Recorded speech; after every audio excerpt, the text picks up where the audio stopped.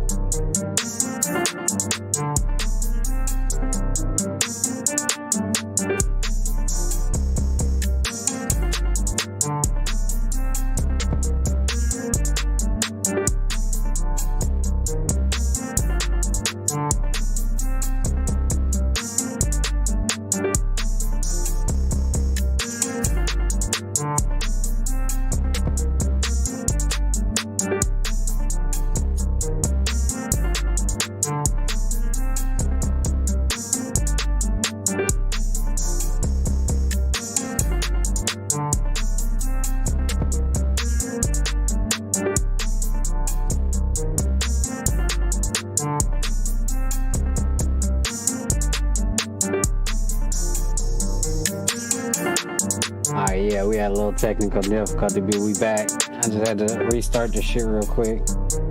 You know what I'm saying? But we're gonna restart it a little right here. Let's go. Here's the video right here.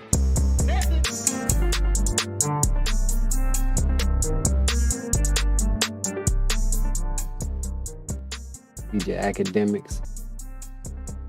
Bad altercation. There we go.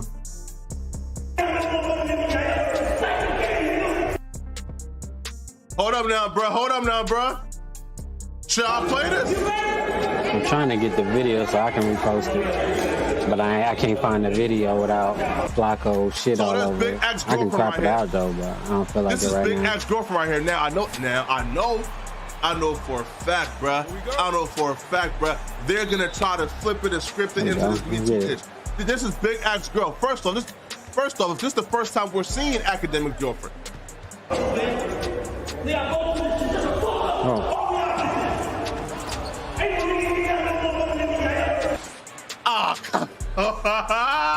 Ain't no nigga got more money. Ain't no nigga here got Big Axe is talking that ish. Big Axe is talking that ish. Ain't no nigga here. Oh, come on now. Oh, he talking that ish. Oh, he's talking that stuff. Myron and Fresh is that. Oh, I don't know. Wait, hold on. Let me get, bro. Let the camera come back on, man. Yo, listen, man. Act talking that ish. Mike Rashid, Myron, Fresh, talking that ish. Elbow.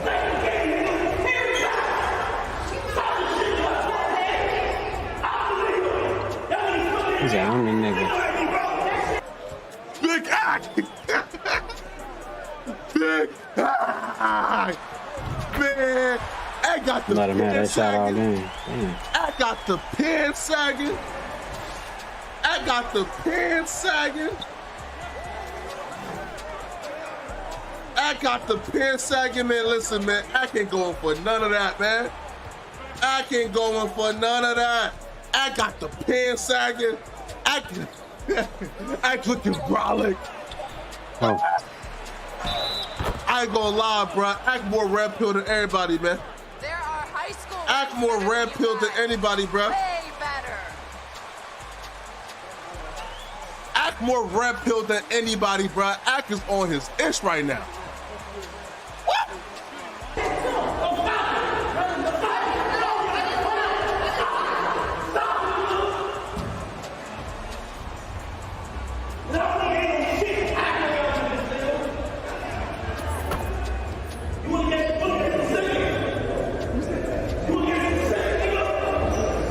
God damn. Why is my camera out of focus right now? Why is my camera out of focus right now? Come on, man. Ack is controlling the situation. I'm the effing prize. Yo, I ain't gonna...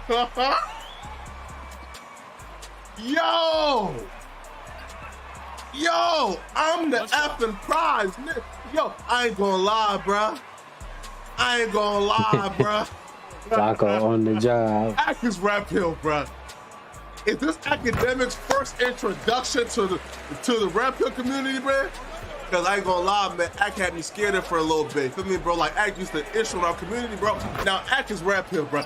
This is a straight Kevin Samuels. Kevin Samuels. Right. He's like, I'm the prize. Straight up, I'm the prize. Come on, now. Let's go. Northside Capital said first said she punched Ak in the head before that video. Oh, damn, that's effed up, bro. Yeah, bro. You feel me? Death don't punch that man. That's effed up.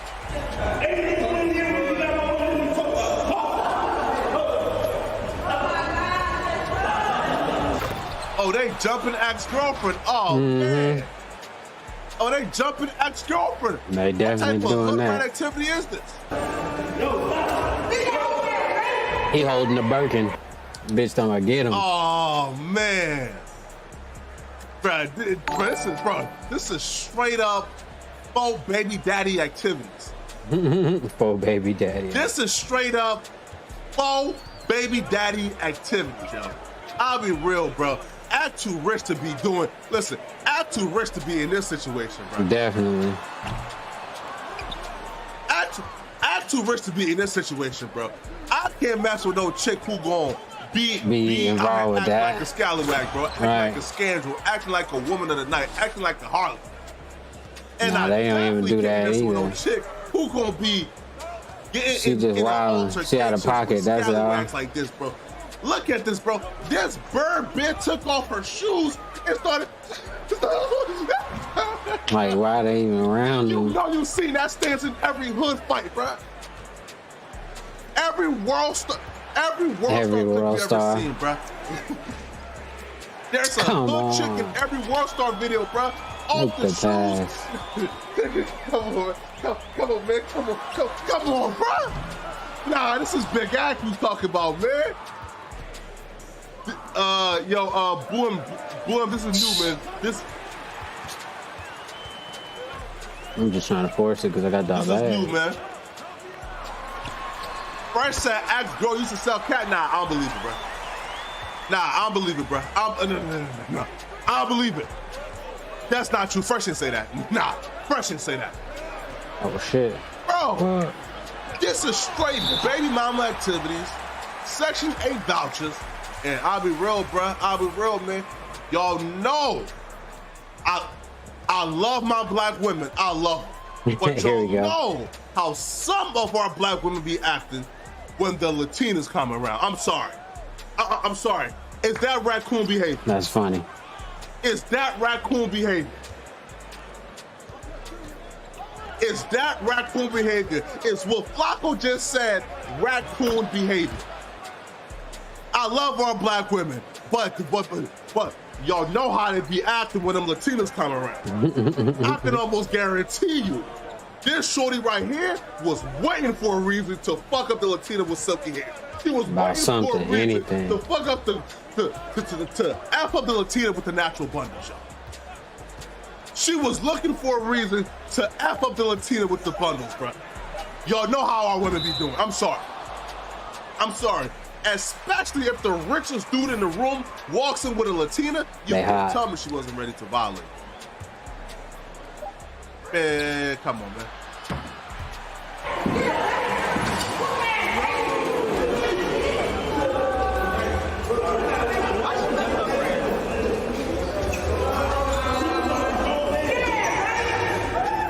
Shit crazy. They doing too much. Yo, walk.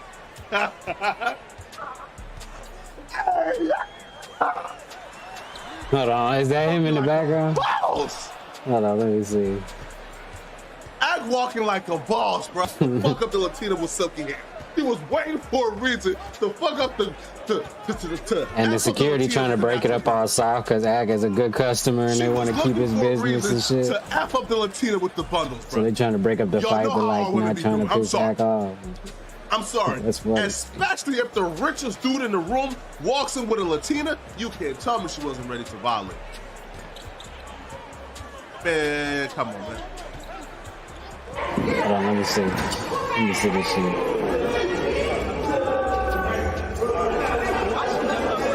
That's crazy.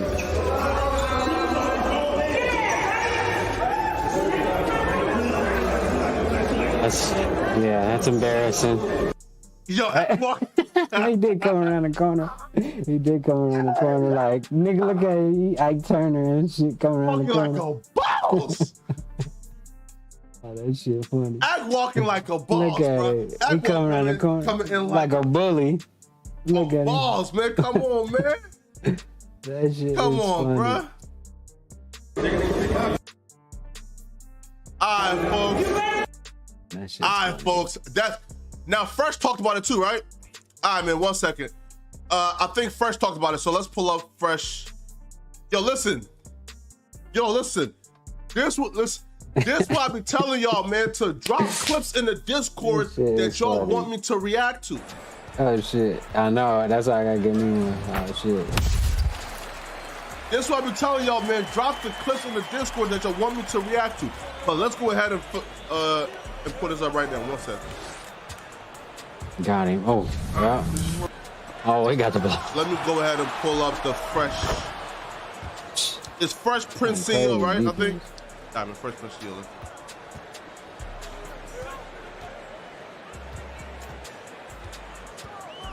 So we got McQueen. All right, let's pull it up. And this is Fresh Prince CEO.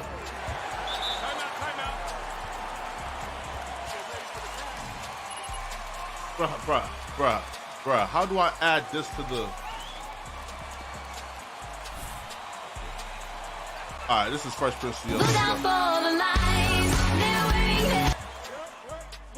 That's crazy. Hold on, let me see what the fuck.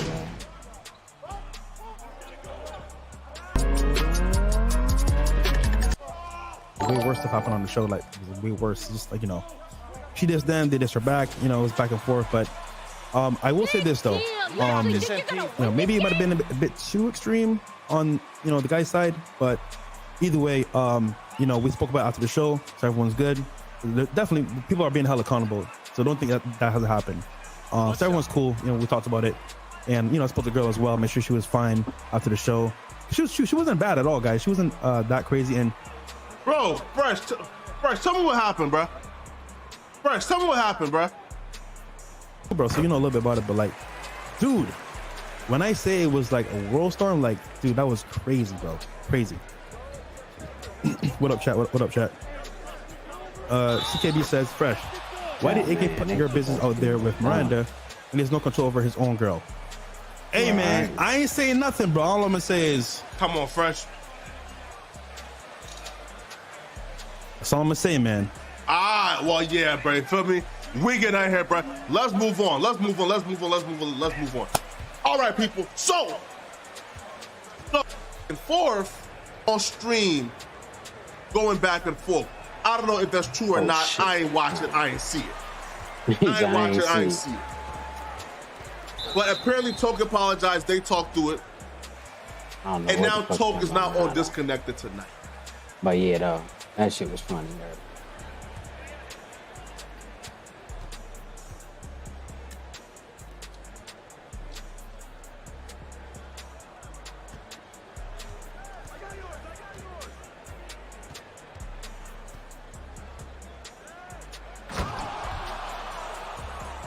Under the table. Oh, Adam got to intervene. So, like, at that point, bro, I could shout, but I can't put hands on nothing. You know what I mean? Like, I'm a dude, right? So she's getting like, who says, yo, what's up? And she kind of runs up. My chick wasn't with me, so she was in the bathroom or something. So she comes out a couple seconds later. She sees this girl basically talking to me. And she just motherfucking pulls like a truck stick move, nigga. Boom, hit the chick. Oh, get that block. Her out, and then, well, not knocks her out. She got on the shoulders her, like, yo, whoa, hold on. It's my nigga now, what you doing? So she started talking to me, like, so she's in my face and shit like that. She's like, yo, what you doing? Like, yo, you wilding right now. So that's what she's saying to me. I'm like, bro, I'm not wilding. people just want pictures. That's just all it is. People just want a few pictures. That's it. Bro, she is tweaking. Why are you entertaining bitches? Why are you doing this? Why are you this? Yo, I'm here. I'm like, bruh, these chicks just want a picture, my nigga. Right. The other girls who was watching her baby the whole night. One of the girls, that's the girl you won't see. That's the bigger girl who she had like red hair. I guess she's looking at it like, yo, this is embarrassing. Like, Ack is getting embarrassed. Y'all know I can't do nothing, right? Like, I could shout, but I can't put hands on nothing. You know what I mean? Like, I'm a dude, right? So she's getting, like, she's in my face. Like, you know when girls get up in your face? Oh, shit. So you know what the other girl does? The other girl swings on my girl because she's looking at it like, yo, you disrespecting your man. He can't do nothing about it, but I'm a girl. So I'm about to fuck you up for him. Damn. Obviously, that's not what I want to happen. You get what I mean? Like, you know, I take all responsibility for There was fight over Big Ack. Who knows how to, number one, handle her liquor. Number two, act in public. But the other chick was really just trying to help out. Like, all right, bro, she's trying to help out. I'm about to get her in line. Anyway, she punches my chick. I'm like, funny. Oh, shit. So now I'm trying to just diffuse it. Like, yo, y'all don't fight, relax. And I'm telling her, I'm like, yo, you're wilding. You are wilding. Just chill out a bit. We about to get out of here. That's when that video kind of cuts on. So I am shouting at her, right? I'm shouting at her. I'm like, yo, bro, chill. Because she's looking like, yo, she's trying to fight. I'm like, nigga. Shit's crazy. We're in public. Chill. Like, nigga, I'm not Blueface, nigga. This shit is embarrassing. I don't know how niggas make money, but I can't make money out of ratchetivity. Like, I don't do reality shows. I make my money by beating these record labels over the head and doing YouTube videos and other shit like that and podcasts. Nigga, I don't make no money off ratchetivity, my nigga. That's never been my thing. So I ain't signed nothing with no fucking reality show yet, and I ain't gonna do it now. You know what I mean? So I'm like, when you see Blueface doing that shit, that nigga just announced a reality show. So like, I don't do that type of stuff. So I'm looking at her like, yo, bro, you embarrassing me, bro. That's what I'm saying to her. The other girl, anyway, yeah, she hits my hat off, and then they get a chance to square up. She swings on the other girl. The other girl got friends with her. The other girl, like, says something. Her friends jump in. And I'm over here using my body as a human shield type shit, because at the end of the day, you know what I mean, even if my chick was disrespecting me and wilding out in public, granted like she was, you don't want nobody to jump your girl. You feel what I'm saying? But also, I can't hit nobody. I can't hit the other girls. I just got to be like, yo, chill. Let's kind of break it up. Whole time, Miami police is right there. Miami police to our left looking like, yo, they're having a blast. Like, they might have been recording too. Everybody recording. Like, the niggas I'm with, they're recording. Nobody helping. Everybody got a phone out like fuck TMZ and paparazzi. Everybody paparazzi. I'm looking at the Komodo staff, they recording. I'm like, what the fuck? So I'm the only one trying to stop this fight. Anyway, they eventually do jump in. And basically, they put my chick in cuffs. They put her in cuffs because she's the one who kind of started, well, you know what I mean? She got hit first, but then, like, what everybody saw is when Axe girl was the one that provoked everybody, apparently. Doing YouTube videos and other shit like that and podcasts. Nigga, I don't make no money off ratchetivity, my nigga. That's never been my thing.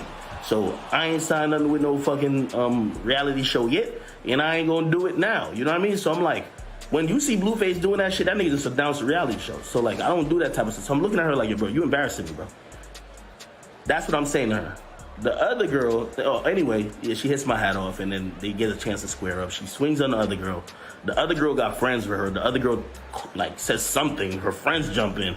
And I'm over here using my body as a human shield type shit, because at the end of the day, you know what I mean, even if my chick was disrespecting me and wilding out in public, granted she was drunk, you don't want nobody to jump your girl. You feel what I'm saying? But also, I can't hit nobody. I can't hit the other girls. I just got to be like, yo, chill. Let's kind of break it up. Whole time, Miami police is right there. Miami police to our left looking like, yo, they're having a blast. Like, they might have been recording too. Everybody recording. Like, the niggas I'm with, they're recording. Nobody helping. Everybody got a phone out like fuck TMZ and paparazzi. Everybody paparazzi. I'm looking at the Komodo staff, they record. Everybody got a phone out because that Draymond punch went for, like, they say anywhere from 50 to 100,000 a video. So if you see something, record it. Apparently, you know what I mean? If it's big enough, you can get some money.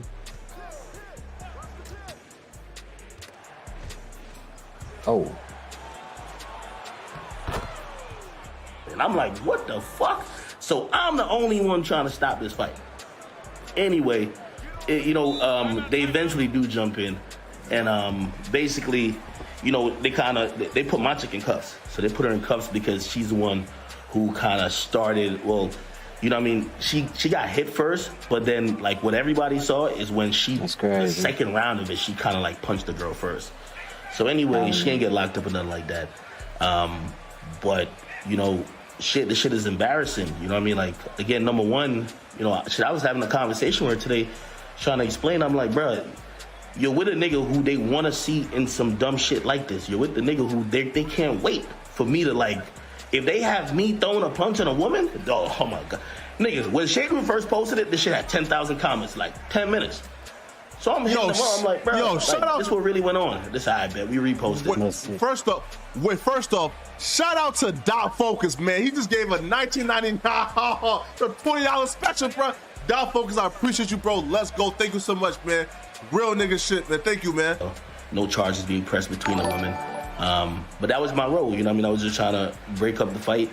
I'm gonna take responsibility as a man for it though, because in the line of work I'm at, I can't bring around women who are going to be doing that. I don't like that type of bullshit. I rarely go out myself. So if I'm going out with a woman and she's jealous, knowing that people, like, I'm hosting an event tomorrow in Jersey. It's going to be mad people there. I don't know who going to be there. You get what I mean? Like, I can't be with no jealous motherfucker just all on me looking at, like, yo, what's going on? Which bitch you with? Which you taking pictures? Like, nah. But also, shit. I mean, I look at her. She got to take accountability for her actions, but that shit is embarrassing, man.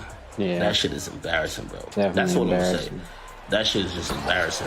You know what I mean? I think a lot of people enjoy these type of situations. For me, I got the most to lose, and that's another reason I think I even came to that conclusion, because I don't fuck with famous chicks. I like chicks. I like regular girls from like regular neighborhoods who probably live regular lives. But I do understand that when they come into my world, like, the way they've dealt with the guy is probably a little bit different, you know what I mean? And, if there's any women watching this shit, y'all probably act the same way if y'all nigga was talking to 30 chicks in a club. But still no excuse, you know what I mean? Right. Anyway. Hell nah, you supposed to let them nigga do I think I kind of got, like, just the major shit out of the way. But, yeah, it's girl fighting shit. I'm gonna keep it all the way a beam. Like, nigga, I kind of knew this chick was like, she kind of like that, because I've had conversations with her. I said, I've never been with I don't want to be with a girl. There's a few things, like, I'm on some finesse 2 time shit. I don't want my girl to be masculine. I don't want my girl to be over here. Like, if I can't be with a ratchet bitch, man. I hate ratchet bitches. I can't be with a bitch who trying to fight constantly. If we going out, you swinging. If you looking to fight. If you think you Debo, like, my nigga, I'm not trying to be with no girl like that. Right. So, like, I was talking to him, I'm like, bruh, when I met you, you was a nice, sweet girl. Now I'm realizing, like, you Krishan Rock, too. I'm not finna be with Krishan Rock. Hell no. I'm not being with no bitch who think that as soon as we get to the club, I start having fun. You fighting. Like, this ain't gonna happen. These chicks think that they think Krishan Rock 2, bro, is, like, that's the mode. Like, But you know what? I'm gonna tell you why I'm gonna blame myself. Because we always, like, as men, we always see the red flags. I'm meeting Shorty, and Shorty tell me about her best fights. I'm like, yo, what the fuck? What type of conversations is these? Yeah, that's weird.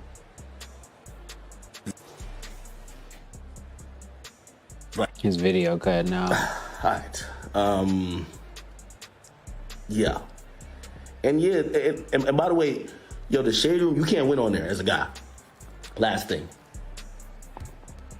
I'm on the shit, right? And oh, no.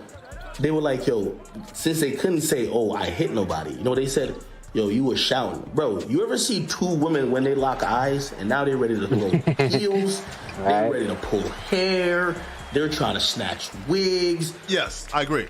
If they're drunk, my nigga, like, you gotta pull them off each other a little bit. Like, nigga, yo, y'all niggas chill the fuck out. You know what I mean? If you think you gonna be a man and be like, oh, could y'all please not fight today? These bitches is masculine these days, right? Though. These chicks like, hey. What up, Flacco? Get the video right. Wi-Fi is crazy. Again, I'm just happy nobody arrested. However, you know, who ends up losing in the end? Because who's the person here on live explaining it? Everybody having a blast.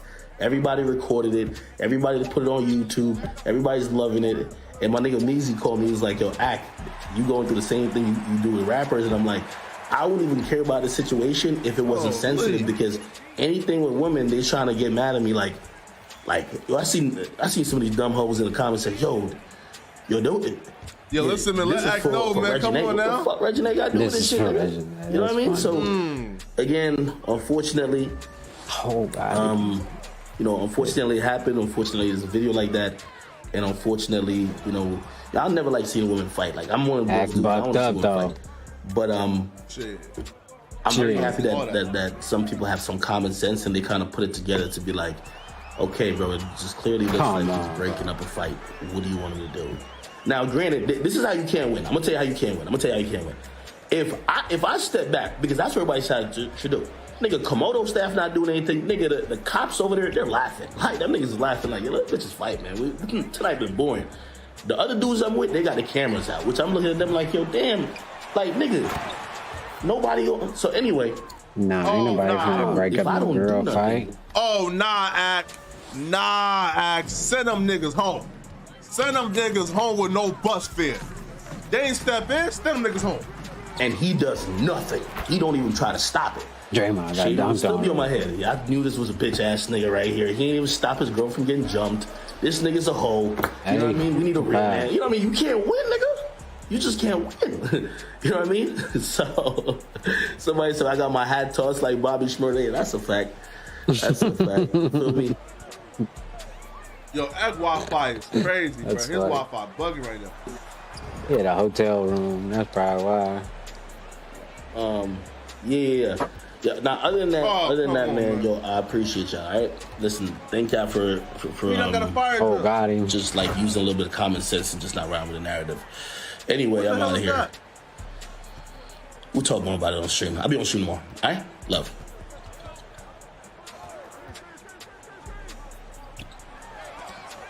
On the block.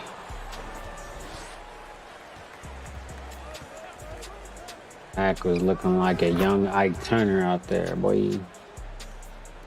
Oh, finally, man. God damn, yo, bro. I thought my place had a fire drill, bro. I just heard hey. I'm about to say, what's going on? All right, man, but let's hear Yuri break down this whole thing with the whole thing going on. Let's go. I don't know if I want to hear all that shit. Like, bro, I'm gonna text them real quick and be like, yo, why is like a moderatorship kind of like just based on, you know, like quote unquote friendship, right? Like for me, a moderator is like, or like, you know, past month, I guess, or a little bit less than a month, it's been more drama shit that's been entering. It's been a roller coaster for Yuri. And I feel like you 2K, I was gonna say they ain't gonna even pass the ball in. They trying to figure out how to win still.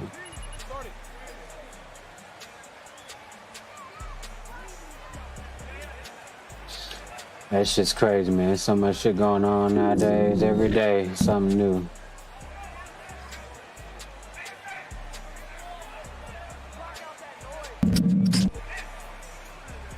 Did you visit O-Block? Nah. There's no need to visit something that's not worth nothing. I'm in the museum. I'm in the artifacts. There's no real history to O-Block. Chicago is bigger than O-Block, so I want to see downtown. I want to see the views of downtown. I don't want to see the views of the poor and distressed. I get to see that through their music, and it's very clear. It's a clear painted picture of what O-Block is and what it looked like. What it looked like for me to have to never go visit physically. Right. We can both agree that Chicago is a very beautiful city, though, right? Yeah, it was very beautiful. Yeah, see, that's the side that the media doesn't show. Exactly. But what good is that if you'll die trying to look at that beauty? What good is that beautiful city? It's only beautiful to white people, Puerto Ricans, Cubans, Russians. But if you're a black American and you have any resemblance or traits of the hip hop culture, then it's not a beautiful city for you. It's a dangerous city. You better not have a chain on. You better not have no shoes they want. Your girl better not be too pretty and she catches a group of guys' attention. You better not mess up and not want to wear your hat to the... Nah, it's only beautiful if you're white, if you don't look like me and you.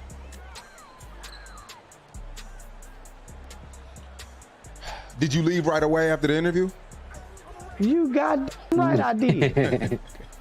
You didn't try none of the foods, Italian beefs or anything like that? JJ's Chicken and Fish. You didn't go to Harold's Chicken? JJ's Chicken and Fish. Yeah, no, that was strictly business. That was strictly a business trip. Damn, I should have went up the first. As well as a to-do list. God because damn. everybody said I would never go. And I always said, if you book me, I'll go anywhere I'm booked because I'm gonna honor my obligations of the booking. I show up to the kitchen if you book me and pay the right amount of money. I show up to the kitchen. How'd your family react? You know, your kids, your wife. Did you even tell them, or was it something that you were gonna kind of surprise, your loved ones? They knew. This guy didn't just arrive today. Yeah, I fell in the washing machine when I was 5. So yeah, these people know what they know who I am. Yeah, they know who I am.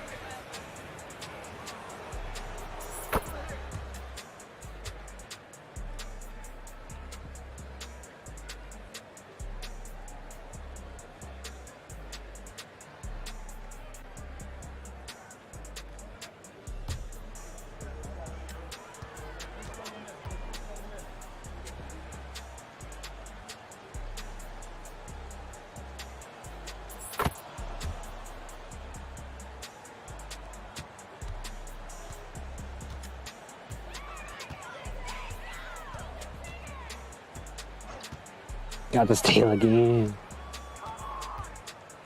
Hey.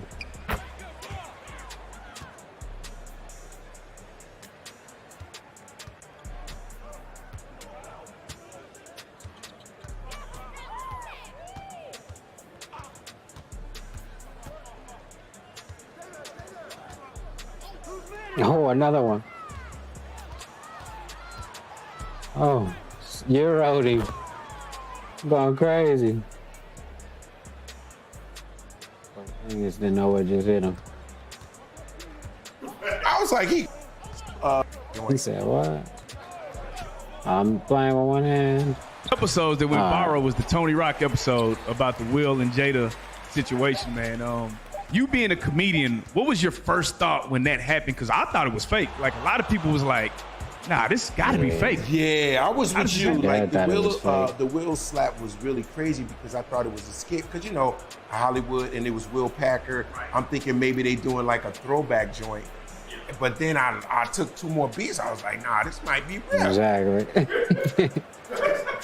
I was like, that shit real, nigga. Yeah, he said, keep my wife's name out your fucking mouth. Like, yo. Right? Yo, this might be real right now. But unfortunately, it was at the wrong place at the wrong Bill Bellamy. time. It's like, I love Will for what he has done for the culture. I don't know what cats, always give him a hard time, but as a black man He a in simp, Hollywood, that's why. the movies he's made, the choices he's made. At least that's the perception. Keeping his family intact, all the things that I love about Will Smith. I was literally shocked because I was just like, Will always played it right. Like I always felt like he always had the ace. You know, he dropped the ace when he needed. You feel me? Yeah. And in that moment, I was kind of thrown because I was just like, why would you do that right now? He slapped the shit out of that nigga. That's why. He understand the dynamics of Hollywood. Like we brothers ain't got like 2-3 month mistakes. You could be the best person and make one little, just one misstep, and then they'll just wipe you out, you know. Meanwhile, like white talent could murder somebody and still go to work, or like get in a car crash, kill 4 or 5 people, and still get an Oscar. You know what I'm saying? So we all know the dynamics of the game. It's just the fact that, you know, we just want us to protect each other. You know what I mean? And honestly, I just felt I was heartbroken because I just know what it would mean overall. Man. You know what I mean? For black men like us. You know, I always look at other black men, I want to represent you. Nah, I'm just playing. Let me when I'm doing movies, when I'm on the screen, I always feel like I need to represent every black man that look like me. They awards don't be representing the movies I like anyway. Other actor don't feel like that, but I feel like I'm representing every dude in the barbershop, every dude that take care of his family, every dude that work at the factory, every dude that's in jail. Like that's who I'm trying to represent you. So I'm always reminded of my purpose. You feel me? Yeah, like I came to fuck with y'all because I know what it is. It's like, you know, we all are moving.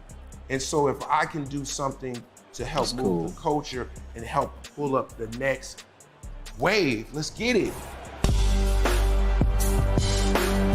Come do my show then, Bill Bellamy. Shit.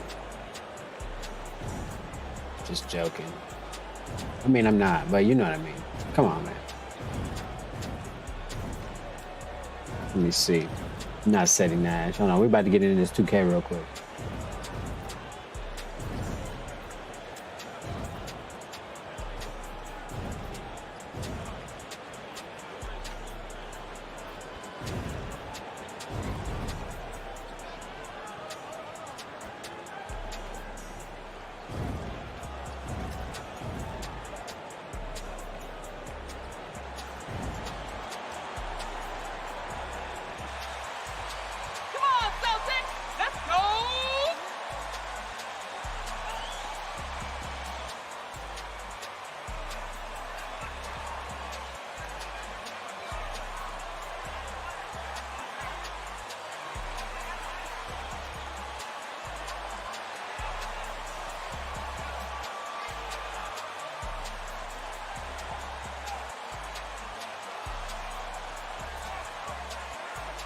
He gonna throw the ball up or what?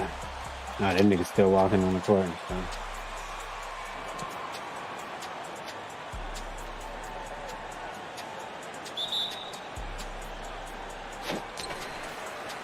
Alright, I didn't get the jump.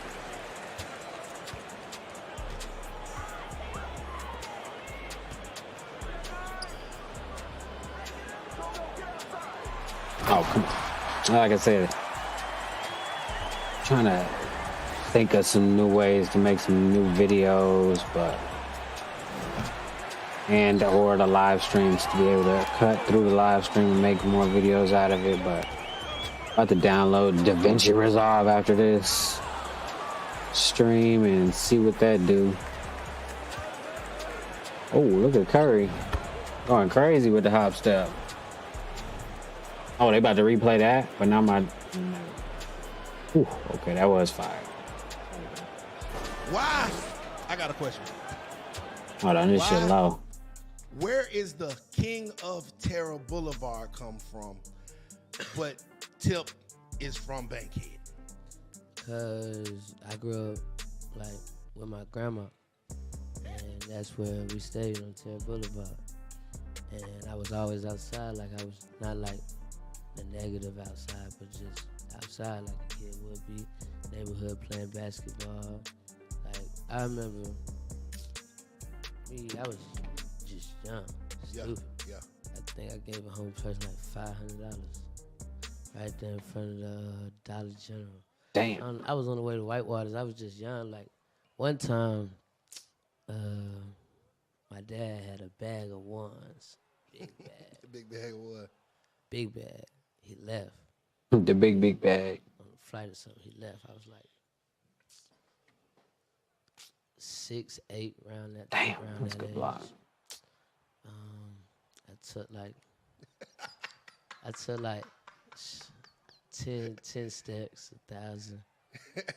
Straight up, went outside of my neighborhood, busted it out with the kids out there. I ain't even, you know what I'm saying? I was just that one. Like, Yeah. You I gonna wanted feed to- the whole hood. Yeah, like I was just that one. Like, if nobody got drinks out here, okay, I'm gonna run inside of my grandma's house. She was like, "What you doing?" Getting some drinks. They, you know what I'm saying? Yeah. I was just like my grandma got a good house. Good house. Mm-hmm. We got good, like we good. Yeah. But it's just the environment was, the best environment. You see what I'm saying? So, yeah, like, and my school that I went to wasn't in Clayco, but it was in Henry County. It was Dutchtown. Okay. Henry County. He's like, okay. Moved from Clayco to Henry County. You see what I'm saying? Because it's so close. Exactly. So it's just like, I got you. where I went to school and this public school. Funny. Just was a lot going on. So you went to public school. Yeah. Now, how was that? Was there? Oh, I look can at that. imagine That's being extremely crazy. distracting, being a child superstar in school. I mean, again, like, it was like how I carry myself. People must like they might be like, oh, he might not like Yeah. So it was like it was a couple of Nah, you look like Tiny. Everybody know who you are. Like that's how I am. How I am. Public school made me how In I am. Atlanta. Like it ain't nothing to it. It ain't Ooh. no acting hard to it. It's just I was surrounded in that environment. Not that it was the worst environment or I didn't have none. It was just that environment. Yes, sir. Like so, this is how I came out. Now, was that a conscious decision on your part to go to public schools? Because I mean, of course, you could have went private if you wanted to. Yeah. You wanted to go outside. Pops, he made me go to Woodward and do a test to try to get in. Failed it on purpose. He failed it on purpose. He ain't trying to go to private school. Hey, you done failed the goddamn private school test, King. Yeah, so he said, you know what? You think I'm stupid. You Right. failed the test on purpose. You think I'm about to let you go back to the South and go to the school you want to? Mm-mm. He said, you're going to a school in Atlanta. Okay. So he said, if you do good, you can go back. Knocked it out. Whoop the whoop. Went back. And that's what it was. That's how you got to the South Side. Yep. That was in like 9th grade. Though. Yeah. That was in 9th grade. So you played any sports while you was out there? Any activity? What, Yeah, what? football. You play football? Yeah, in middle school. Okay. And like any what is King's hobbies? Like what when you're not in the studio, It's funny trying to you're not at interview Waffle him. House. What is your hobby? You don't know nothing about him to Hey, ask him.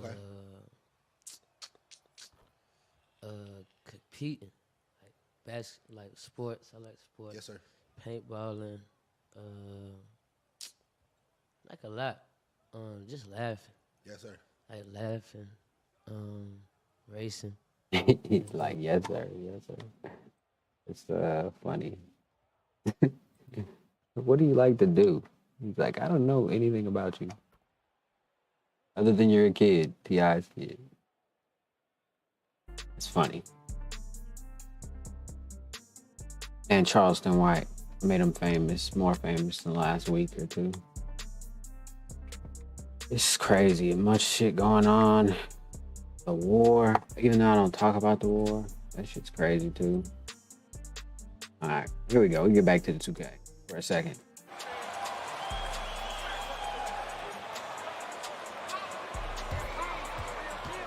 Game ain't over. Don't celebrate yet.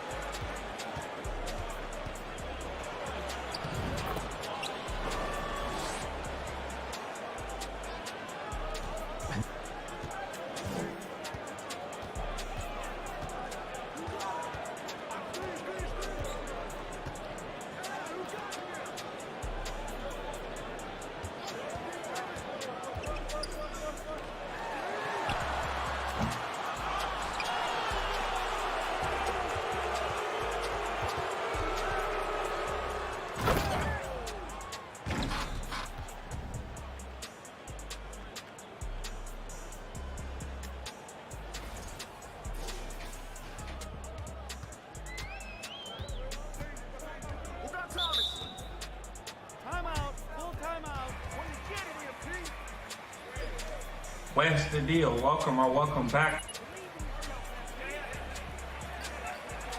It's for the father to hear somebody say that about your child.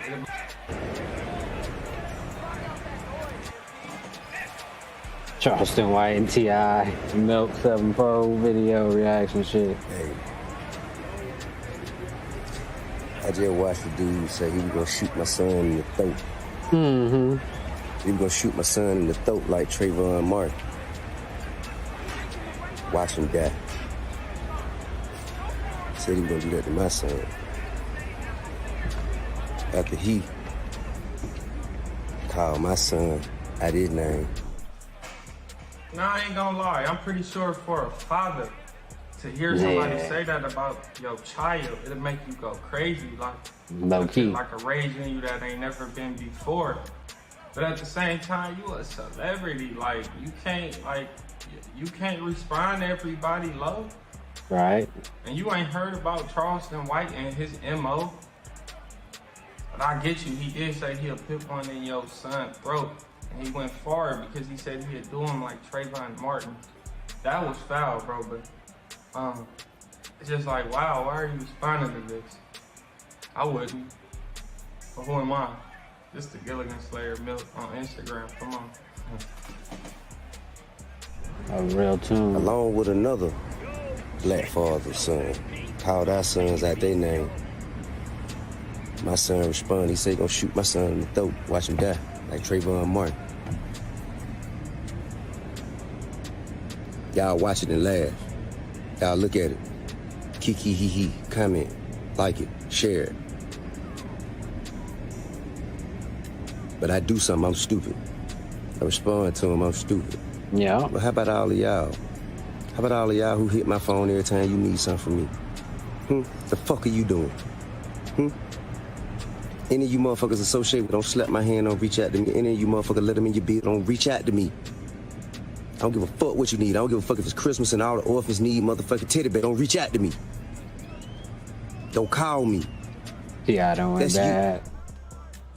I mean, I get him low key, but damn, what the kids in the orphanage and the teddy bear gotta do with anything. That's crazy. That's funny as well. That's right. You got a point. But him saying, you know, certain people, if they like him, the kid T.I. done went crazy. Commenting on the post and laughing, you know, that is kind of wild. If you supposed to be my homie, you all on there, oh, look at key kid and shit. But at the same time, everybody in that entertainment ain't his friends like that, and he know that, bro.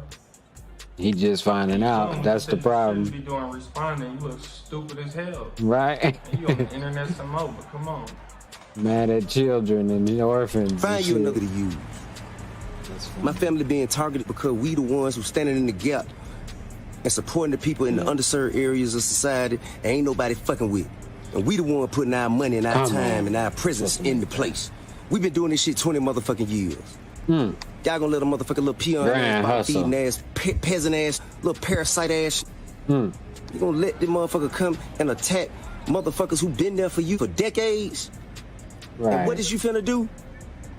And what is you finna do?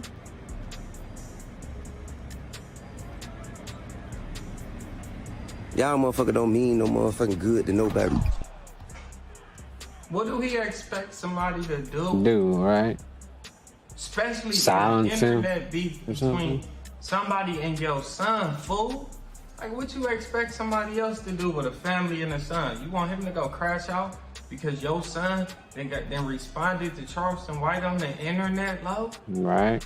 That's why you can't really be like, if you get money from somebody, you gotta then earn that shit, low, work for it, you the manager or whatever, because somebody's just sitting back giving you money, bro. They gonna want you to do crazy shit. Like, you want me to go crash out because you didn't help me with some donations or you looked out. You done did some shit for me. Crash out because your son, a little 18-year-old freak, bad boy, ass as nigga. Charleston White would say, freak boy, responded to Charleston White. You want me to go crash out because Charleston White and said something about him? Nah. Hell, dog. At the end of the day, that's your son. Yeah, exactly. That's Tell your them son. stop You gotta deal talking with about that's your elders. son. And ain't nobody really did nothing to him. That's something on the internet. You handle that. Why is you even worried about anybody else getting in that situation, bro? Like, you making yourself look bad, lowering the stock. Right. You deserve whatever representation you get. Because whatever representation you get, however you protect it, that's what you deserve. You can have whatever you protect. Y'all let a motherfucker come and dome me out like Nipsey. Y'all don't give a fuck about nobody, man. What the fuck are you gonna do, bruh? What the fuck you got to say, bruh? You alright with that? How many of you motherfuckers who watching this right now, how many of you motherfuckers called me for anything and I was deaf? How many? When murder? How many of you motherfuckers called my wife for anything and she was deaf? Nigga, just last week, man, I had to have a conversation with academics about Raising A. That's Wayne's daughter. That's my niece.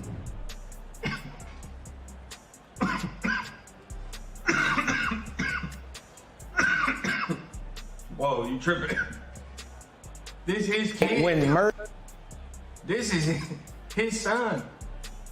Because you looked out for somebody, they ain't about to crash out for you. That's wild for him to think. I don't know if he's saying why. I don't think they make videos. I don't know if everybody he know do. Right. He wants somebody to stick up for him or do? something. Go crash out because you want him to. Because your son got in a fucking match with Charleston White on the internet. In these YouTube streets. YouTube streets, right? Hell dog, he gotta get it together, bro. Handle your own situation. Handle your own candle with your son. Go teach your son how to not respond. Y'all supposed to be these big ass celebrities. Why is he even responding to him, Lo? He shouldn't have did that. He gonna learn from this. Cause he low key like in a week. He said you gonna learn today. A beast.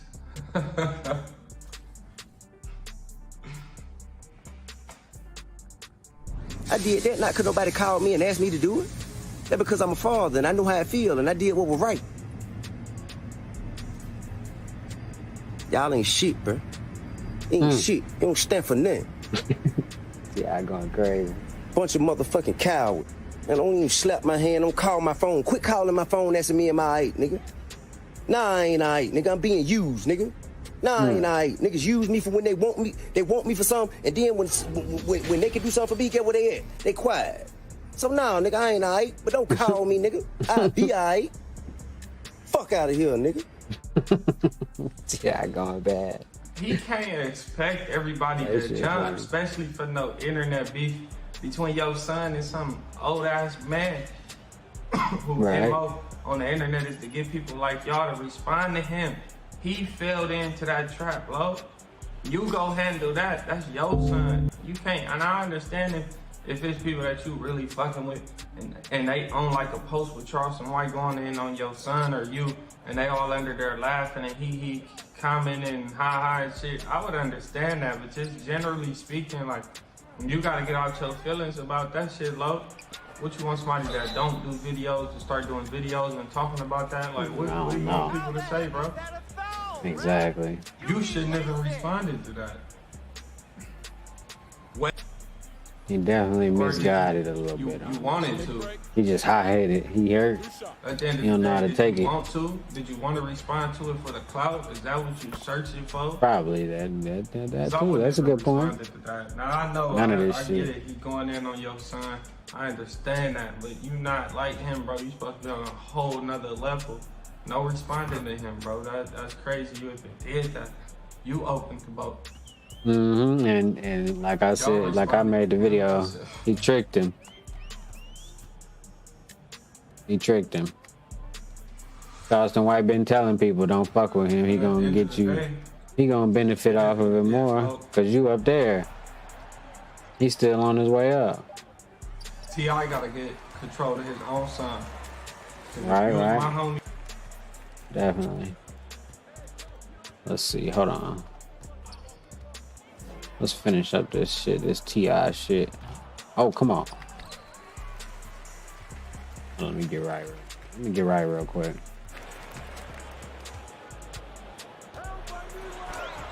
Oh, I'm about to say he can't make that.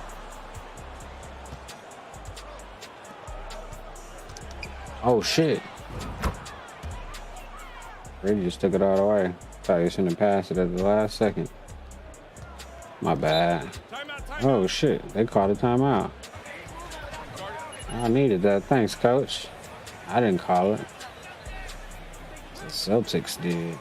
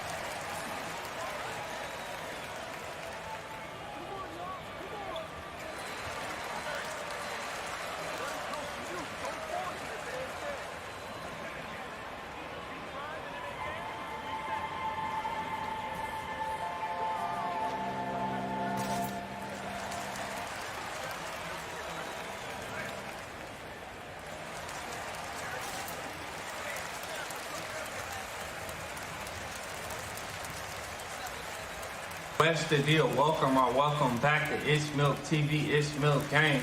Y'all already know the script, but if you haven't, let's skip through. hit the red subscribe button right now. I'm talking about this Milk. It's Milk TV. Nigga, your mom and dad. Austin White. Yellow freak. Yeah, that nigga T.I. son. Yellow freak. Nigga, I'll whoop your old ass. Now, T.I., you raising these kind of little yellow motherfuckers. You got a yellow motherfucker, look how your son look, talking about he'll jump on a 50-something-year-old nigga. Yo, boy, hey, so T.I., them the kind of boys you got? Say, T.I., listen, if your boy jump on me, y'all will bury that yellow motherfucker. I shoot him right in his goddamn throat. Look, I wish an 18, 19-year-old nigga would jump on me. Boy, I train on that little motherfucker. I swear to God, my right hand to God. I swear to tell the truth, the whole truth, and nothing but the truth. If T.I. son jump on me, I'm on George Zimmerman and Trayvon Martin, his little motherfucking ass. I'm gonna let him get on top of me. That's what T.I. not happy about. See, he funny. I ain't gonna lie, but look, bro, he didn't have to, like, why he had to use Trayvon Martin as an example? Because he know people gonna be sad or mad or some kind of emotional about it. Yeah, Trayvon Martin, T.I. son. He wild, bro, for saying that. He wild, but he funny. Come on. Let me get a ball. Give me the ball. Oh, you about to lose, bro. Yeah, I'm on Trayvon Martin, this motherfucker. He got me fucked up. Nigga, you better get your son, T.I.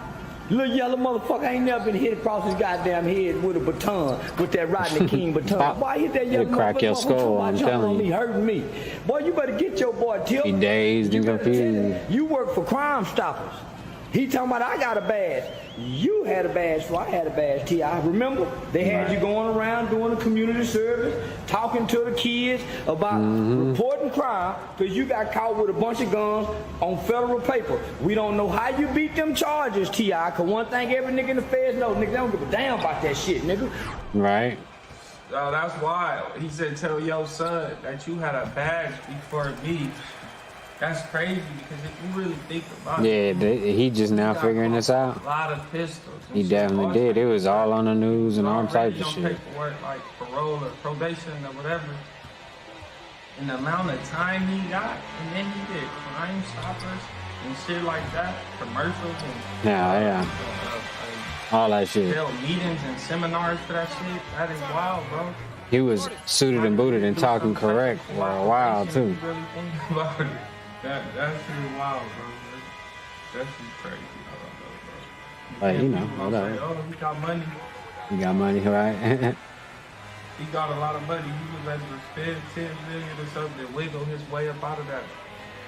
You never know in this world anything is possible. To be honest, no. That shit wild. It's wild. But ain't nobody really produced no paperwork on it, so. No. Right. Tell your son you inspired me to be a tipster. Yeah, to be I a want to be like tipster. TIP, nigga. Probably you wear my hat and everything like you, nigga. Shit, I want to be a tipster. So tell your son I got the badge idea from you. Get that little motherfucking check before he end up like Trayvon Martin fucking with me. I'm a George Zimmerman kind of nigga, neighborhood watch nigga. I'm on the phone with the police. They telling me don't follow him. I'm following him anyway. Yeah, I'm following him anyway. And if he whoop me, I'm gonna shoot him. I'm just like George. I'm just like George Zimmerman, nigga. I ain't bullshit. Shoot the shit out of one of these little motherfuckers that kick my ass. I was with George. I all got. He burnt out, so he said like he don't follow like somebody that's leaving, especially a child. If he had words with a young adult, a teenager, he don't follow him. And then if the teenager do something to him for following him, he gonna like basically execute him. Like, and he comfortable enough to say all this still on the internet, and it's wild, bro. I mean, he's freedom of speech, and it's Texas. Motherfucker kick my ass. I'm on George Zimmerman, that motherfucker talking about he'll whoop my old ass if I put the mace and the badge down. Nigga, I ain't gonna never put this mace down. This is non-lethal. Yeah, I don't never put this down. I'm gonna put it down on a nigga's ass. And especially a young motherfucker with all that energy and violence and anger and displaced rage in his heart that he want to try to project off on me. Cause he said all that displaced rage is in his heart. And anger. What I tell you about that? Man, he a fool. He said all that displaced rage in his heart. He's crazy, bro. This guy is really a comedian. Really want to kick your ass, T.I. That's what it is. Nigga really want to kick your ass, Clifford. Don't why you gonna whoop me, you motherfucker. I swear to God, he lying. You talking about Vlad been doing his thing for so long. Little old yellow freak like him, man. Shout out to Vlad. That'll be the death of me. I let your boy whoop me. Yeah, that's wild, man. It's just crazy, bro. That this is even like crazy. a thing. Like, Let's hear this shit again. Boom! Hit the chick. Knocks her out, and then, well, not knocks her out. Like, she kind of shoulders her, like, yo, whoa, hold on. It's my nigga now. What you doing? So she started talking to me. Like, so she's in my face and shit like that. She's like, yo, what you doing? Like, yo, you wilding right now. So that's what she's saying to me. I'm like, bro, I'm not wilding. People just want pictures. That's just all it is. People just want a few pictures. That's it. Bro, she is tweaking. Why you entertaining bitches? Why you doing this? Why you this? Yo, I'm here. I'm like, bruh. These chicks just want a picture, my nigga. Bro, the other girls who was watching her baby the whole night. One of the girls, that's the girl you gonna see. That's the bigger girl who she had like red hair. I guess she's looking at it like, yo, this is embarrassing. Like, Ak is getting embarrassed. Y'all know I can't do nothing, right? Like, I could shout, but I can't put hands on nothing. You know what I mean? Like, I'm a dude, right? So she's talking to me, and she just motherfucking pulls like truck stick movement. They got security and everything hit the out chick, there, too. knocks her out, and then, well, not knocks her out, but like, she kind of shoulders her, like, yo, whoa, hold on, it's my nigga now, what you doing? So she started talking to me, like, so she's in my face and shit like that. She's like, yo, what you doing? Like, yo, you wilding right now. So that's what she's saying to me. I'm like, bro, I'm not wilding. People just want pictures. That's just all it is. People just want a few pictures. That's it. Bro, she is tweaking. Why you entertaining bitches? Why you doing this? Why you this? Yo, I'm here. I'm like, bruh, these chicks just want a picture, my nigga. Bro, Man, the other girls who was watching her baby the whole night. One of the girls, that's the girl you gonna see. That's the bigger girl who she had like red hair. I guess she's looking at it like, yo, this is embarrassing. Like, Ak is getting embarrassed. Y'all know I can't do nothing, right? Like, I could shout, but I can't put hands on nothing. You know what I mean? Like, I'm a dude, right? So she's talking to me, and she just motherfucking pulls like a truck stick move, nigga. Boom, hit the chick. Knocks her out, and then, well, not knocks her out. Boom, hit the chick. She kind of shoulders her, like, yo, whoa, hold on. It's my nigga now, what you doing? So she started talking to me, like, so she's in my face and shit like that. She's like, yo, what you doing? Like, yo, you wilding right now. So that's what she's saying to me. I'm like, bro, I'm not wilding. People just want pictures. That's just all it is. People just want a few pictures. That's it. Bro, she is tweaking.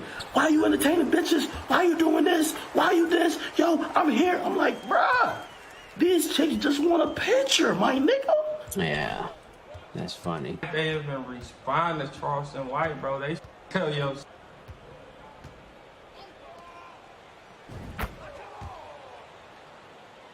Let's see what Turk talking about.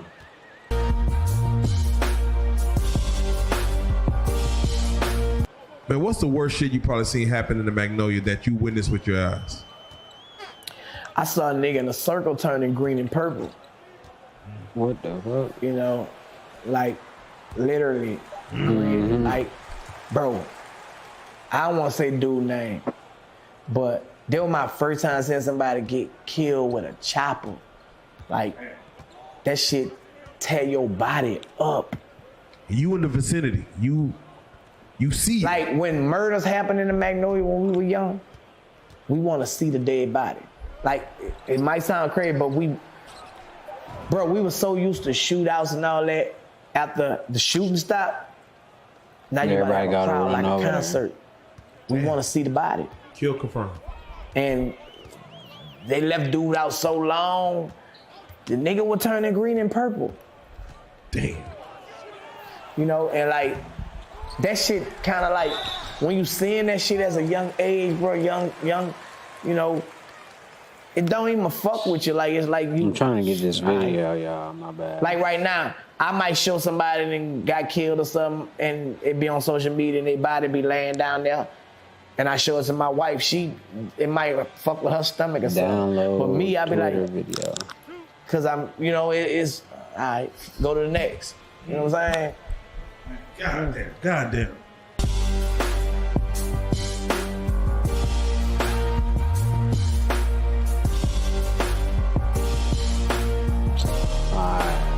Shout out Reality Street Stars. What? Hold on, let's play this for a second. The stage, because you seem different from, like, even on like your social media, like you don't act nothing like you do when it's showtime. Like I noticed something turns on and something clicks. I'm boring as hell. Yeah. Especially on the road most of the time. I'm just trying to fucking recuperate because Okay, I got the everybody's show, waiting yeah. for a show for months. I got the months. They video. buy tickets. All They're right, ready. give me a to come second. up. I'm trying to upload this video. I could be a little bit current since I'm awake still. Fuck it. You know? It won't take that long. I just gotta, you know, pay attention for a second.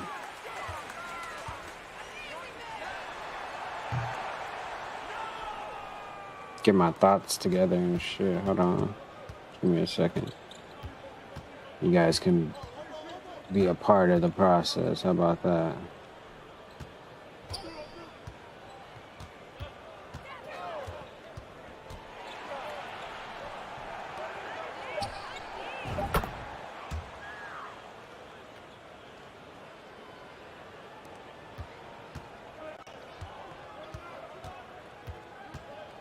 Alright, so trying to think of how I want to do this shit.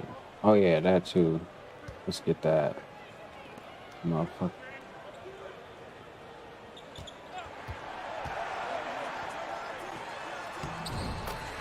I can't use that one, but let's see.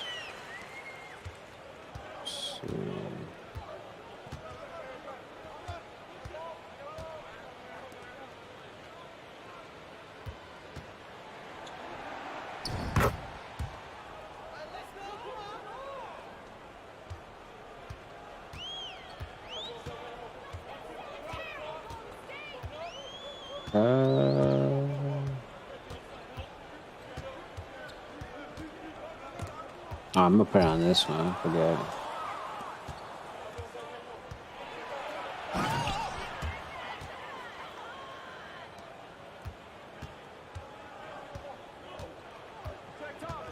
This app used to be better because you didn't have to upload the video. And now the app that I use to make this shit, you gotta upload the video, which makes the process take longer.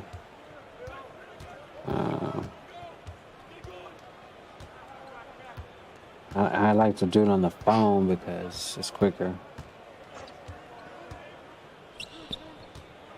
These are academics involved with an altercation with 3 women. Oh shit, what happened? Why would it do that? I'm still in the game. What the fucking game? It's like my...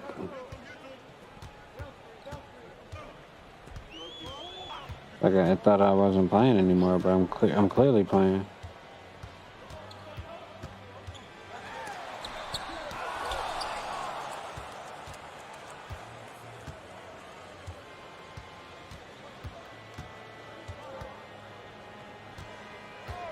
Oh shit, let me change the font size. Make it smaller because I know it's not like immediate. Like it's kind of already been up, so I mean, but people that see it on my shit, that's cool too.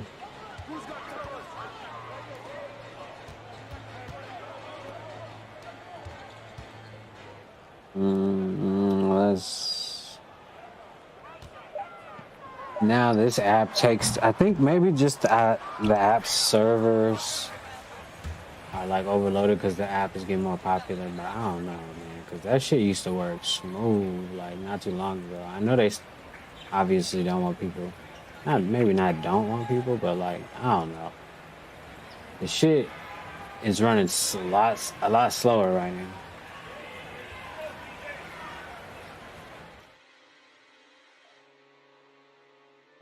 Shit. Yeah, so it wasn't nothing but love, homie. And it seemed like it was love. Yeah, we've been genuine. We've been rocking for about a year now. About Kevin Gates. Ever since the low internet situation. You know, through a mutual friend. So we've been maintaining communication, homie. So I sent him inspirational text messages. He hit me back. That's, you know, so now, homie, we've been communicating. So when we finally seen each other, yeah, homie called me and said, man, when I saw your name on the list, you were coming to the show tonight.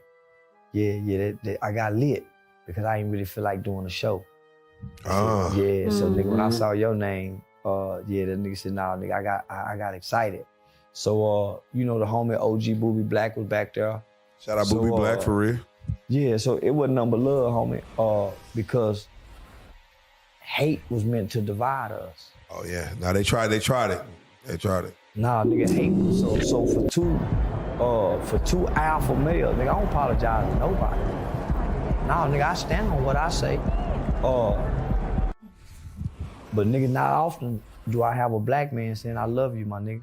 Right. I respect what you do in the community. How can I respond to that with hate?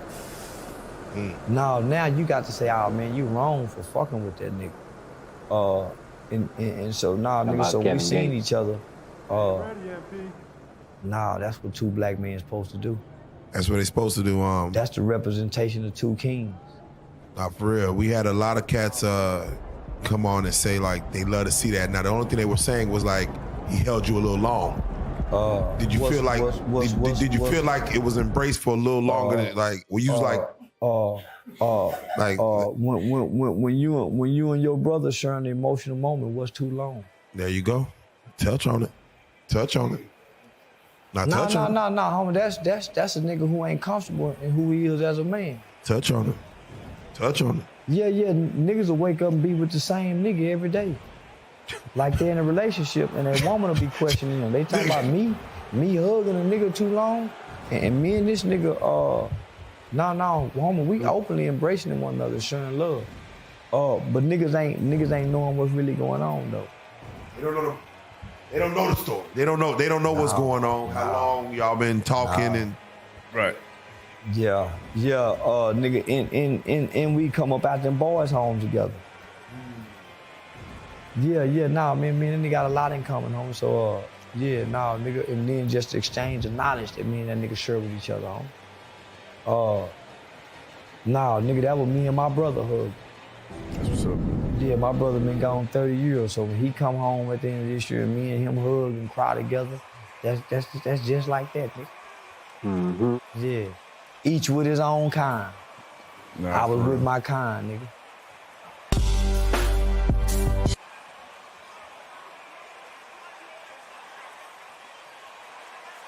Channel, man, how you doing? Yeah. Now I'm the hottest nigga on earth. Now you gotta get this right. Yeah, nigga, I'm the baddest nigga, the hottest nigga on planet Earth with 10 toes, 2 feet, a pair of lips, 2 ears and 1 eye. Yeah, you know a lot. You know we speak often, but since our last interview, a lot has occurred. Now, before we get to the shit that's trending right now, I want to get to you going to Chicago. Yeah. That was some big dogs. You physically had your feet on Chicago land. I physically went to Chicago and sat in DJU studio and gave an interview right around the corner from O Block. Take us through that day. Woke up early this morning. Woke up early that goddamn morning. I had me 2 trained law enforcement motherfuckers. One of them looked like Michael Strahan coming off that deep defensive end, tackling motherfucker me, Tom Brady. Oh, he's bleeping now again. I had another I had Ray Lewis in that motherfucking middle linebacker. Motherfucker, that slipped in there. Yeah, I had a Ray Lewis with a belly. Ray Lewis with a belly was there. They was military. They was current law enforcement that work different units, SWAT units, gang units.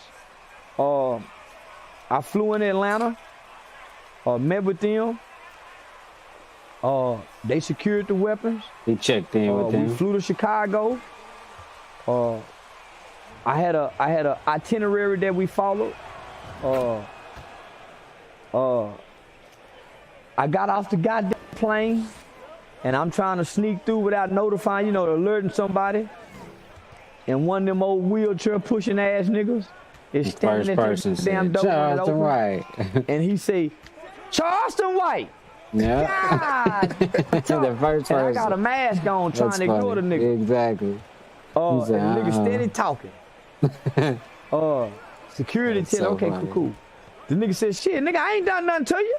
Right. Shit, I don't know why you running from me. I ain't done nothing to you. So now I'm saying, goddamn, nigga, I'm trying to sneak through this motherfucker. Nigga, you finna blow my cover. God damn, That's nigga. funny. Yeah. So shit, nigga, we get through the airport. Shit, nigga, we got that bulletproof Sprinter van, luxury motherfucker, with them high dollar goddamn Rolls Royce Bentley seats on the inside, with another motherfucking police officer with that goddamn badge around his goddamn neck. I had 3 bad niggas. Yeah, I had 3 bad niggas and they didn't play. We moved from the highway to the hood. I mean, from the airport to the hood along the highway. So when we get to where we was going, we sit outside, security go in and, they canvass the building. Everything from the rooftop.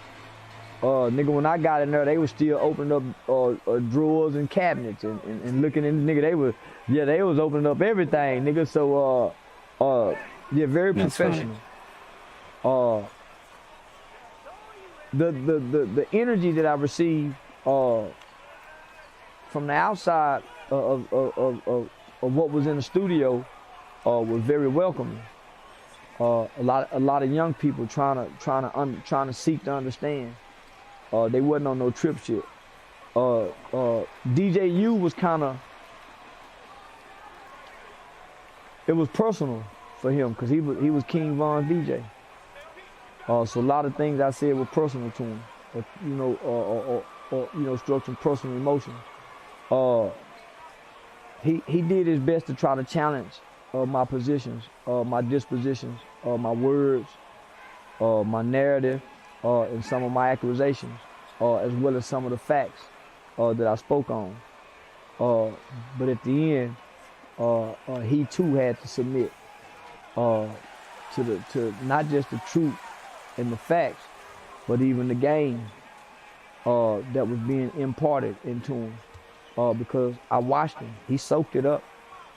Yeah, he soaked it up. You haven't.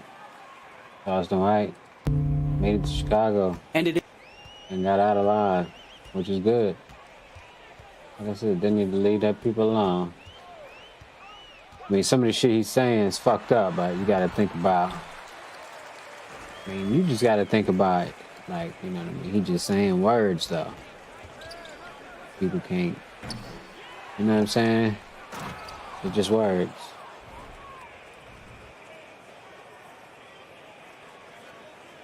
Freedom of speech is important. I think we all should fight for freedom of speech. Because if we don't have freedom of speech, I mean, we'll be in a really fucked up place. You think it's bad now?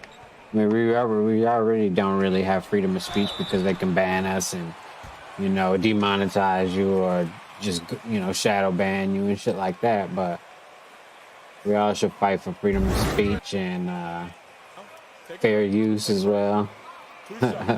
You know what I'm saying?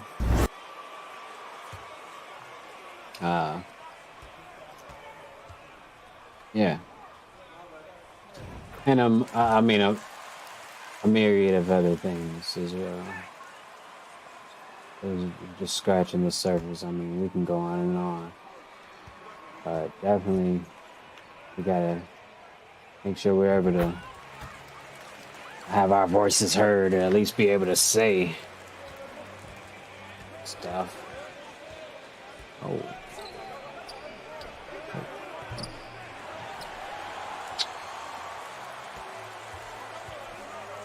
All right, so the Lakers played yesterday too.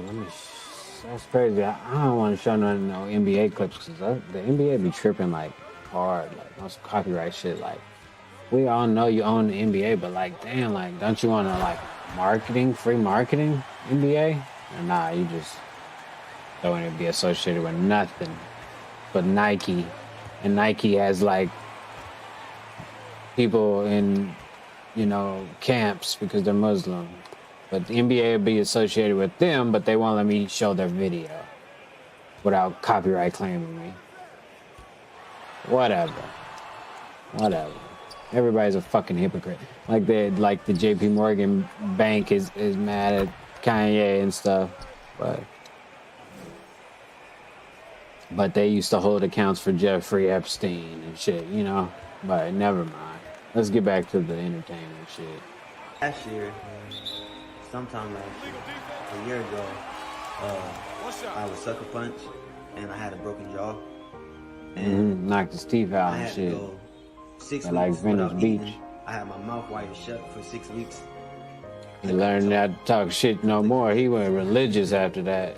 Yeah, he became religious after that nigga socked him at the beach. What happened was ate his teeth back. That led to that point. Sheesh. Wait, but let's just get into it.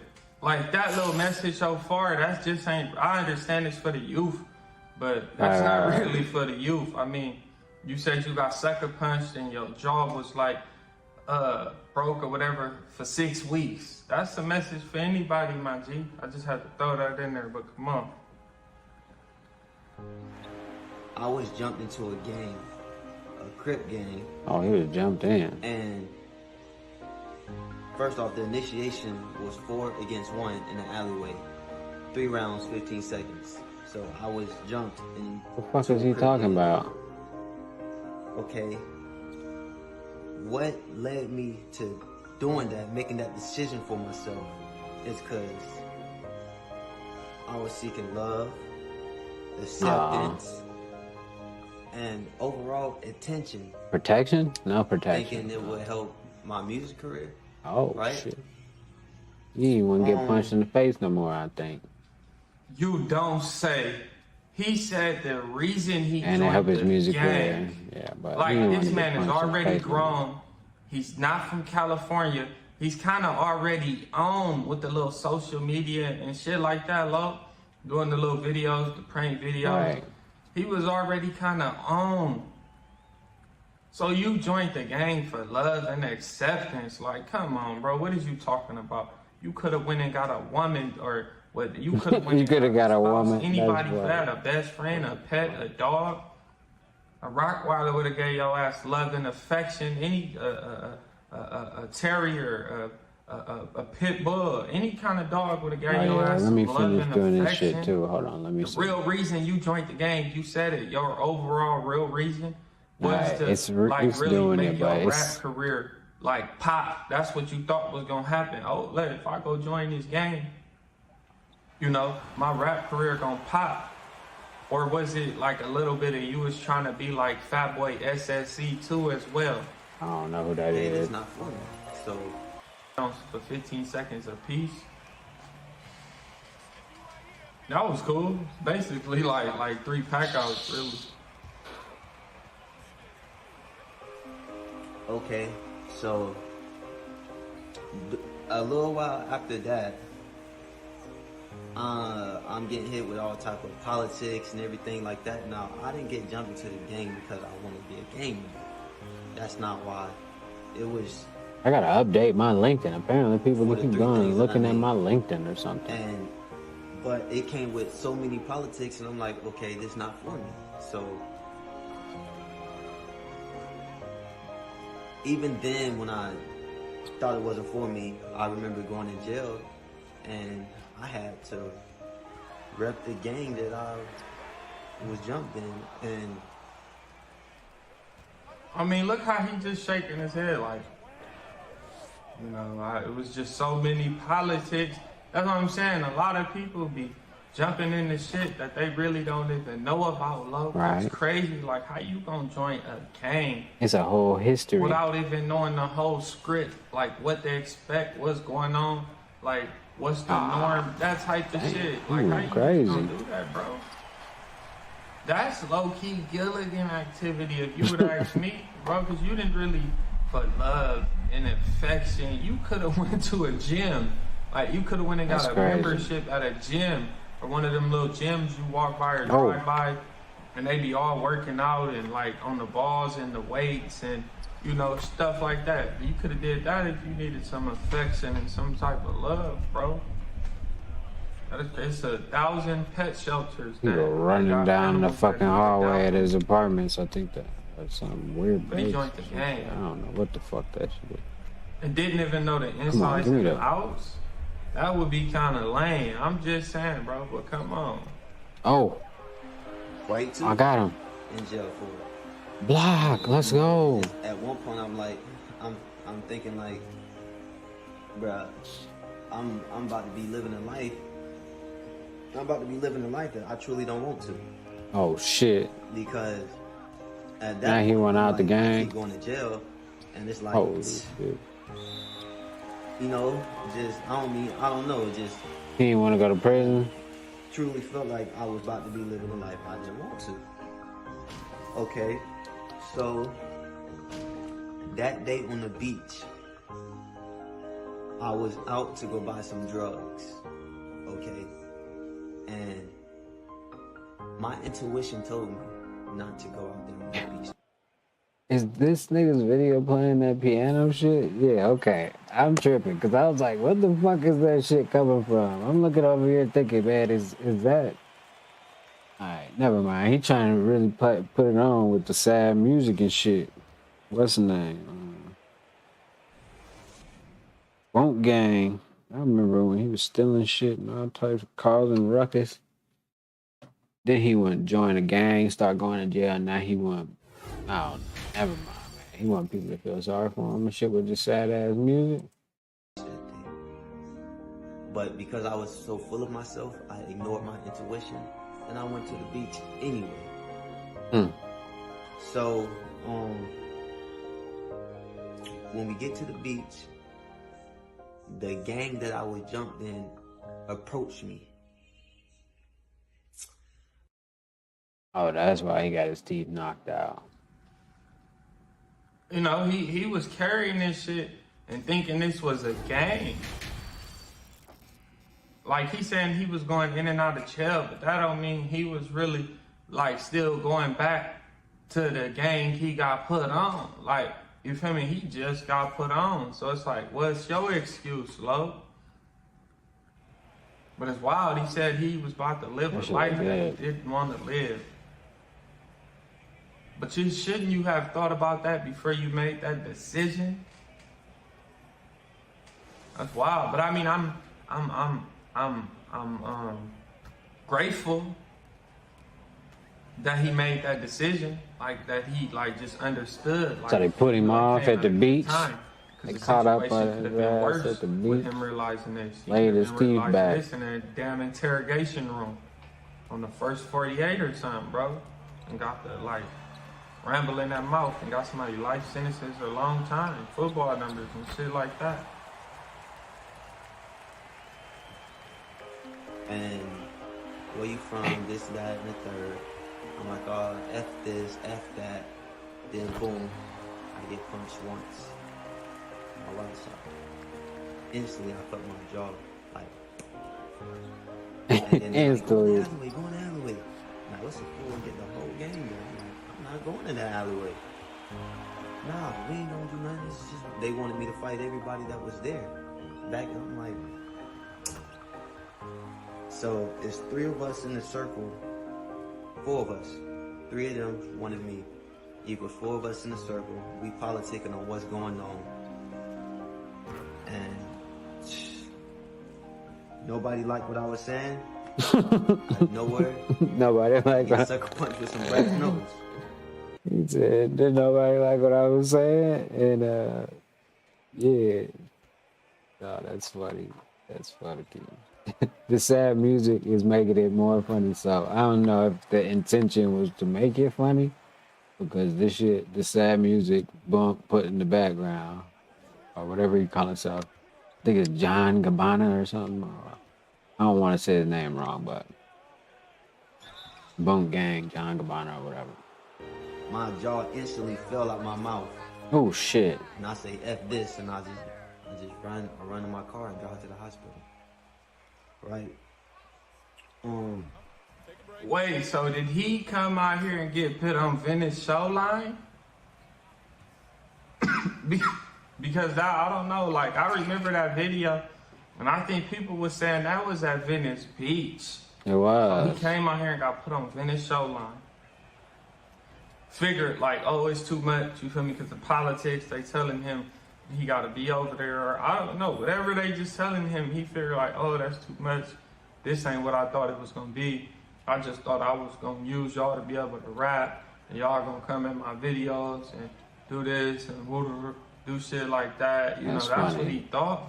But then when shit got real, but like I said, you know, damn, he dunked on both. It's cool that he came up like and figured it out. You know, he came up with the decision to like back away, I guess. You feel me? I'm like, you know, that's weird. Like you did that and all that. It's Gilligan timing. But, Right. like at least he figured this shit out, bro. Before he was in the courtroom telling on somebody and pointing at him or some shit like that. Like that's all I'm saying. Like that's what I'm saying. But that shit weird. But that's like a lot of people do that. Come to California, bro. And be already on. Like if he would have kept doing them little All he had to do what he was doing. Yeah, he didn't need to be in no gang. He probably would have still been cool or doing something else about now. But this how he went down? That's wild. Now he with Woe Vicky and shit. That's crazy though. I wonder why he making a video like this though. Or no, his fans want him to react to it. That's why. Saying F all this gang stuff, it's not for me. Damn, dude going crazy. I said all that to say this. What he saying? He got a new album coming out or something? And you know what I was thinking right now? Like how did he get to Venice? Like I would be asking this question with anywhere. Like how did he even get Y'all let here? it fuck up again? Yep. And I'm like, wow, did they approach Let me try him with at this the phone. beach? Fuck it. Like maybe he was doing one of them little prank videos and they got up on him and pressed him. Like, oh, who is you? Where you from? And he like, oh, I'm bad or whatever, and I'm from out of state and I'm doing this. And they like, oh, you can't Ain't be doing you that from shit what's the over here. name or something? Whoop, whoop, whoop. And then one thing led to another. I don't know if they befriended him or it just went from right there and he got put on. But that's what I'm thinking would happen because I don't know how. Well, I mean, there's other ways. You know, he could have met somebody, went over there. But I really believe maybe he got pressed up at that beach doing a prank video or something, doing one of the videos he did. I don't know, but I want to hear the rest of this shit. This one. What are you about to say? He saved and shit, I think he's gonna say. That I was seeking in that game, I could have got from God. You can get from God. Yeah, I should have got from God. I know I am going to get because we're not here on earth to please man, and we're not put on earth to live for man. Okay? So that boy punched God into his mouth. Like I said, I'm glad he made that decision. Hell yeah, that shit funny though. Definitely Venice Beach. The city. Real Police tunes, tell us real money in the room. Black sports car. A man got out of the sports car. Is pleading for peace. Victims were dead when police arrived, and another was rushed to the hospital where he later died. This morning, police also tell us that they are investigating, and the shooting may be linked to a possible robbery. So far, no arrests have been made, but home security video will play a huge role explaining what led up to that shooting. Our reporter Scoop Jefferson got a first-hand look at that video, Scoop which Jefferson. has community leaders pleading for peace. Curry, let's go. Community leader Corey Session is frustrated. It's nerve-wracking. Extremely nerve-wracking. He calls Friday night's deadly gun violence senseless and has concerns about how people will react. Oh, The reaction cannot I just be got dunked on like crazy. to take a gun and end someone's life. And that was crazy. Fort Worth police rushed to Beverly and Jessamine Streets just before 7 p.m. Friday after 911 calls about gunfire. I got a chance to watch home security video from two different neighbors showing exactly what happened. The video shows an SUV parking on the street behind a black sports car. A man got out of the sports car into the SUV, and within seconds, gunfire started. The driver in the sports car drove away, came back, and then drove away a second time. Sources told me 3 people inside the SUV died on the scene. Police. Yeah, you know Beezy's scared to come forward. No, yeah, he gonna come. He said he coming to fuck with me. Okay, well, my bad, Big Beezy. Pop out. Pop out on them people. Shout out to Big Dallas Beezy. Glover, man. Shout out to Dallas Glover, his tag team partner, man. Yeah. No doubt. I almost said, his name?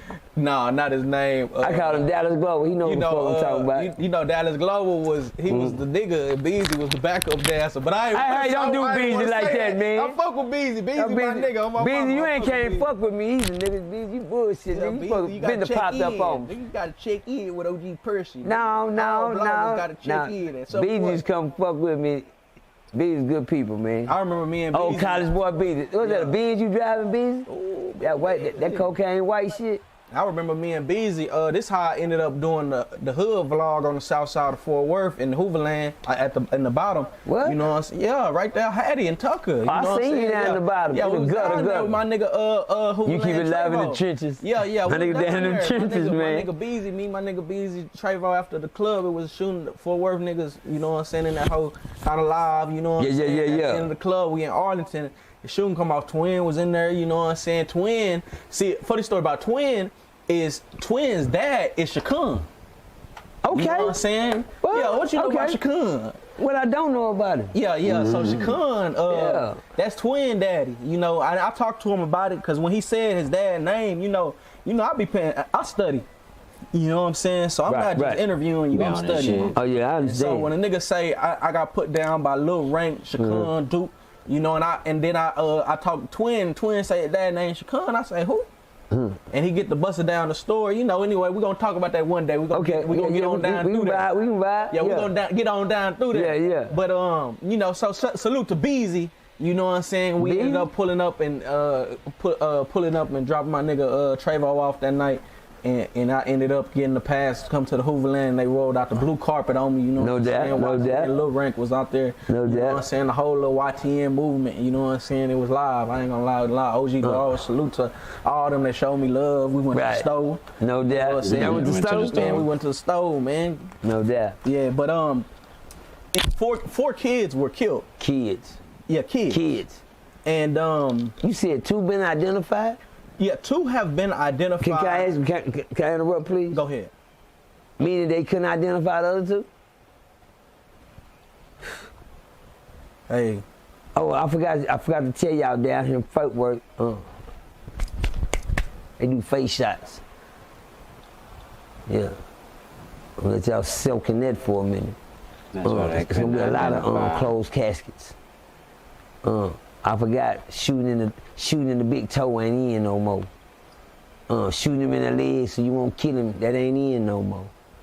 Shooting him in the thigh, won't get it no more. Hitting him in the hip, that's you trying. Above the belt and up, you dying. You see? Yeah, and sorry, that was above the belt, that was in the 1900s. Oh, come on. It's 2000 now. All they know is face. Yeah. Boys. No, for real. Them young niggas and that, hey, all that, a nigga got I just seen one nigga hit back in the head. I forgot to let y'all know that it is considered a face shot too. Bars. So the two that were identified was Fofo Baby, Lil Nuby, 11 Murder Boy. Those are rappers. You know what I'm saying? And they're part of up and coming rappers. Right. You gotta always keep that in there, please. They were up and coming rappers. You know, I'm sure 17 years of age or below, and they were affiliated with the murder gang. You know, they fuck with PMG. You know what I'm saying? And so now here it is. Kenny B gets baptized. You know, PMG goes to jail, and then there's still young niggas dying. Oh yeah, So don't stop. Oh, you know, the system don't do it. The system has a population control. You ever heard of it? Population control. That goes for the gangs out here in these streets too. Niggas, the population control. PMG, Kenny B getting baptized was one of the most uplift. I mean, I'm not gonna even lie. I'm not gonna even exaggerate. I'm not gonna even fucking say this, but my right hand to God, nigga, I cried twice every time I watched that video. That man going to that water, just to see him just step up and get in that water. Every time I watched it, my spirit just shed a tear. You know what I'm saying? I know one thing, that young man is you know, if I hadn't said it on this channel, man, I had to let him know he's in a different war now. Pastor Tune, Bishop Tune, Bishop Tune, the True Testament, and we're gonna call him Reverend. You know, Reverend is, you know, that's when you just starting out. You know, you ain't no pastor, you ain't no bishop, you just a reverend right now. And right now, he not even that. One thing I had to give Kenny B, man, his props, man. Kenny B always been a old young nigga. Hey, Real Tone, there's some real money in the room. Real Tone, there's some real money in the room. That's Sauce Walker. Kept the intro, good shit. Smart play.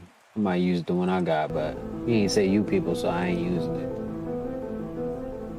Damn, what the fuck is this? Calm down. Let's take that statement. Nowhere. Oh, okay. Do you believe we all came from sponges, Dave? Do you believe this textbook is right? Yes. I think you are much more simple-minded than you realize. Let me show you the picture here. Really? This textbook shows, and I got all the textbooks beside me, that a human and a bird have a common ancestor, which was an amphibian. Let's see. Let me find a family tree that they show. Crazy. Because I mentioned about the frog and the prince, okay? They have these textbooks with these charts all the time showing all these animals going back to a common ancestor. Do you believe you have a common ancestor with a strawberry, Dave? Yes. Get the fuck out of here. Okay. You're welcome to believe that. That's not science. That's a religion. Yes, it is science. Nobody's ever seen a strawberry. Dave, nobody's ever seen a strawberry produce a non-strawberry. What? That's not what evolution says happens. Nothing in evolution ever says that dogs produce non-dogs. Nowhere is that said. What does that have to do with anything? Okay, Dave, calm down. Let's take that statement. Nowhere does evolution say dogs produce non-dogs. Is an amoeba a dog? No. Just yes or no. Okay. Did the dog come from an amoeba? They had a common ancestor. Come on, yes or no? Did the dog come from an amoeba? What does this have to do with anything? You're not asking. It did not come from an amoeba. No, it did not come from an amoeba. What does that matter? Well, the charts in the book show the amoeba turning into all the creatures, including the dog. No, they don't. Show me a book that shows that, Ken. No book shows that. Show me. There it is. Anything coming from an amoeba. Dude, we can say whatever he wants. Is an amoeba a eukaryote? A eukaryote simply means the cell contains a nucleus that's bound in a membrane. And I'll use the same terminology you've been using. In your simple mind, you think because they're all eukaryotes, therefore they're all related. Couldn't that not be a common design? You know, all the cars on the highway have metal in them, iron. You're just using the exact same analogy. Why are you talking about cars? They're not biological organisms. This is not a valid analogy. You're saying they're designed, therefore everything is designed. No. Adding biological ability to reproduce makes it 1 trillion times more complicated, much harder for you. Step through, hop, step through. They're eukaryotes, Kent. They're all Did the eukaryotes. protista turn to a pine tree and a human? This chart says they did. This is what kids have to learn in school. You do believe a protista became a human and a pine tree. Over 2 billion years. Yeah. Huh? Okay, just admit it. If you want to believe something that dumb, that's fine. I think you said a billion. Okay, I was going to say, because I used to think evolution took place over the 4.54 billion years. They actually only claim 1 billion.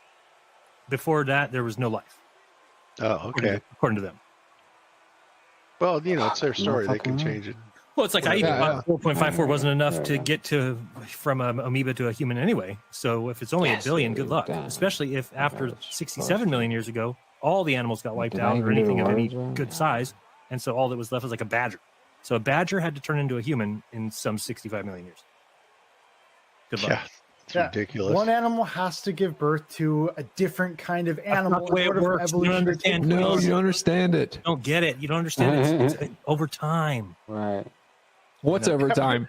You just don't understand. What does that have to do with anything? When do we call it a new species? You don't understand. Why don't we find any fossils of these intermediate? Where's the giraffe with the half neck? Why don't we have that skeleton? Where the fuck is Yeah. Straight to long neck giraffes? All right, I got it. When are we going to get a real dinosaur? 10 seconds A full ago. dinosaur skeleton. Where's that My at? favorite argument is evolution is if it's creating organs, like does it, if say an organism needs all these different organs to survive, a lung, a heart, a brain. Right. So if it's just developing one little piece at a time, like does it develop like all the little pieces of the lung at the same time or just one at a time? Then how does it sustain to have the next reproduction system? You only have one life to make it work. Dude, it doesn't make any sense because it's so intricate and it has so many organs and intricacies within the organs. And if it's just one little piece at a time, then it could never create a lung. It could never create a brain, nor could it ever survive to go on to adapt with a brain. So it's in the couple, whatever it would be, 100,000 years that I didn't actually work yet. It was just on its way to working. Dude, it literally doesn't make any sense. I've never heard anyone rebut that. No, they can't. Yeah, that is some major evolutionary planning when you think about it. Like you said, Jaron, it had to form all this stuff before the thing could even start to work. So for 100,000 years, you're developing something for nothing. It's going to be hard to survive to keep developing, though. That's the problem. Right. How are you going to eat if you don't have a digestive system? Exactly, or a brain or a heart. On its way. It's coming. We're gonna do it one day. Sandcastles don't build themselves. Read plastic. I've seen a movie like that. Yeah, in every single walk of life, if you see information, it means intelligence. Every single time. There's not one example of information not coming from intelligence. And then if you ask an evolutionist that, they'll say, yes, there is evolution.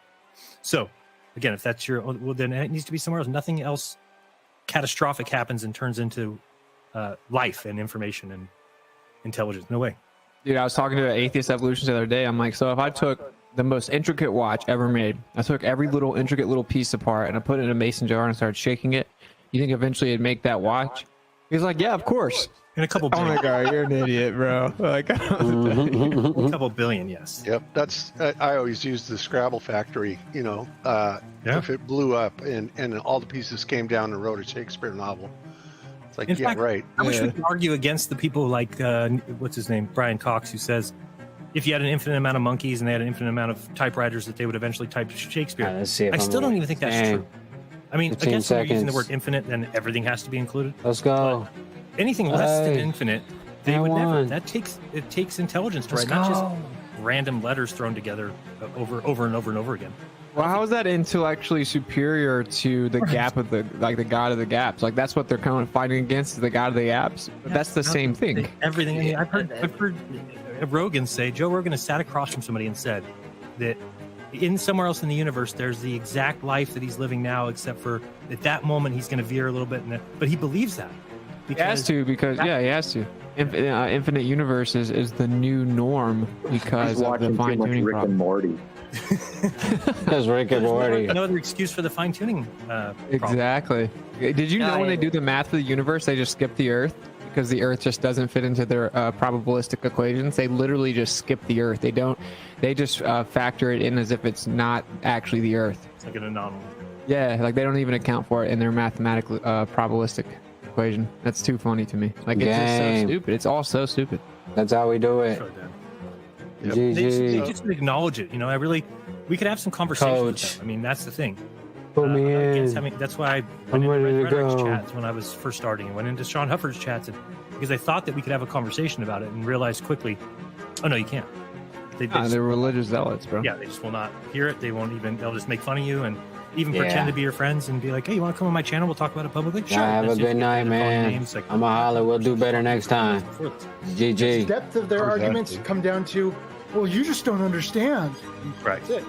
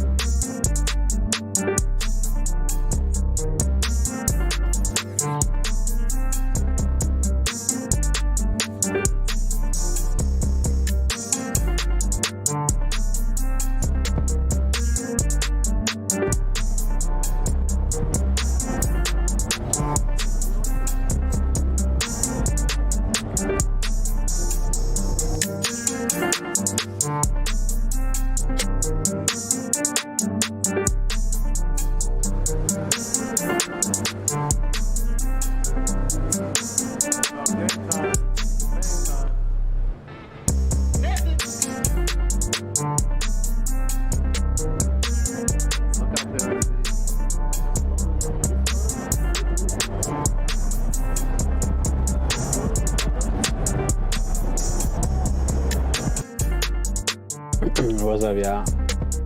It's a little afternoon stream. We're gonna change it up a little bit. Had some free time. Figured, fuck it, what better way to use it to make some more content? Play some 2K. One of my favorite things to do. Yeah. Staying out of trouble and playing 2K. I don't know why my game sound isn't dribbling the ball, but that is something new for today. You know what I mean? Every day we got something new. It's technical difficulties is what I mean. Jeez. Alright, yeah, no glasses right now because it's the daytime. And I wear the glasses at night most of the time just because I be sleepy. And the motherfucking glasses help because these bright ass lights and shit. You know, and being sleepy. So it make me want to go to sleep even sooner. But I still got them right here. I might put them on because I am kind of sleepy right now too though. You know what I'm saying? Get old. What the fuck? Let's start out by trying to get a feel of how Ja Morant wants to play. Obviously, he wants to dunk it. So, uh-oh, Curry. That's crazy. It sounds like the basketball isn't bouncing, but it is.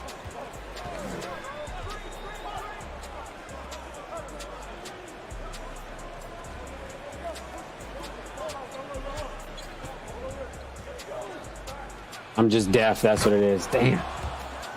All right, I'll get over there a little faster next time. Ja Morant, we know he wants to dunk, so we gotta make him shoot.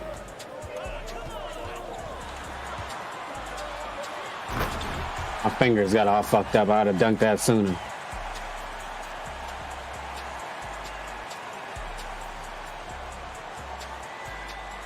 The confetti cannon almost took Baby Keem out, huh? The story. All right, let's see if we can.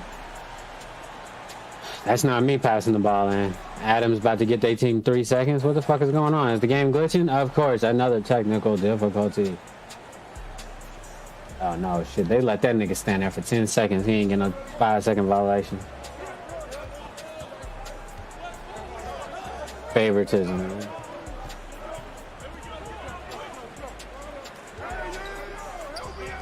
Oh, Ja, he can shoot too. We'll leave him open. Fuck it.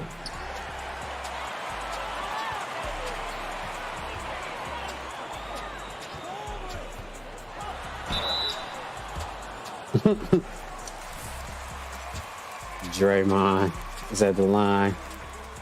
Draymond is also fucking the talk of the town lately, which is funny. Watched DJ Academics talk shit the other day. This shit was hilarious.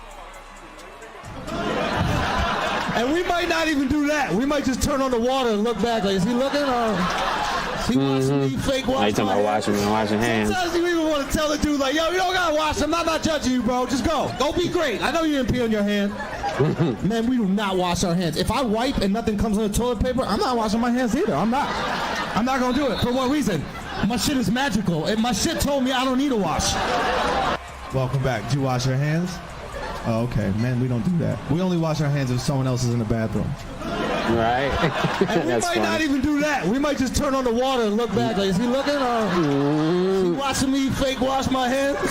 Sometimes you even want to tell the dude, like, yo, you don't gotta wash. That's funny shit. Yeah, the headlining some. I done been on stage trying to make people laugh as a comedian and done it. It's just tough. So yeah, this the first time I get the headlining. Any jitters? Yeah, man. I've been in the corner with passing gas like a. Yeah. Stomach. Some jitters. Ain't right. But it comes naturally. Yes, sir. So you know, I got and shout out to my man Shouty. Okay. You know, we've been practicing and going over my comedic punchlines. Timing and jokes. shit. But the journey on how I got here is funny. Yes, sir. Yes, oh sir. shit! Come on, so I'm man. gonna tell a funny story. Yes, sir. And slide them jokes and punchlines. Because the jokes center around the story. The situations in the story. So we gonna talk about the Soldier Boy. Yeah. We know we gonna talk about the California. Okay. How I got in bed with them. We're gonna talk about when I was the broke community activist, angry and cussing. We're gonna talk about the snitching. I'm gonna clarify if I'm a snitch or if I'm a tattletale. There it is. All of the above and shit at this point. And Fuck then it. I got a pocket full of new Viagra. Get it out. That I'm gonna talk about it Oh, here. yeah, I'm gonna get over there sooner. New Viagra. Yeah, it's the new Viagra. But Jordan Poole. You don't have to worry about your vision being blurry after you done. You know, the heartbeat rate going up, and the fever that. You got to most of these women dick got pill. the thermometer and check them. You might have Just gotta get a prettier woman. You don't need no pills, man. Pills. I got the dick work. You just got an ugly bitch. That's all. Yeah, some new jelly. Yeah. So I'm gonna talk about them pills, man. And why they so easy accessible in the black community. You don't need no pills. Just get a prettier girl. I'm looking forward to it because you have a lot of real life experiences. And I've in the church house before, and I'm gonna talk about that. Yeah, I'm gonna teach You know, if unemployment benefits ain't working, your dope sack ain't selling. Go to the find church. 3-4 churches to visit every week. Pay tithes regularly, and you'll get you a woman that's better than tipping her in the strip club. Hey, The church app. that's game right you get there. some faster, you find you somewhere to stay quicker. I'm telling you shit didn't work before. I done it. So I'm telling you life experiences. Yes, sir. Yes, Yeah, sir. yeah, yeah. Oh, Well, that's the best kind of comedy. You know, the best comedy is comes Exactly. from real life experiences. 'Cause it's And true. you've definitely been outside, living life to the fullest as of late. I'm a 45-year-old black man. I'm a spoiled kid who mama who had a well-to-do mama. Right. So yeah, this what happened when you spoil your babies, black women, and don't have no man whooping his ass. I didn't play football. I didn't play basketball. I was influenced by the culture. Come on, yeah. man. So I was hunting and getting booty at an early age with my Yeah. cousins. That's all right So there. yeah, I was a little managed. So yeah, nah, man, I'm gonna bring that character to life. So we're introducing Rat Williams tonight, y'all. Doing stand up. I guess that's his interview right before he did his first stand up or whatever. But he been doing stand up since I seen him on every interview. Motherfucker funny as hell. All right, let's see. Now, before we get out of here, you and Kevin Gates will seem like y'all working on something. Yeah. Oops, that's on me. I deleted all that shit. It's all good. I'm back in a second. Hold on. Now, before we get out of here, you and Kevin Gates will seem like y'all working on something. 1 second, I'll add it. Don't trip. Got you. We bite. Yeah, now man, probably one of the most real examples I've had in my lifetime. Other than seeing my mother and our elders show love to the world and watch them conquer hate. Our ancestors got out of slavery by not hating. Their children was given rights by not hating. Here we come along, we hate, so we can't get nothing. I was really trying to be hateful and mean to that nigga because of my viewpoint toward rappers. We don't know rappers, but we think we know them. So it's easy to either embrace them or it's easy to criticize them and bash them because they not our neighbors, they're not our cousins. And so it was easy for me, man, to say some mean and hateful things toward that. And I was just bullshitting, but they were some mean and hateful things. Yes, sir. My anticipation was for him to respond just like every other. And when he didn't, he was like, my bad. I'm sorry. Me not being the character, I was convicted by his words. Yes, sir. And yeah, that body rocked me, homie. My natural response was to say, man, that up. But I was Come around. on, give me that ball, bro. He said, nah, you wrong, Blue. Nah, you wrong. So the people around me, and I knew it felt wrong when I was saying it. So now, homie, that response showed me that love truly conquers hate because my intention was to be hateful. Wow. So I replied, nah, homie, let me come out of character, let me apologize. And then I had to think. He had started sharing my videos long before the internet really had got a hold of me. So he already was on. I admire your community work. So when you hear a man say, I don't drink, I don't smoke, I've been practicing celibacy, I'm trying to get closer to God, that's a man you keep your mouth off of. Yes, sir. Yeah, so yeah, I had to apologize to the man. So people behind the scenes know he rocked with me. Shout out to Rainwater. So they put us together over the phone. Too big. We text each other inspirational messages. So we done kind of developed a real genuine brotherhood throughout this. That's something the hip hop hadn't seen until last night. So hopefully that make it all right for other black men to hug. That was an embrace, homie. We don't even get to hug our fathers like that. Block it. You could feel his energy. Oh, they gave me a foul. That was real brotherly love. Nah, homie. when he found out I was coming to the show, Sheesh. you know, it gave him some inspiration that day based off how he was feeling. So we really can build one another up as black men. Yes, sir. And hopefully that sowed a seed last night. So that's beautiful, man. That's beautiful. But look, man, we got to get out of here. You got to. That's beautiful. That's beautiful. Very beautiful. This is one of my homies' YouTube videos or whatnot. Let me see. Actually, I know it disappeared again. Don't worry, I got it. I'll switch you right now. Like I said, you just gotta be able to roll with the punches at this point, man.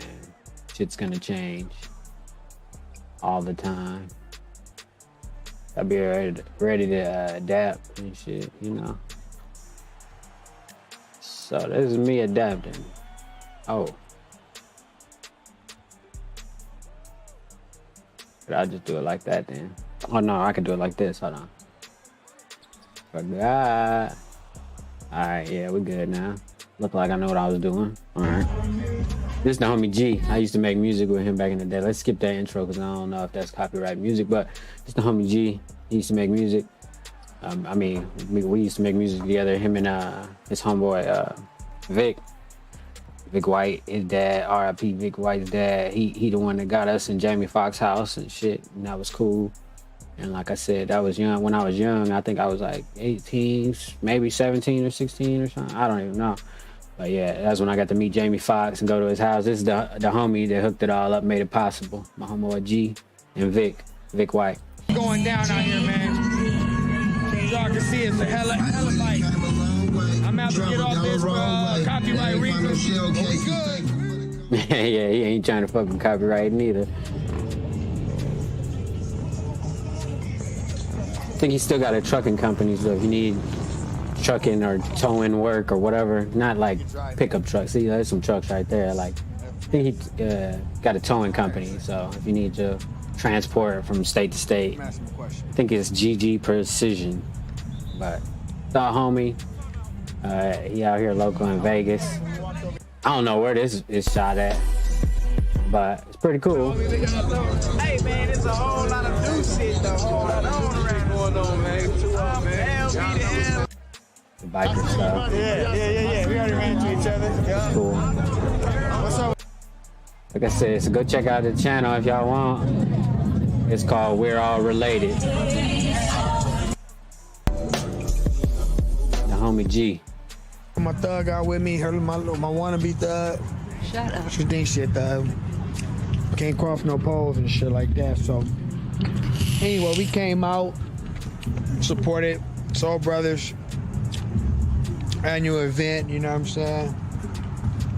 I don't think we leaving. She think we leaving. She walking fast like we finna go home. Sound the same. We finna go home, but I'm finna walk her to the car so she can go. Come back and finish doing my thing and man go home. I'm not ready to go home yet, so. Already know who it is. Look like it's about that time, man. Just to make sure I get home safe. Right. Look like it's about that time, man, for us to hit the road. My wife is loving for me to go, which y'all won't see this part of the video. I gotta go, y'all. She's ready to go. He said, let's get the fuck up out of here. Home without me. Supposed to make sure I get home safe. Right, that's a woman thing. And as she said, it's a woman thing, you know, so I guess I gotta rock with it. My nigga G. Keep that young chunky do your thing, man. Keep grinding. We got the blicky on it. Everywhere we go. We signing out. Hey. I don't know if that's copyright, so we gonna. Well, it don't really matter. Like I said, shit. I gotta talk to G. Explain to him, if you ain't making no money off YouTube, it really don't matter if you're getting copyright claimed until you start monetizing your channel and shit anyway. I didn't even get into that. Fuck. Probably should have told y'all some of the stories because I know y'all gonna clip the fuck out of it. Okay. Anyway, oh shit! Look at this. I ain't dropping the album no more on this Friday. You heard me? So make sure y'all are well. He said I ain't dropping the album. I ain't dropping that. Hold on. First of all, if y'all want another hour, yo, we gotta get to them 100 subs. We gotta get to 100 subs today, man. Come on. Look at that screen, man. Let me talk about Yak real quick. So, Yak announced he's not dropping his motherfucking album. He was supposed to drop like yesterday, right? First of all, it's official. Yak has left Atlantic. This project is the last for Atlantic.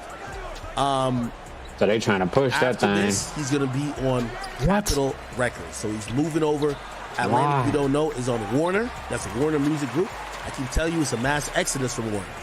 They're having a very cheap year. They're gonna produce a lot of profit because all they're doing is relying on catalog and shit they don't gotta spend on. Right.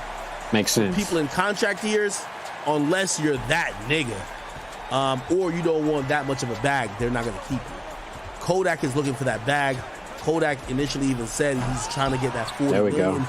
You know, it was rumors that YoungBoy got 60 million, so he was like, yo, you want 40. Right now, Atlantic ain't paying that. Not paying that. So that contract negotiation, from what I was told, was wrapped up like a few months ago. They told Kodak, like, yo, this is our last and final offer. If you come back for less, which is clearly would be less than 40. Did I get the block? But if not, you know what I mean? Deuces, That's nigga. weird. And his last project is the one he's about to drop. Now, from what I hear, he's already committed to going to Capitol Records. From what I hear, Capitol Records is paying 15 to 20% premium on most contracts. So let's say the max that, if you ask me, I think Atlantic probably offered him 20. 20 M's? He was like, nah, I'm straight. 20. Or probably did less albums. You get what I mean? Or probably did more. Like, maybe like, oh, we'll do 25 for more. Like, from what I heard, the max offer they gave YoungBoy was about 30. Okay? YoungBoy had to get up and out of it. Okay? For Yak, I'm thinking 20. I'm thinking 20, maybe even 15. That was nice after-shot animation. They say, yo, we'll do had him 50 leaning. for 3. Oh, shit, that's You know on what I me. mean? I'm trying to change the 15 for 2, screen. something like that, right? Just to keep him there. All right, sounds great. I'm glad Kodak has bargaining room, but I don't want to hear about it.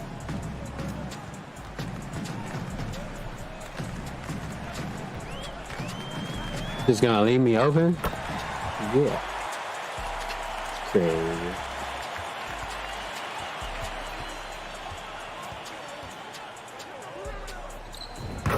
Child, man, going crazy. All right, let me do it on this side, cause you know, like,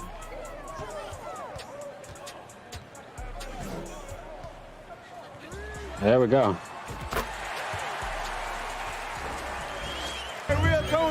Real tune and some money in the room. Her name was Tammy, and me and Tammy was real cool. Me and Tammy, you know, she was, matter of fact, she was the high school prom queen.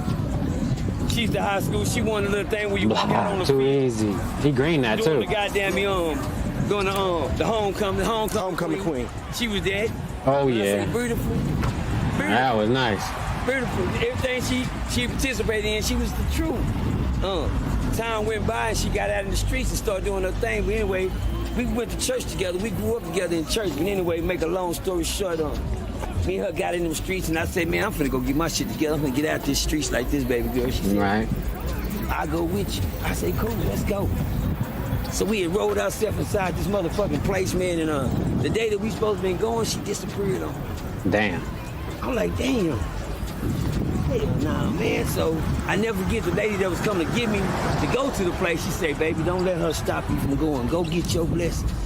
If she don't want to go, that means, but hell, she was going with me. That was going to be a perfect. I'll end up going by myself anyway. I said, fuck, that lady was right. I'm going to go and get me right. Yeah. Bitch don't mean, excuse me. She don't want to get probably rehab. You talking about? that hug from the top. From the top. Y'all see that hug? Nah, come on. Say, give me, what am Get I that block. Get that block. 2 blocks on the road. Say, Motherfucker. this man right here, let me tell you who this man is. Understand me? Ever since I was a kid, stay right down the street from it. If it weren't from them, you wouldn't see them big old pretty blue pits at my house right now. Look at this. Look at this. That's where you see this. His brother want to turn me on to the dogs when I was a little kid, but his brother's name was Jason. He's gone now. He dead now. You understand me? Passed away, gunshot wound, colostomy Why would you bag. throw that Understand me? lie? But I grew up down the street from that my boy Chris. Yeah, I feel you. Keeping it real. Yeah. Crazy. I like you. Ooh, look at that too. What's that? Is that at the lake? What is that? Lamborghini. At the lake? With the convertible top. What the fuck? In the murder. In the murder. In the murder. We don't discriminate, y'all. We let everybody talk. You get what I'm saying? Right. You can run into anything. Right. We don't. I'm not the rainbow, but I'm not over the rainbow. Right. Right. To each his own, y'all. I don't discriminate. I'm not the rainbow, but I'm not over. And as long as you know who you is, don't worry about what everybody else is. Right. Stay in your lane. You know what I'm saying? I ain't gotta walk past. But if I ever see him out here, I ain't gonna never walk past. How you doing, sir? What's up, my You know, if I ever say I'm not gonna never walk past you, you already know. But you know I'm not gonna never walk past you. You hear me? I wouldn't give What's up, my guy? What you got going, boy? What's that? You know what I'm doing, man. Let me see that mic right quick. On the spot, I ain't never tried him, and I ain't never tried him because of the simple reason he was a real nigga like he just said. He said he kept it crippin'. I could walk in the trap and tell, nah, this ain't the spot to try right. Goddamn, man. You know, this nigga, and it wasn't because the niggas around him, it was because who he was himself. You did what I'm saying? And that's to give a nigga his flowers before he go, before I go. Let him know I always respected you on that level, big homie. And we ain't never been right on, but we always been right on. That part, man. That's my baby right there, man. Y'all say hi to him, man. Tell him who you is, man. You goddamn right. Eastside, Castle Street, Boona K. That part, Boona K. That's all they need to know. I love you, boy. Well, this all gonna get, when I say jumping in the middle, all right now. What? Fair, because it wasn't him, and now I already looked at the nigga like it was him. You understand me? All right, what's But I'm still, you know, that damn. I know who you is, baby. Okay, real niggas understand me. I just thought you was somebody else, but I guess. Real too. And I'm finna run over there to you, but then I'm like, nah, that ain't here. I won't fucked up. With it on. He talking his shit, No, I'm nigga trying to talking about talk. murder. Ain't working out. Boys. I hear y'all. You know what I'm saying? Yeah. Look, somebody just said stop. Look, bam, look at that. I just said, for real. Nah, for real, man. I do what they can't do. They just cap like they out there. Quit playing, man. I can go from here to there. Can we go to the south? Man, come on, I'm on your time. Fuck you mean, nigga? Big person. Damn, niggas come out here and quit their jobs at this shit. You hear me? Understand me? I might take this motherfucker, act like I'm one of the workers, and walk in there and grab me some shit, just walk out the door. You hear me? Roll straight to the goddamn parking lot. Who's the new worker that just came with this? Yeah. I leave that for another nigga to come up with. You count me back in the days, I'd have been on, let's go to Home Depot, hurry up, put the vest on. You understand me? Dry shit. I would have tried some dry shit. I don't fuck around. I don't fuck around with scanning shit and niggas that do scanning shit. Cause we know one thing, if you scanners around them, you be scanners around me too. No, for real.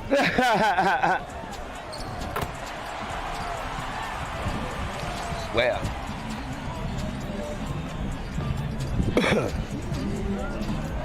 Man.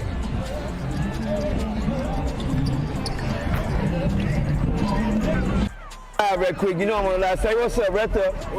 What's the goddamn deal? Tell them who you is. I don't give a damn yam, goddamn me, and OG Percy. That part, nigga. And goddamn me, Arlington Lake on the black side, not the white folks side. Gangster. Real gang. I'm out here. You know what I'm doing. Okay. Oh, tell from a crib, y'all peep this out.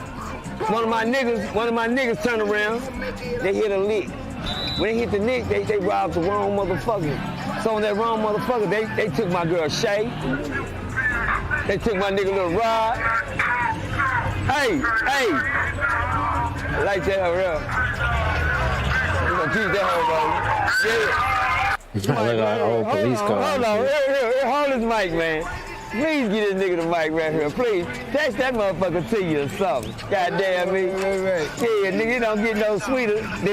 But anyway, I'm gonna take y'all to the nigga that one nigga ended up living. They put him in the car, shot him 3 times, set the car on fire. Nigga had to act like he was dead until the niggas drove off. I'm gonna holler at him in a minute. But right now, y'all got standing on the side of me, man. You know, I gotta make sure I'm together before I even introduce a nigga like this, man. Make sure my balloon tune ain't flying. Right now on the side of me, one of the special niggas, I call him Marty Bunch. Marty right here, man. Hey, tell y'all about pimping Marty. Been around the world with it. I'm talking about rap nationwide with it. I'm talking about international ride of the world with it. Nationwide. The first nigga that ever had faith in me in these streets, standing on the side of me, man. Facts. The first, That's facts. The first nigga that seen something in me that I didn't even see in myself. And when he seen me, I was still dirt, muddy in the streets, nigga. I wasn't trying to hear shit. I was like the PMG. And this was like the nigga trying to say, slow down, cuz, get this money, don't do that, don't. And I'm gonna take you way back. When I seen Take you way back. Twist the Black was out there doing his thing. Right. And we was at the night.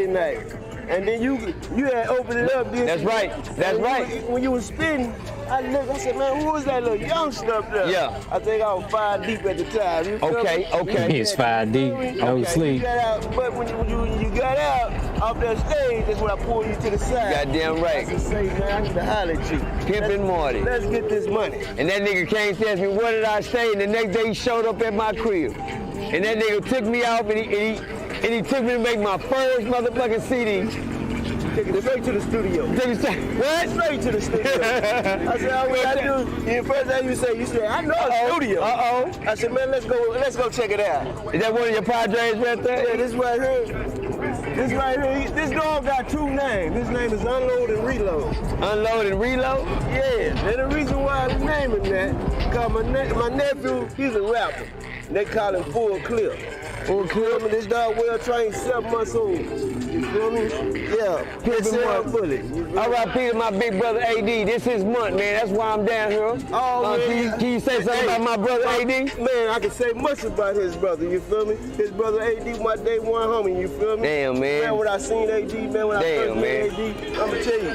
Remember when we was on Lancaster? You feel me? Oh man. I'ma take it back. See, it's not supposed to go back. Come on, Beatty Street. Hey, right. Beatty Street. Hey, when he seen me, he said, man, I like the way how you looked out before my little brother. Perfect. Talking about me, yeah. And he said, man, you right.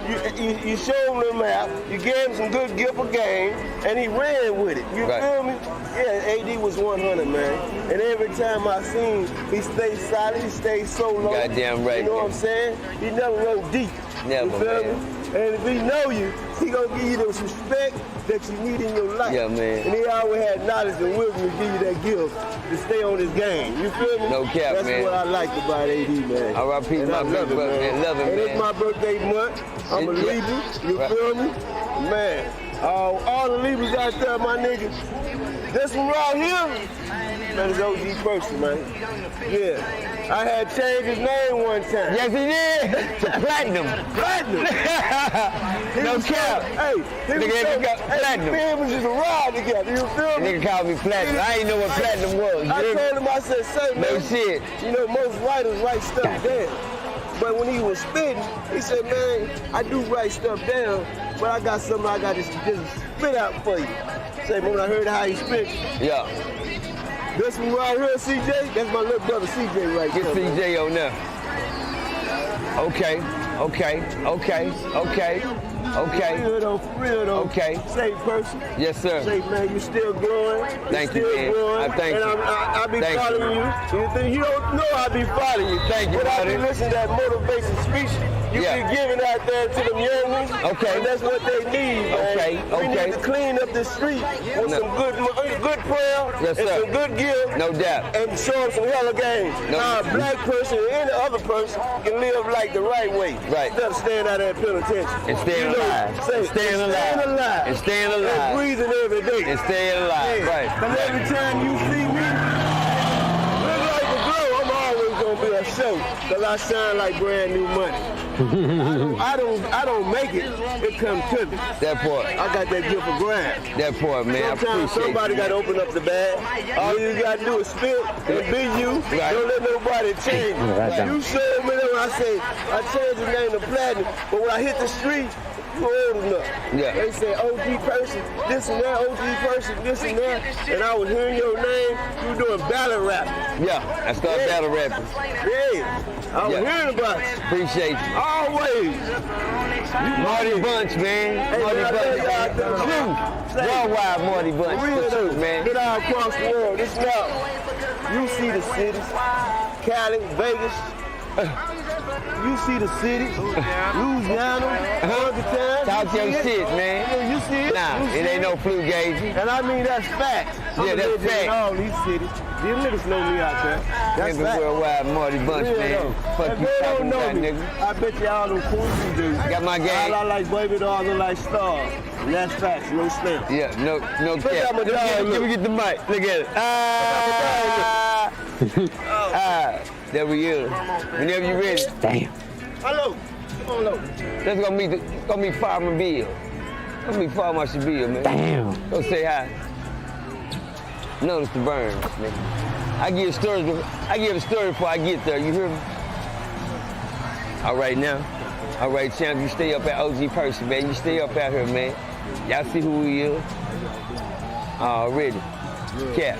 No cap. No cap. Let's rock, man. Let's show you this boy right here. Fire Marshall. The drum man don't need a screen. You know I wasn't gonna pass by you. Yeah, you know I wasn't gonna pass by you. You good out here? Yeah. Dang. Guys, I hope all is well. Welcome back to myself, but I know people do things for into it. First thing we're going to be talking about is the Doja Cat situation. I'm pretty sure some of you guys remember a few months back, I think it was maybe like a month or two, I did a video on Doja Cat when she shaved her eyebrows off, and I mentioned that there's been so many other celebrities that have done this exact same thing. I don't know of any fashion statement of shaving your eyebrows off and walking out in public without eyebrows. How about you, Jay? Have you ever heard of a fashion trend that requires, that has people shaving their eyebrows off? I mean, I'm not the fashionista myself, but I know people do things for attention sometimes, especially if they want to be seen a certain way. I don't know if it's necessarily attention with Doja because she's still very relevant. Her music is top selling. It's not like she needs to do anything, any stunt-wise to sell records. She has like a sustainable fan base.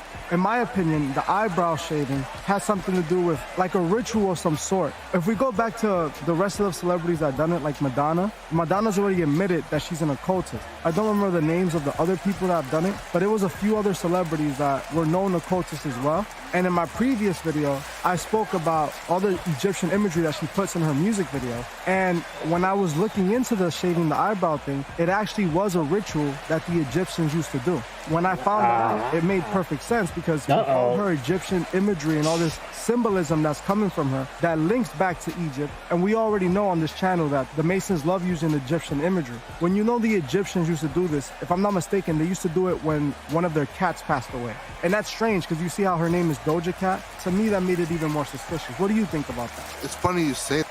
He said he sold the bitch the car for $3,500, and she didn't even know it was rented. Let's go. Because I never thought about that way. Doja Cat, all the Egyptian symbolism in her videos and stuff. I never thought about that. And then you're all right. I know it was a thing in Egyptian culture to shave your eyebrows, completely shave. And I didn't know that about to honor their cats when they passed away. I know that a lot of like the pharaohs would bury their cats with them or Come on, that's a charge, bro. I never saw that connection before. If you look it up, you can look it up right now. The Egyptians, they used to shave their eyebrows when they would lose a cat. I made the connection instantly. That's crazy. At that moment, I saw it suspicious that she's already shown this occultic Egyptian imagery before, several times. And now, she's shaving her eyebrows off. She's acting strange. I already know that she's an occultist. From the imagery she's putting in her music videos and the symbolism that's coming from her, I've seen this time and time again. It's very repetitive. For me, it already validates that she's into the occult. But I was trying to identify with her shaving her eyebrows, what was the purpose of her actually doing it? They said that it's when a cat passes away if we look at the Egyptians used to look at not the cats as God. They didn't look at a cat specifically as a god, but they had a cat god named Bastet. She had the head of a cat. I've showed this video before. If you guys remember the Katy Perry Dark Horse video, where she's also with the Egyptian imagery, and they're showing Bastet, the cat goddess, over and over again. If I'm not mistaken, Katy Perry represents Bastet in that video. There's the cat goddess. A love Holy for this shit. goddess, this Egyptian goddess, which I've spoken about several times. In the Bible, it speaks about a point when the fallen angels were casted out of heaven and they made their ways to earth. They made themselves appear as gods. They reproduced with the humans. These fallen angels were worshipped as gods. And that's what I believe these Egyptian gods were. I believe these Egyptian pagan gods were just these fallen angels who convinced the people to worship them as gods. These are the same fallen angels that are being worshipped to this day. Holy Continuing shit. with the Doja Cat situation, the reason I wanted to talk about Doja Cat No, is more because about fallen I saw a angels. video That's of her better recently. The moment I than saw Doja it, Cat. you can tell that something is being done to her. Hey, how you doing today? Good. What's your name and where you from? My name's Amala, and I'm from California. Okay, Callie's definitely in the house. Stop playing with her. See your look. Can you describe it for us today? So this is head-to-toe Balenciaga. Pencanesi. Okay. Is the jewelry. Oh, give me the pass, a bounce pass. Would know. Okay. I have parts of 4 on my hands, and then this is Balenciaga. Oh my God, amazing, amazing. And then for my grills, I had alligator Jesus do fangs, but one fell out. Okay, stop playing with her. If you give anybody a styling tip, what would it be? Alligator Jesus. Have fun. I'm boring. Okay. I don't know. Oh, that's fine. What's your favorite meal?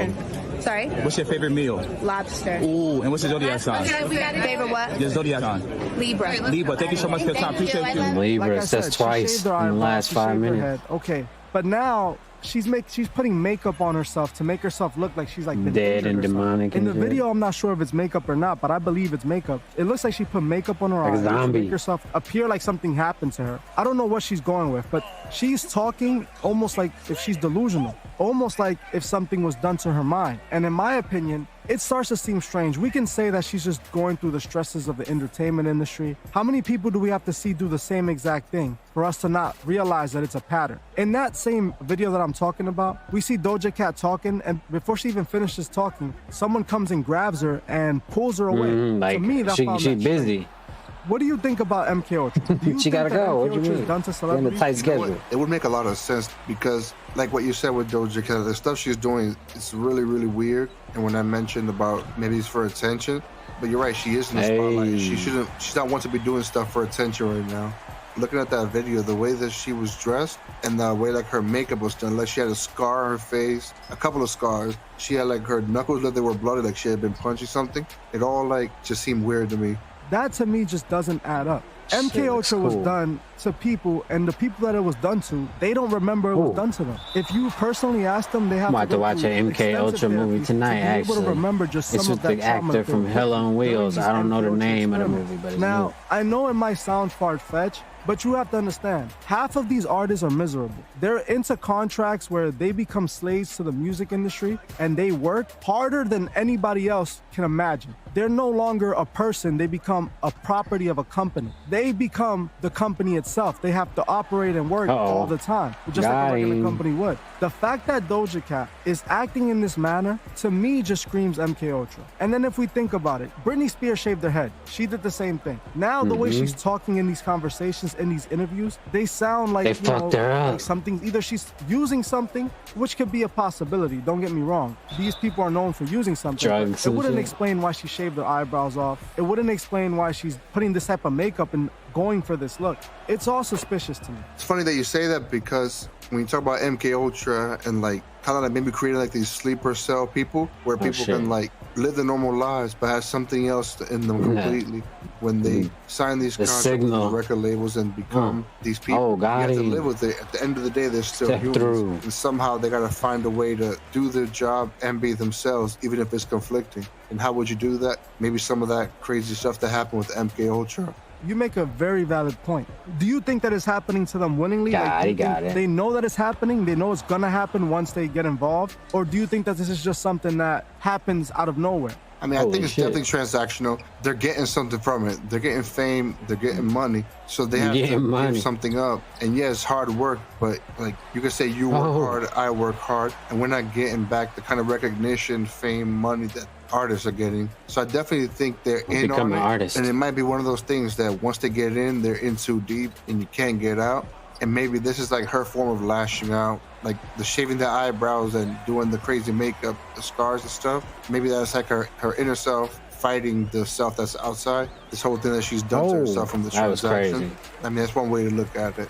Yeah, I see what you're saying. She can be. This is the consequence of that transaction. Like this TV show? Yeah, it's called Severed, where it's pretty much like this company came up with this process where they put an implant in your brain and you had a work personality and like a regular you outside of work. The moment you walk into work, your work personality took over. And then when you clocked out of work, you go back to your regular self, but it was separated, so you wouldn't know each other. So this kind of reminds me of that, where it's like they have the fake personality and the regular personality. In the show, if you watch, I won't spoil too much, but towards the end, you kind of start to see the consequences of having that. You know what I mean? So maybe this is the consequence of that transaction the celebrity might have made to get that fame in return. In the show, there was consequences, and it was like, no one likes to go to work, but we like the benefits of work. We like to get paid and stuff like that. But everything has a cost, so you kind of have to like find that balance. That's very interesting. I've never watched that show before. It's on Apple TV, I think. That's a great way to see it as well. These people that make these deals, I know that Doja Cat's an occultist, or at least whoever is behind Doja Cat. When I see this right now, I see Doja in the same position that Britney was years ago. I see Doja showing us signs that something is being done to her, and maybe she doesn't want to be doing this anymore. Or, like you said, she could possibly be having a breakdown. When people hear about MK Ultra, the name alone just sounds goofy, right? When I first said it to you before you researched it, doesn't that sound like a conspiracy theory already?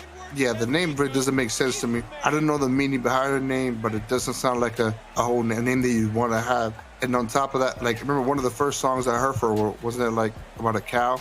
So it's like Doja Cat, I'm a cow. I'm gonna tell you what the MK Ultra represents. I didn't get what he was trying to say at all. With the monarch butterfly. The reason why they used the butterfly, right, was because the gray matter in our brain, once you slice it, it's shaped like a butterfly. The gray matter in our brain is responsible for a bunch of things. It's responsible for the control movement, for memory, for, even talking and processing things. So basically it's responsible for everything that we do on a normal basis. Talk, move, and walk. And that's what they were targeting. They wanted to target the gray matter in the brain. So they called it MK Ultra, Monarch Programming. It's weird, because like think about today, we have so much technology and medicine has evolved so much, but we know very little about the human brain and what it's capable of. But they tell us that they know everything about space, though. The CIA invested money for over 20 years on something.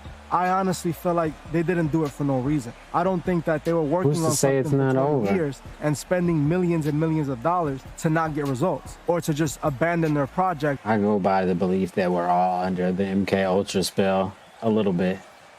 I could explain more, but I'll wait till people actually ask me to explain more. One day to the next. I'm pretty sure to this day, MK Ultra is still being, worked on and tested on and being used on people. And I also believe to this day, they never stopped their operation. Do you think that they really stopped their operations just because a few people discovered it and they were going to expose it? It's funny you say that, because you're talking about they probably spent millions and millions of dollars. If the government is not in the business of just throwing money away, they definitely want to get something from it. So I'm pretty sure not all the way true too. That sounded just like some bullshit. The government throws money away all the time, but I get what he's trying to say. Notice as much, you know what I mean? You don't see it publicized what the CIA is doing. They don't put it in the newspaper. They don't make videos they don't about have it. to. They keep it secret for a reason. You know what I mean? CIA make videos. It's literally the Secret Service. A lot of the CIA members are Skull and Bones members. Skull and Bones is a secret society in Yale University. And they recruit from there every year. You can look it up right now, and you'll see that they recruit so many of the Yale students. A Freemason started the Skull and Bones. People say all the time, the Skull and Bones have nothing to do with Freemasonry. The rituals and the initiation, where do you think all that came from? That comes from Freemason traditions and Freemason rituals. It's all the same thing. They created a hierarchy in school like they have a hierarchy in life. People say, oh, the Freemasons are just, old guys and rich people that want to hang out with each other. Yeah, this is something that's happened forever, but they don't just hang out with each other and have fun. They hang out with each other and dictate the rest of our lives. And you think about Yale, it's a prestigious schools. Some of the brightest people in the country go there, in the world actually. So it's right, yeah, it might want to get together and just hang out and talk and do whatever. But when you're smart, you can have smarter conversations. And a lot of the people come from money. When you have money, you don't chase money, you chase power and influence. When money becomes so easy, you got to find something for a challenge. Like you think about some billionaires who they have every amount of money they could ever imagine, but then they start looking for political power, or they look for like social media so they can influence the masses. You know what I mean? Okay, exactly. Yeah. God complex is what he's trying to say. Billionaires do all the time. They want to influence people from behind the scenes. So how do you do it? You buy the rapper. You sign him into a contract where he gets 12% of his money, 8% of his money. You get all the rest of his money. And you control what he says. If you don't like what he says, the song doesn't get put out. If you don't wear his shirt with the about was Kanye West. Recently, Kanye West has been acting strange for like the 30th time already. I don't understand much what comes from Kanye West, but I know that it's just all scripted. Like at this point, you could tell that there's an agenda that they are using Kanye West to push. You could say right now all you want, oh, Kanye West, they're trying to eliminate him. They're trying to take him out or his message. They gave him $1 billion to talk. I see Kanye West playing games. He did say something that I found very interesting. He did an interview with Fox, and he said on that interview, he mentions how he had friends / handlers who were trying to tell him what to do. And then he also mentions that the moment he wore his shirt with the White Lives Matter phrase on it, he was getting calls and being told that he can't do that and that something was going to happen to him if he wore that shirt. From my ex-wife to my mother-in-law to my manager at that time to, my so-called friends / handlers or my so-called friends / handlers around me. What I feel is going on, there's definitely an agenda in motion. They want people to gather around behind Kanye. They've already made Kanye a leader in so many ways. We see Kanye the church leader now. He's the business leader. He's the fashion leader. They've been building him like this forever. This is, his position. Do I really think that this is a real problem? I don't understand why so much people would generate that much attention to I don't think we it's know a problem. Kanye over and over has been known to do these outlandish things. Somebody said if Walmart can sell Juneteenth outfits and stuff, then Kanye can sell a White Lives Matter shirt. It shouldn't be an issue. If you understand what I said, then that's cool. If you don't, that's fine as well. What's more concerning up to me is he admitting that he has handlers, not him talking about, oh yes, my shirt, or the shirt that I'm wearing. You understand? I understand that the message might be disrespectful in the meaning in a way, but we know Kanye is the same person that said slavery was a choice. It's crazy you bring that up because it goes back to what I was talking about. Once you have the money, and that's kind of what is Kanye's thing. I feel like as far back as I can remember, I don't remember his early days anymore. I just remember his controversial days when he was seen as outlandish and wrecking his life. You know what I mean? The guy who wants to sit in the woods by himself. When you mention the guy that wants to sit in the woods, I do think that Kanye has power because influence in a way is power. He's able to influence people to make decisions. When Kanye says something, I was with him and then he lost me. Damn. Even if he's wrong, we've already seen it several times. It's because Kanye is literally worshipped as a god, and this is what he wanted. He's called himself a god several times. Kanye has a god complex. He thinks he's a god. It's funny that you say that he wants more influence and power, and that's why I believe he even got into the church and acted like he's Christian now, because now he's able to influence even more people that he most likely wouldn't have gotten to before. And now he can even convince more people into thinking like more someone that they can trust in. In reality, though, we have to go back to the fact that Kanye is a part of the same record labels that push the same agenda that's destroying the communities. Kanye West has never truly gone against them, because if he did, he would not be here. We know what happens to those that try to go against the agenda. They don't exist anymore. That's how the system works. What Kanye is doing is he is playing the bad guy because they want him to play the bad guy. The Freemasons, they love duality. And we've said this on this channel so many times. They like the black and the white, the checkerboard floor. They represent both sides. They create the problem so they can offer the solution. Kanye West doing all this is because they want him to do it.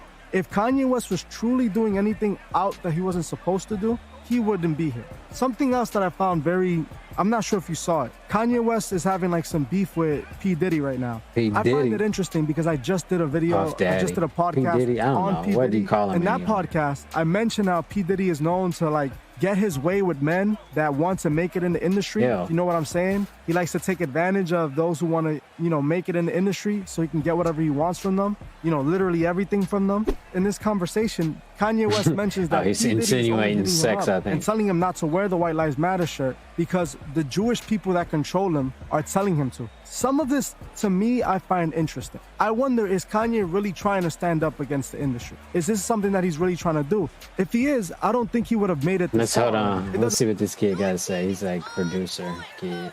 I'm on my own island, and I've been for a minute. Another reason I'm not there is because the producers we interview and the execs that are higher up, they tell us the game on how to elevate, how to touch the people, and how to help the people. And I'm somebody that wants to grow, and I want others to grow, and I want to make everybody else elevate.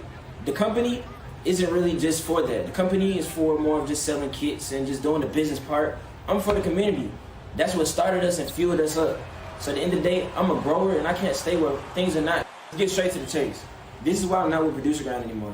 I've been with Producer Grind for about 7 to 8 years, and during the pandemic, things got shaken up. The original team split, and now it's a situation of there's a lot of misperception because I'm on my own island. I'm Who's J Beats, Gas and Beats, J Beats Academy. And a lot of people contact me and they're like, hey, I just ordered this from Producer Grind. Hey, I'm looking for my merch. I'm looking for all of this shit that has nothing to do with me. I'm on my own island. He said that shit ain't got nothing to do with me. Another reason I'm not there is because the producers we interview and the execs that are higher up, they tell us the game on how to elevate, how to touch the people, and how to help the people. And I'm somebody that wants to grow, and I want others to grow, and I want to make everybody else elevate. The company isn't really just for that. The company is for more of just selling kits and just doing the business part. I'm for the community. That's what started us and fueled us up. So at the end of the day, I'm a grower, and I can't stay where things are not. Get straight to the chase. He said basically they just selling kits and shit. Much money He he ain't has. fucking The with that people that he's shit. going against have more money and power than him and anybody else combined. Yeah, it's funny you bring up the whole P. Diddy thing, and it ties back There to we go. the theme that I was talking about earlier about money and then power. It's the same thing, like in life, working different jobs. I've run into people who are extremely wealthy. I'm talking about like old money, money's never gonna run out, kind of rich. And these people, they want to win over the small guy at all costs. I've had people sit here with billions of dollars in their account, but argue about $1.50. So I think to them it's more about getting what they want. He's stupid. He said niggas got billions of dollars in their He account. has the ability and they and arguing over power to make things $1.50. happen, to He ain't shut fucking careers with it. off. And this is why Kanye's even saying in that text, oh, you're going to green light me, you're going to green light me, meaning that he knows that They're he gonna has the kill him. ability to make certain calls that'll make certain things happen, you know? At the end of the day, money-wise, Kanye makes a lot of money. I think he's supposedly a billionaire, but I'm not too sure because Kanye likes to exaggerate. But we know that Diddy definitely has more power than Kanye. Especially since Diddy has been a puppet for, much longer than Kanye. I don't know about all this bullshit. He's speculating like a motherfucker. Does he To like put them on put a the same level, description I or a cannot say. disclaimer? I wouldn't Is say. he speculating Definitely like a Kanye motherfucker? West as influential as P. Diddy, of course. They definitely should, probably even more influential because more fans will P. rally Diddy been behind out of the Kanye picture West. for a So long Kanye West time, bro. definitely has more manipulation over the people. But what Diddy has is power in the industry. Yeah, I see what you're saying. You're right. P. Diddy does have a longer track record. He's been Good doing block. it way longer than Kanye West has. And like you're right, he probably Yeah, I blocked that knows shit way way over more there. people. That's and he is cool. considered a gatekeeper because I'm sure if he doesn't sign off on somebody, he can make their career come to a halt. You know what I Hell mean? yeah, I'm Especially pretty people sure he starting could off and too. stuff like that. So, like, funny what you said earlier about how him wanting to get everything from Yeah, that's the something to Big get Diddy faster. pose right there. That's how he definitely get you something in the that ties into contract. That whole power thing, you know? Have complete and total power over somebody to give them what you want. The things that Diddy was asking the people to do, you're right. It's like he's exercising his power. I call it wanting to show that he's a god, you know? A god can have whatever he wants, right or wrong. Yeah, I mean, technically, it's a god is over everything, has no one above them. Exactly. So I believe when people get to the level, especially with Masonry, which represents enlightenment, building yourself up to God's level, that's what Masons believe they're doing. From what I see, Diddy is obviously a Mason. He's obviously working with the Masonic That's order. that other He Diddy shows pose signs right there. consistently that he uses his That's power that to get what he wants. And That's leverage. that sign the If you want a contract record look, deal, nigga. Well, You want to maybe be you gotta meet famous, me in the nigga? back and do me a little extra. Also, now I'm thinking about it. You're talking about Diddy. You remember he was known for holding those all-white parties back in the day. And I mean, I'm sure that he exerted his influence at those parties and tried to make people think. He's that saying, them motherfuckers saying, did he rape niggas at the party? He just had one recently, That's and in those parties, we could only imagine what goes down. If we heard already countless stories Debauchery. about the Hollywood parties, I'm pretty sure Diddy was hosting some of those Hollywood parties that these people were talking about. We gotta remember, Diddy's one of the biggest executives in the industry. He's behind some of the biggest artists in the industry. Going back to Kanye, the fact that Kanye would call him out and say Diddy is only coming after him because he's being told to, this lets you know how the industry works. Maybe Kanye is exposing something. Now, in people regards like, why that to nigga the standing White on Lives that shit Matter like shirt, that? yes, I think it's definitely ridiculous. The whole White Lives Matter thing is a joke, obviously. Kanye West does things like this for attention. The Trump course. thing, I think it was also for attention. And I also think that it's all connected. I don't think that Trump would have been able to run for president. Trump was the Divide and same guy conquer, that we used to man. watch on our TV. You understand? Before he was a president, he was a reality show host. He was on WWE at one point. This is Brad the and guy Circus, divide that and people want to conquer. believe he's wholeheartedly serious when he was already shown to be able to compromise himself for a few dollars. He's willing to do what they tell him to do to make some money. And that's how everybody works in this industry at the end of the day. No, you're absolutely right. And like bringing him up, for example, he was known to do anything for $1 and anything for a win. Someone who's had money his whole entire life and still wants more. Money became easy, so he had to find other ways to get it. Be it getting money, but in a more difficult way by like bending rules or anything like that. Because there's tons of documents out there that show bending the rules to get money, even though he didn't need money because he already had plenty. And the same thing about power. What team and, is like, this? going The into Jazz politics and stuff jerseys like look that. weird. He's already a billionaire, has tons of money. Why go into like getting a job? You know what I mean? And a tough Why getting a job? Because politics ain't an easy job. It was all set up. It showed what time we were in when Trump Exactly. got voted into president. It showed The where show. in society we were and how the world truly works. But you know what? That's it for this podcast, guys. Oh, I shit, truly why is this team so appreciate tall? Every single one of you. Thank you guys for checking us out. I'll see you guys in the next one. Thanks, guys. All right, there we go. That was, I don't know, man. I'm beginning to like, I like that guy's channel, but I'm beginning to like think that he just be making shit up. I mean, obviously he just be making shit up, but goddamn, some of this shit, he not even try. That's not 3 seconds. That's crazy. Look at him walk all the way back out the paint.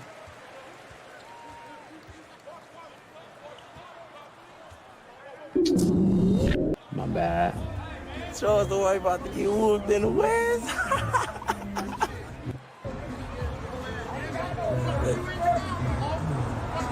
Oh. That's when Charleston called the police. Yeah, they got Charles the White fucked up.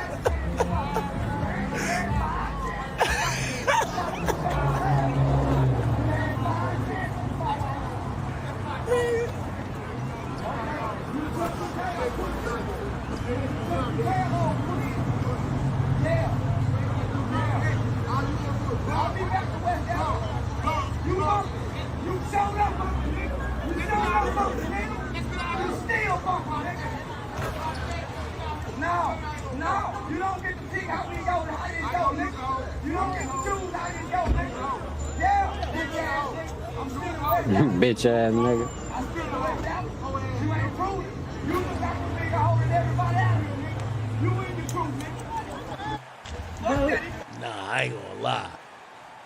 I know y'all gonna be like, will he call the cops? Nah, he chatting to them niggas. Like, again, all y'all street niggas, I don't want to hear y'all be talking about, oh, he's calling the cops.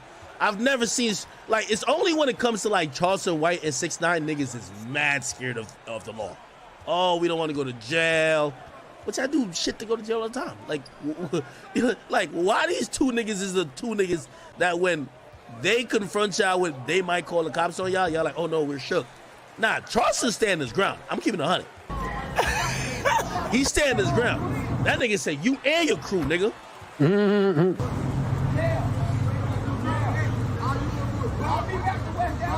He said, I'll be back to West Dallas.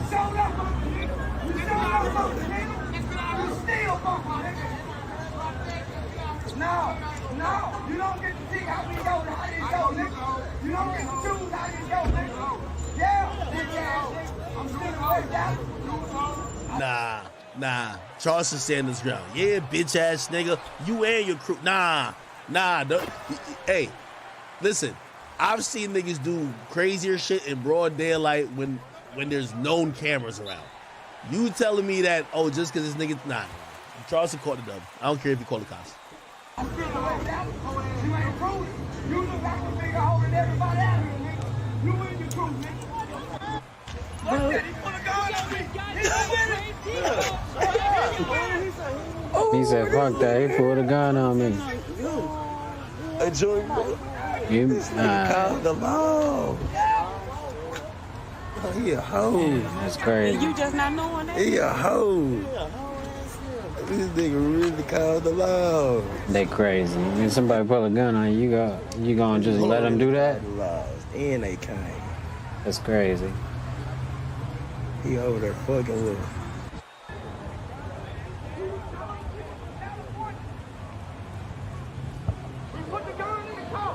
He put the gun. He gave it to one of them. He had me surrounded with his gang buddies. He had me surrounded with his gang buddies. Oh, thank you. Oh, thank you, Mr. Police. Thank you, Mr. Police. Thank you, Mr. Police. Fucked up. He put a gun on me. He was with him. Oh, He was with him. Oh, shit. Better not say shit to me. Oh, shit. He said, better not say shit to me. I'm putting all you niggas' asses in jail.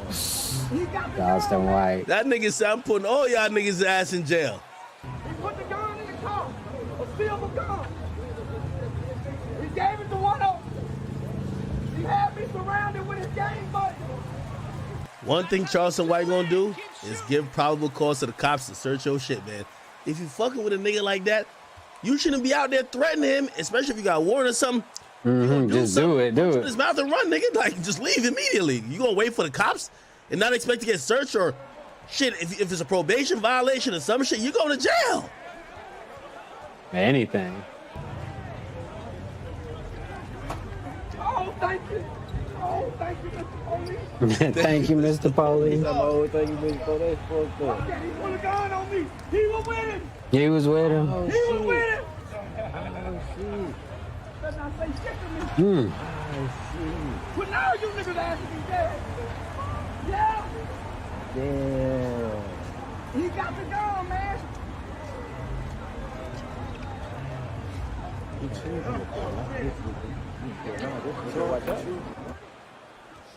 That's funny shit, though. So,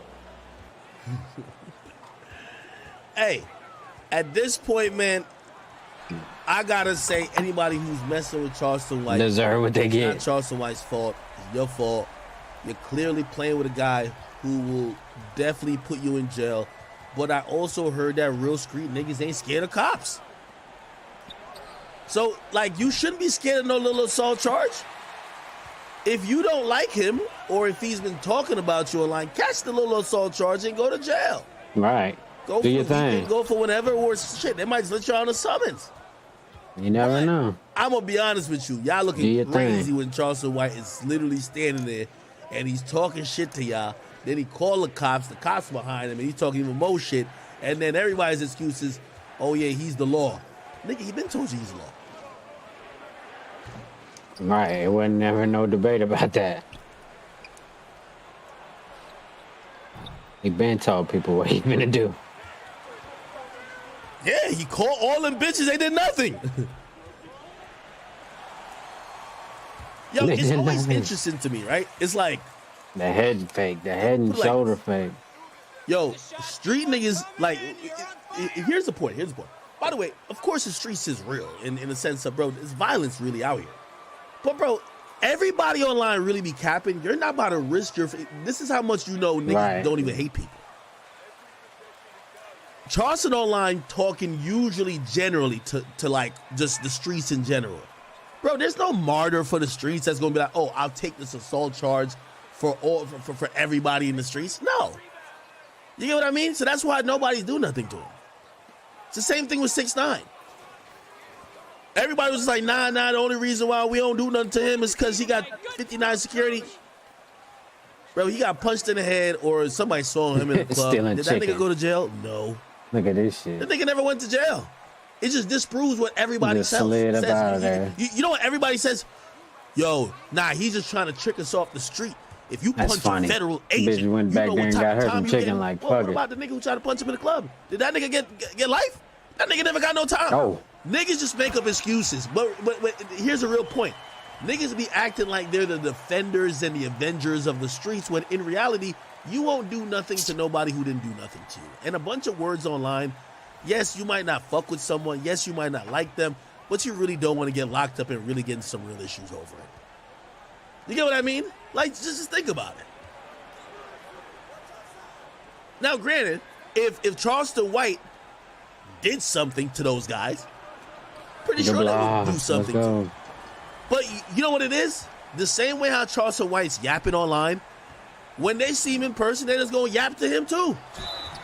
But then they're going to come to the internet and be like, yo, you know why we ain't hit him? He's the law. You know what I mean? Like, bruh, stop it. Instead, they getting themselves in trouble. Somebody said, I'm around. definitely calling the police. If I can, of course. Pay taxes, what the fuck? He said, I pay taxes, motherfucker. Nigga, didn't I tell you about the story when I ran into Casanova in the club, nigga? He said, yo, act. Yo, come talk to me over there. I said, yo, I was like, no, let's go outside and talk. Number one, that made me sound tough. Number two, we were in New York City, nigga. When I walked into that club, I seen 15 cop cars outside, nigga. You know where we would have talked? Nigga, we would have talked right in between 50 officers. Officers, come over here. Come over here. Come on. Ain't this the 2 times nigga y'all looking for anyway? Ain't this the He nigga said he y'all had a looking problem for with me. anyway? I just want y'all to be my witness as we have a conversation. Casanova, what's going on now? I've been leaning in like this on my camera phone. What's up? Officers, y'all hear? Now, scoot in, nigga. He talking to all of us now. Scoot in. Nigga, he talking to all of us. What's up? Okay. You just want to pop some bottles? All right, let's go pop some bottles then. Yo, Cass was like, yo. He's like, nah, homie, let me talk to you over there. He pointing away from the exit. I'm looking towards the exit like, now let's talk outside. Oh, man. He's like, well, I can You run. gotta too. get law-abiding citizens to do that, though. Because I've seen cops, when they see 2 street niggas, like, for example, I'll give you an example, right? 6ix9ine's niggas. So 6ix9ine, when he was trying to go to Summer Jam, he brought 100 people with him. Remember the year they ain't let him in? Yeah. They found one of the niggas, 6ix9ine low-key schmooler. He said the video. Damn. Oh, shit. Hold on, let me switch to this real quick.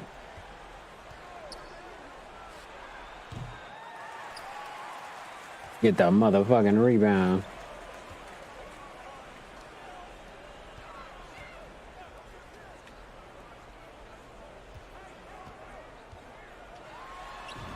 Klay Thompson never misses. With me for a minute. What happens when a 2K creator's ego gets the best of him? What happens when a 2K creator approaches a smaller creator like myself and demands that I give him credit for the information that he has disseminated to the public? Now, 2 basic principles come into play which I normally practice, that's ethics and respect. And before I share these DMs with you that took place between me and NBA 2K Toots, I would like to say and stress that legally we are not obligated to give anyone credit if we're reacting to information that has been disseminated to the public here on YouTube. And one of the Bam. There you go.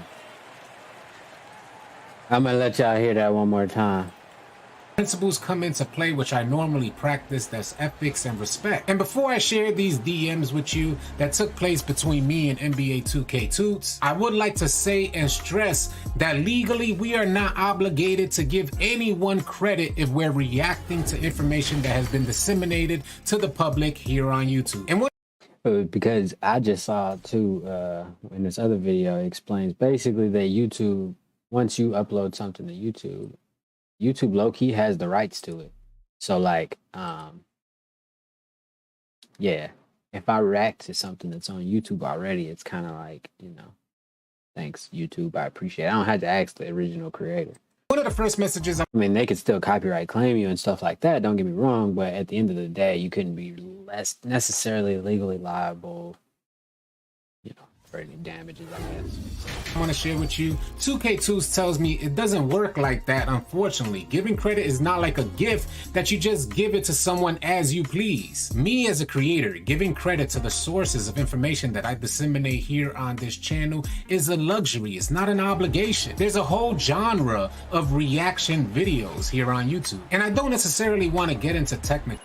And that's exactly why I do what I do, because I mean, I try to give out people's names. Like this guy's named All City Live. He also has another YouTube channel where he sits and listens to people talk shit, mainly Whack 100 on Clubhouse. I think that's what it's called. Yeah, so he also has that channel, which is doing good too. I'll go check that channel. I don't know what that one is. I think it's like 1 Minute Hip Hop or something like that. Try that out. But like I said, you don't have to tell nothing to nobody, but let him explain it, I guess. Please, me as a creator, giving credit to the sources of information that I disseminate here on this channel is a luxury. It's not an obligation. There's a whole genre of reaction videos here on YouTube, and I don't necessarily want to get into technicalities. If we get into technicalities, legally, I would be in the right. But let's talk about ethics and respect, and I'll be the... Yeah, and like, he didn't want to go into technicalities or the technical details of the situation because he or I am not attorneys, but basically it boils down to fair use, basically, you know what I mean? First want to say, ethically and respectfully, I take great pleasure in giving credit where credit is due. If you guys been around the channel for long enough, last year I spent almost the whole year giving credit to NBA 2K2's, referencing NBA 2K2's videos and his information in our videos and on our live stream. And if you guys know, I was using SetShot 25. I was about to say, when you I've noticed two things. Like certain people, they when you use their content and you notify them, they're happy that you are using their content and helping them, you know, reach another group of people that they may not necessarily have reached. And then there's another group of people that, you know, because you may put your watermark on it, obviously, because you're trying to promote your business as well. Otherwise, it's really not beneficial for you to post their shit, you know what I mean? But in society today, everybody's just been trained to repost stuff for the fuck of it without any benefit on their end. So, but with that being said, I repost certain people's stuff, and I sometimes ask them for permission, even though I don't have to, but I just give them the courtesy because I want to see their reaction. I want to see how, you know, if it's reciprocal that I, you know, am promoting their shit, you know, maybe they can share the video that I made of their original content, which is like a remix, which is what everybody does on TikTok, YouTube, and everything. But certain people aren't used to it yet, especially people that are new to the social media game, and like more of the people that are trying to change and get into this from a different industry. But the people that are in this industry are a little bit more open, I guess. They seem to be fine with it. They don't have a problem with it. But I've seen it go both ways, where like they won't reshare the shit that I shared, even though I tagged them in it and all that. But like if I made a video disparaging to them and tagged them in it, I'm pretty sure they would want to talk about something then, you know what I mean? But if it's good in their favor, then usually people won't fuck with you. But like I said, if you try to take a video that's not already on YouTube, then you can have issues like a movie, or like I got in a little bit of a trouble because I posted a little bit of Floyd Mayweather's boxing match, and that none of that is on YouTube. It was a pay-per-view event, and so like, you know, they kind of got a little bit mad at me for that. So, but yeah, most of the shit that you want, if you want to do something like this, just react to shit that's already on YouTube. You're gonna be okay. I mean, like I said, they still can copyright claim you and shit like that. If you're starting to grow your audience, it doesn't really matter. One of the best jump shots I had the pleasure of using on NBA 2K22. I made videos about SetShot 25. I talked about it constantly in a... Oh, let me be specific too. Copyright strike and a copyright claim are two different things. Copyright claims are just whatever. If you're not making money on the video, it doesn't matter. It's not much to pay attention to. But a copyright strike, yeah, if you get 3 of those, then your channels could be deleted. A bunch of other videos and also on our live streams. So when NBA 2K Toots made a video with the stats, I took the graph that he had displayed on his channel after his channel already had uploaded a video, and I made another video talking about the stat with his logo at the very bottom, also referencing his channel yet again. And when I'm speaking about referencing, I'm not just saying using the information that he's disseminating. I'm speaking about actually telling the viewers you should go check out NBA 2K Toots. Now, I have a graphic design background. There really is no need for use somebody else's graph. I could easily just recreate it, which you guys have seen on recent videos. But last year I purposely used his graph with his logo so that the viewers understood where the graph came from. So NBA 2K Toots sent me a message last year about the graph that I used. He goes on to say, "Hey City, hope everything is fine. I noticed that you put my stats in your last video for Set Shot 25. I know there is no written rule about this, but I would prefer and appreciate it if you don't do it again. I know you might say that, oh, you might get some views from it, but unfortunately it doesn't work like that, especially with the way you put all the necessary stat already on your screen. You didn't even put a link or something. On the viewer's perspective, there's no other reason to check the original video because you put the stat that already anyway." Now bear with me, I'm reading this verbatim, so if you guys see it like reading wrong, it's because I'm reading what he typed. But nevertheless, I still prefer for you not to do it. On my part, I spend 2 to 4 hours just to gather raw data on a base, and it doesn't feel right for someone to just take it. I'm just afraid that it might happen again, especially I already had tons of stats on my channel. Hope you understand, and I know you're a good creator, and I'm confident that you'll come up with other things. Thanks. And now let's speak on this first, because I believe that was a legitimate request not to use his graph, the graph that he created. So he stopped using the graph, which is why I responded posting the link of the video that I had already previously uploaded about Set Shot 25. And I went on to say, "Hey Toots, totally understandable. Thanks for reaching out. You can trust that I will never use one of your graphs again." It's really important that you guys are hearing what I'm saying here. Right, exactly. I know what you're talking about. That I would not use one of his graphs ever again. I went on to say I only used it because it had your name on it. To put things in context for you, I have consistently referred to your channel to my viewers through my content and through my live streams. Also made a video on Set Shot 25 months ago and was consistently recommending Set Shot 25 to my viewers. Considering this context, I was hopeful that a creator like you would appreciate my delivery.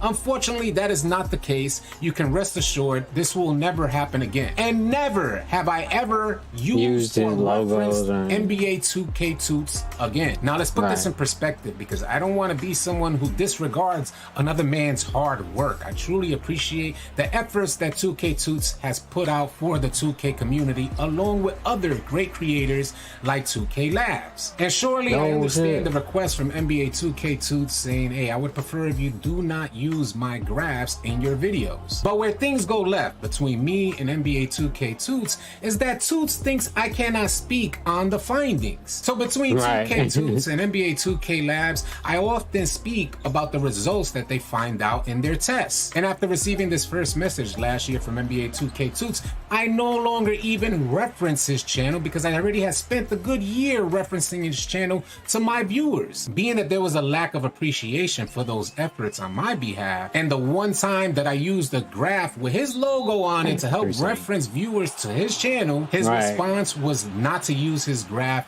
ever again. I said, "Okay, NBA 2K Toots, I will not use it. It's an understandable request. I'll just create my own graphs from the findings, and I'll find a creative way to share and disseminate that information to our audience." So fast forward to this morning. I received a message from NBA 2K Toots at 4 o'clock in the morning. I don't know if there's a time zone difference. Maybe there is, but it was 4 o'clock in the morning my time on Twitter. He sends me a message saying, "Hey, All City, got a question." I respond, "Hey, Toots, what's up?" He says, "I just watched one of your videos, which has a segment about killer combos, and you said that you based whatever you..." Bro be watching all his videos trying to find his shit in it. That's funny. And then 4 o'clock in the morning, Toots up smoking crack. Well, looking at his videos and shit like, man, fuck this dude. I'm about to message him.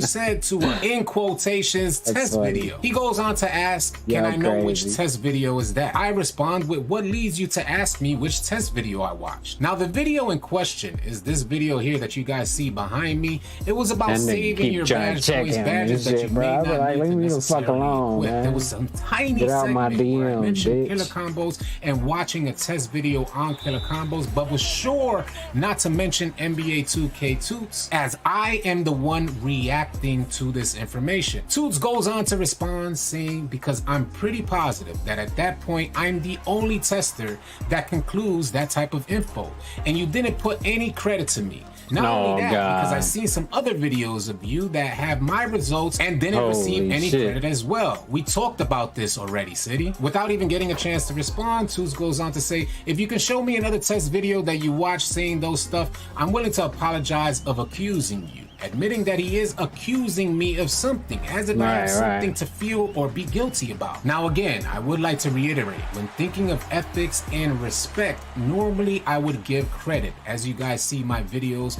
about the information that 2K Labs disseminates. Always quick to give credit where credit is due. But considering NBA 2K Toots, he's a different type of individual, like I go on to tell him. So I don't share the same respect for NBA 2K Toots, and I'm less inclined to give him credit for the information that I consume on a public platform here on YouTube. So I go on to tell NBA 2K Toots, hold on my guy, you think you control my content? You think I need to give you credit for the information I consume and disseminate? We talked about using your graph. I told you that I will no longer use any of your graphs. Plus I only use your graph to give you credit.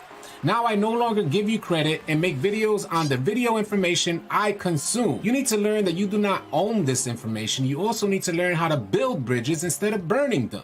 Do me a favor and never message me again, NBA 2K Tools. Please, stop talking to me, bro. infatuated. I go on to say, because it will not go well. Keep your mind at your business. I will do the same. And the reason why my response was so harsh is because I don't know if you guys sense it, but the demand is there. It's almost like he feels it's an obligation for us as 2K creators to give him credit about the information that he disseminates to the public. And surely I understand that idea of wanting to receive credit. I get that. I would love to receive a ton of credit, but I'm not finna hit up any creator's DM saying, hey man, you better give me credit. That would never happen. You guys know I made a video this year about the prices for bills, how much we're paying for new bills on NBA 2K23. The video went crazy here on YouTube. Also, the graphic that I created was just spread all throughout Twitter. A ton of folks ended up making videos about how much these bills cost and all this stuff. And I didn't reach out to anyone talking about, hey, you need to give me credit because I'm the one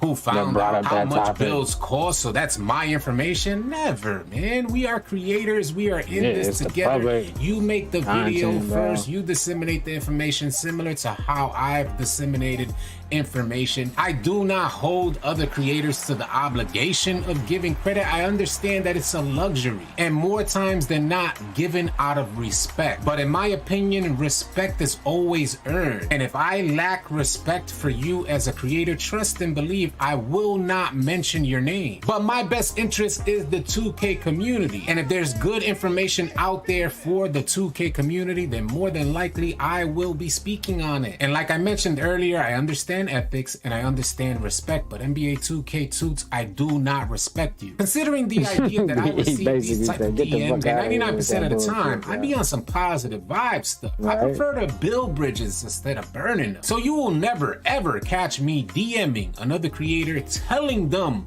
what they need to do on their channel. For the love that we've received from just an endless amount of creators, the new creators joining. It's already hard enough doing this shit in the first place. Badge Plug, Phantoms out there, 2K Labs, Laker Fan, J-Easy, Brutal Sim, Simply Grinding, Ash World, J-Riz Twin, and the list of creators just goes on. The love we receive from the 2K community is priceless, and I personally have no intention of ruining that. But I gotta tell you, man, you guys to approach me with respect, less demands, and more appreciation. Because in my opinion, you have to give respect in order to get respect. As NBA 2K Toots told me, bro, look, I think think you are heavily mistaken. In caps, you crazy. have to give credit if you want to get some info from other channel and broadcast it in your space. And on that note, I'll send out a personal message to NBA 2K Toots. You are sadly mistaken. I can actually react to your whole video if I like to. Any good information, as I said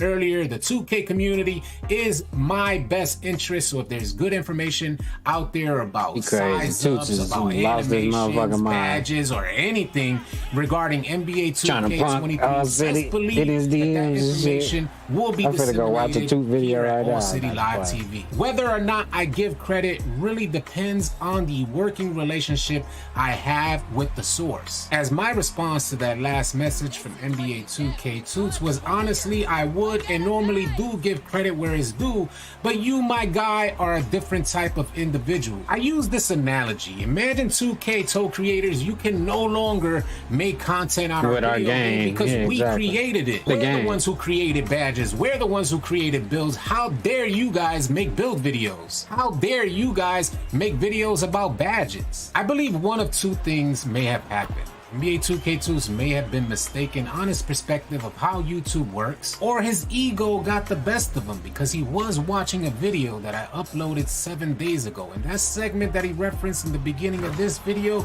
was in the middle of my video that I created on badges that you may not want to consider equipping. And this was a talking segment. There was no visuals. This was just me talking, but for some reason 2K2 is heavily on my channel monitoring the information that I put out. This is what lends to the idea, in my opinion, that his ego is getting the best of him. Because I personally never look for people creating content about the information that I put out. It's the folks in our Discord community that tell me, hey, the homie gave you a shout out. Hey, check this channel out. He gave you a shout out. And I'm like, oh, word, all right, let me go check it out. And if I was the one running these tests and I had considerable growth on my channel, letting another creator, a smaller content creator, come up as well, disseminating the information to his audience, you could trust and believe I would be flattered. But the idea of 2K2's demanding that I give him credit is where everything went wrong. I want to end this video saying, Toots, I appreciate the work that you put in, but you got to learn that we can't speak on the information that you disseminate. I can't share that with my audience. And again, whether I give credit to you or anybody else is a luxury. It is not an obligation. Anybody approaches me with respect, I give that same due respect back. You approach me with a demand, you may not like the response you get. Because normally I practice respect, preach respect, and I have good work ethic. Y'all let me know what y'all think about this, because like I said, I understand how ethically this may be wrong, and there may be a lack of respect toward NBA 2K Toots on my part, but you could trust and believe that that was done intentionally.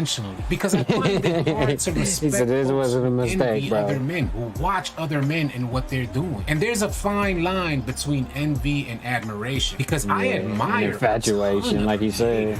I admire how long they've been doing it. I admire that they understand the community. I admire that we can talk and share information. Hopefully you guys understand my perspective. Let me know your thoughts about this. I know it was long-winded, but I wanted to share this with you guys because I think it was necessary. 2K creators have damn near lost their minds, their egos getting the best of them. They need to just sit back, be humble, ride the wave, and enjoy life. Thank you guys so much for tuning in. Keep it locked. Yeah, that was funny. Toots is crazy. I distribute and re-upload videos all day, and I try to, you know, put the sources in there, but like I said, sometimes I do it and they don't even care. They don't come through and like the video or not. They don't like, you know what I mean? So it's really no obligation. Really, you don't, as the person re-uploading the video, you don't get shit out of it anyway. I mean, you may get some likes or whatever, but like for the most part, like he said, if you ain't got a business relationship with the motherfuckers, you ain't got really no obligation to say where you got anything from anybody. And like I said, YouTube is cool too, so you just gotta understand fair use. And if you don't understand fair use, might as well, especially if you're on YouTube and you make YouTube content, might as well take a class or just learn about fair use. And basically, yeah, reacting to it. I mean, I pretty much can do anything. Even if they copyright strike you or copyright claim you, you still can do it. like shit, I can't think of this other dude that does it all the time. Actually, it's right here, Angry Joe. He always has to re-edit his videos and shit because he fights back the community or other industry trying to always fucking hit him with copyright strikes and stuff. But he's big time. The battle you're meant to fight is upon us. There's no one on this planet that can stop me. Is Superman and Black Adam? Probably. And he, no doubt. Now, Superman's in it, if Superman is in here. But I don't want to get excited about rumors, right? he right, though. They don't make no good Superman shit. Content be ass. Batman and Joker and shit got better content. When we think about Cash Money and the Hot Boys and stuff like that, Turk, you know, as a fan, you know, we want to all believe that it's just a love fest. You see what I'm saying? Yeah. Once family, always family. Facts. That 99 to 2000 Cash Money That 99 2022 Cash Money. What is the energy like now when It's y'all get together? misunderstanding, dog. Like, we haven't gotten together. Like, everybody haven't really, like, been on one accord. Hopefully when BG come home, bro, you know, it won't be so much of I'm trying to prove to the world that I'm more loyal type shit. You know what I'm saying? Like, Baby, you your man. BG, you your man. Fresh, you your man. Juvie, you your man. Wayne, like, we all are men. Yeah. At the end of the day, nigga, we shouldn't have to prove nothing to no fucking body. You know what I'm saying? Yeah, I got I love feel for you. all them niggas, and that's dead on that. Yeah. You know what I'm saying? And, Come on, man. Nigga, expect me to speak my mind. Yeah. And if you get pissed off, nigga, say how you feel. Right, Or right. say your facts. Yeah. But don't expect me to be quiet. Never again. Mm-hmm. If I feel some type of way, nigga, being quiet is the reason why I had to go through all I went Do through. drugs and Oh, I shit. should have spoke up, nigga. I'm gonna speak up, just- nigga. If I don't like just that tell shit, your nigga, truth. nah, I ain't fucking with that, dog. Yeah. Don't take that as I'm hating on you or I'm this, I'm that. Yeah. I'm going against the family. Nah, nigga. It ain't just your way. You feel me? You gotta come to an agreement with everybody. It ain't just your fucking way. Oh, shit. Yeah. And anything that's around that shouldn't have a say. way more steps because than I that'd be need. a problem when you have outsiders on the outside agreeing with you that probably be wrong than a motherfucker. You'll think you right, dog. Yeah. And it's a lot of that shit be going on. You have outside motherfuckers who ain't put in no work like we put in work. Yeah. Like them 6 players. Yeah. You know what I'm saying? We put in work together, dog. You know, nigga, don't forget, like, nigga, we all got out off the bus, nigga, and try to give a nigga t-shirts and CDs, and we did. Everybody was working Don't together. forget about that. Right. You know what I'm saying? That ain't no motherfucking past. That's history, nigga. That ain't over. You know what I'm saying? If it wasn't for that, it wouldn't be what it is. And to be real, is not nothing going on. Because niggas not acknowledging everybody that was a part of the situation. You see what I'm saying? Ain't nothing going on right now, dog, in reality. You know what I'm saying? Wayne over here, Baby over here, Fresh over here, Juvie over there, BG where he at, and I'm here. Yeah. Nigga, it gonna become a movement again when we get together. And whether niggas see that or not, but the reality of the situation is the fans know it's not the same. Oh. And we need that though, Turk. That's the thing about it. Let them know. He said we need that. You know, it was just like with the Goody Mob.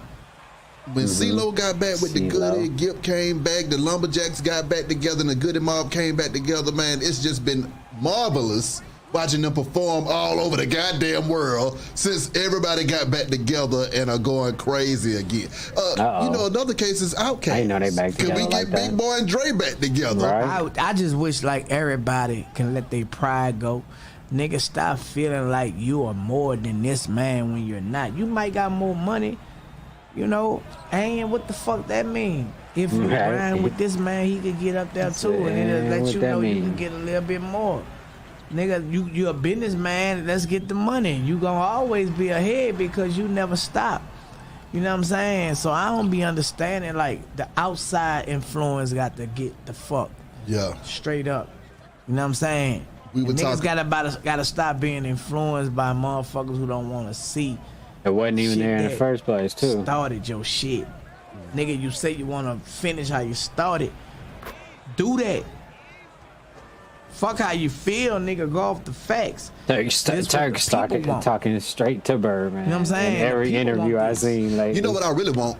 I want No Limit versus Cash Money versus. Even that too. I need that. Even that too. Even though No Limit gonna lose. You feel me? Oh, see now I gotta go into it with your ass. I'm just saying, Y'all you know, niggas here. hey man, you know, hey man, you know, like they ain't about to beat us, man. You It's know? gonna get nasty And I'm in quite there. sure, you know, they got a catalog, but at the same time, that's money, dog. Like we grown, dog. Like I just wish every nigga would see why the fuck am I holding on to my ego? Yeah. Cause nigga, you ain't getting no younger. Your ego might make you think you're young cause you got younger niggas around you. But nigga, you're older than me. And I'm 41. Dang. My God. Now how old y'all think them niggas is? You know what I'm saying? Yeah, I'm 41, nigga. So I ain't gonna say y'all age, but bro, come on, man. Come on, dog. Birdman about 60 Niggas should years have old. no problem, bro. Nah, we are nah. not kids, dog. He about shit crazy to me, dog. 50 That's your at ego least. go, man. Oh shit, motherfucker! I always want to score when I got odds. Shit to do over here.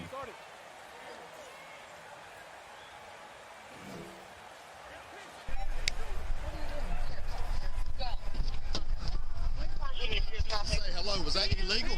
No, no, sir. The reason why we're stopping is because it's a wind intent violation. I blinked my blue lights at you to let you know who I was. Yes, sir. Well, we didn't know with it. That's not a government tag. That is a unofficial tag. Okay. That tag's not even on file. I see. Yes. Well, we have to catch up the bill to run it and everything like that, sir. So I won't blink my blue lights at you next time. I'll let you just sit there.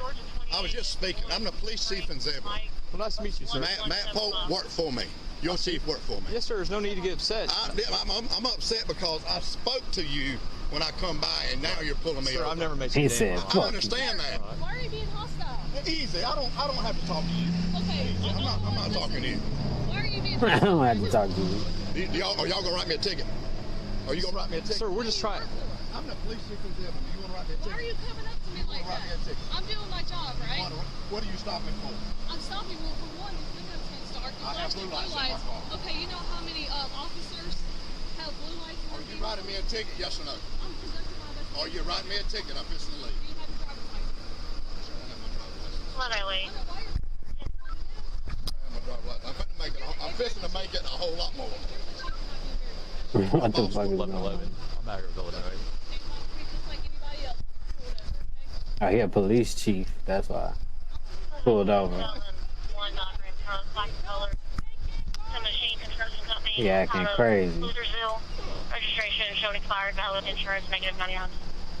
Just confirming, Bravo Frank Mike 1175 BFM 1175. Yeah, that's right. As I was explaining. I don't want to hear that from you. Okay. You let her do her job. 28 returns to You let her do her Ram job. truck. Black color to Machine Construction Company. Out of Luthersville. It doesn't come back to that vehicle. Valid insurance, negative 99. Uh oh, now they gonna fuck with him even more. He gonna lose his shit. Tag is Lloyd Frank Mary, 1175.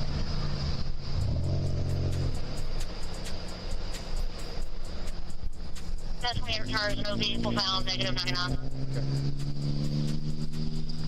Damn, who's that? Oh, Damian Lillard going crazy.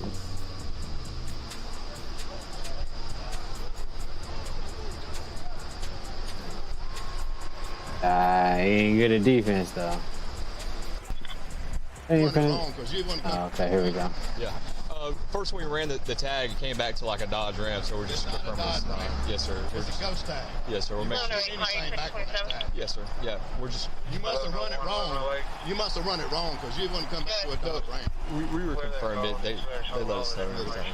So it's still coming back to a Dodge Ram now? Sir, can I ask why you so upset? Is it still coming back to a Dodge Ram No, now? we got it fixed. Why are you so upset? No, you didn't fix it. Is it still coming back to a Dodge Ram right now? No, it came back 9 on 5. That's right, because you run it wrong. Sir. Somebody run it wrong. Either you did or they did. We're about to get the information. Okay, and get I got your chief on the phone right now. That's Yes, fine. sir. I That's fine. understand. That's fine. I got your chief on the phone. I appreciate your service.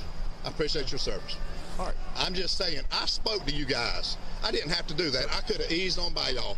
I appreciate the job y'all out here doing. Chief, I I'm spoke trying to be y'all. respectful with you. Chief. I understand. I'm not raising my voice and I nothing understand at you, that. right? I understand. All right, let's. But I'm trying to tell you, respectful. the only thing I done wrong was spoke. Y'all never would have pulled me over if The only thing I did No, we were wrong. gonna pull you. I'm not gonna lie to you. I'm telling you straight up. Okay. All right. But like I said, there's people out here impersonating police officers with blue lights. Well, you threw my license. She threw my license. If she is getting. He a chief. How you I'm just trying impersonating? I'm trying to talk with you. I don't want to talk anymore about it. All righty. I don't want to talk anymore about it.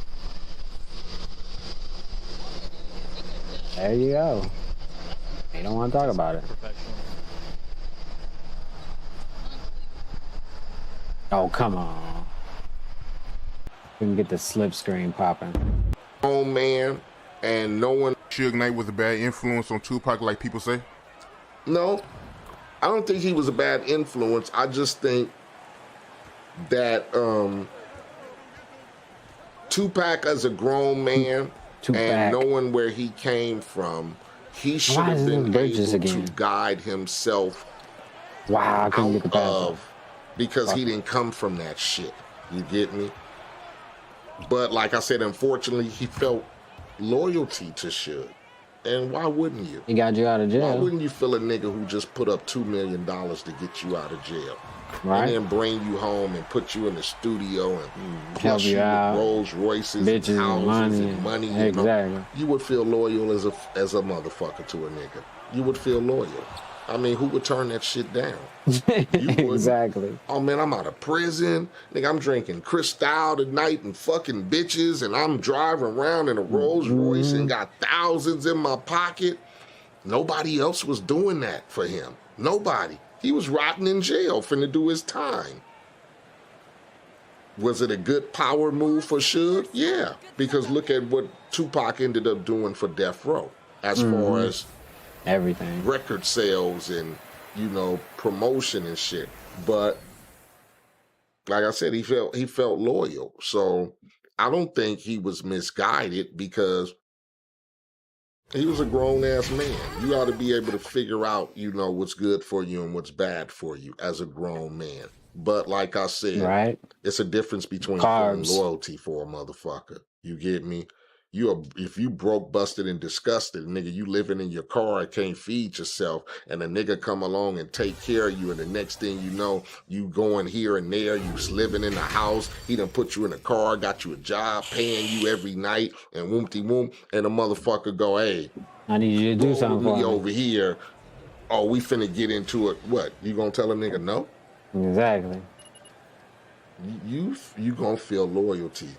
And that's just what happens, Loyalty can cause you to get in some bad situations. Yeah. When you feel loyal to a motherfucker.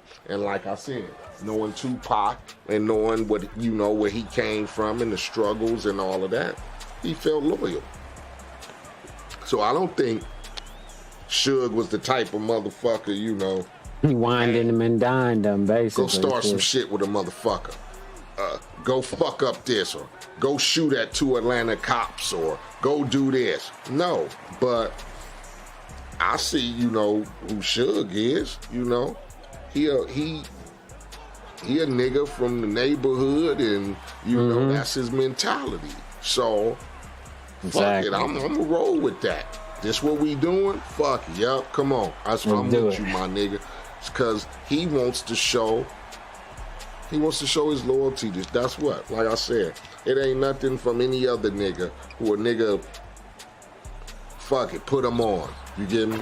My man been in prison 10 years. He come out, I'm gonna put him down with a sack and give him a car and give him a pistol and put money in his pocket. And I'm gonna make sure my nigga eating. And I'm gonna make sure he got a place to lay his head and whoom-de-whoom.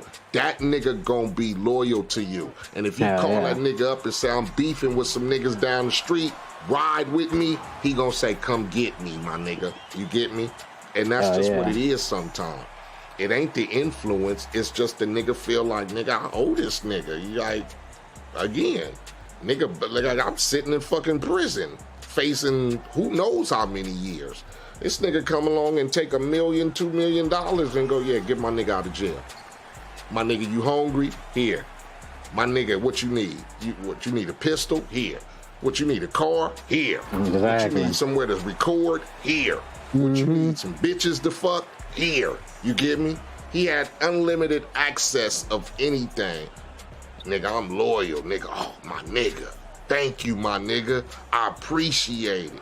Hey, yeah, Tupac, man, we see these niggas over here who took the homie chain. He gonna be the first nigga in line to be like, oh, I set it off. It's just loyalty. It's, you know, it's just what a nigga feel until a nigga fuck you over. And then you know, but until that day. That's just how it is, though. Until that day, it's like I said, because as a grown man, you can't influence me to do shit I don't want to do.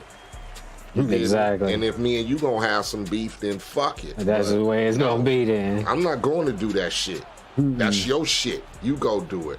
But some niggas, like I said, when a nigga doing a lot for you, you know what I'm saying? Motherfucker come along, you try and get into the podcast game, a nigga give you all his shit. Yeah, I'm finna give you the recording equipment. I'm finna give you somewhere where to record at. I'm finna send all the interviewees to you. I'm finna do all this. You're gonna be like, God, thank you, my nigga. So anytime nigga be like, man, I need you to come over here and do this for me, you're gonna feel a little loyal. Like, how you gonna feel about telling a nigga, no, I can't do that today, or I can't do that?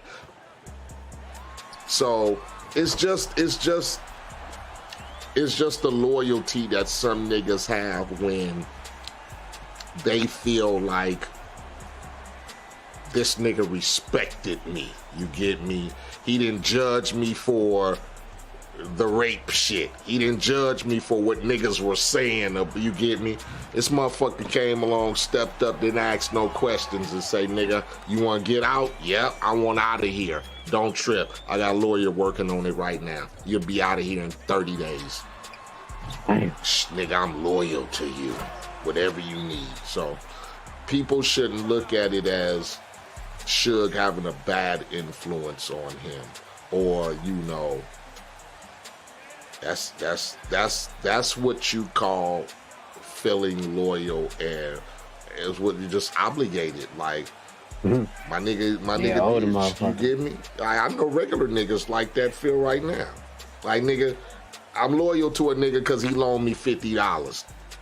He didn't judge me. He didn't do shit. And you know something? Every time I go to my nigga and I say, nigga, I need 20, or I need 50, or I need 1, he never asks me any questions. That nigga go, here you go, my nigga. You get me? Nigga, I'm loyal to you. Nigga, I could have been broke, starving, and hungry, and ain't ate in 3 days. And this nigga, no questions, he come along and go, here you go, my nigga. Niggas feel loyal to that. You ain't gotta influence me to come do shit. I'ma come do it anyway. You know why? Because I feel loyal. There you have it.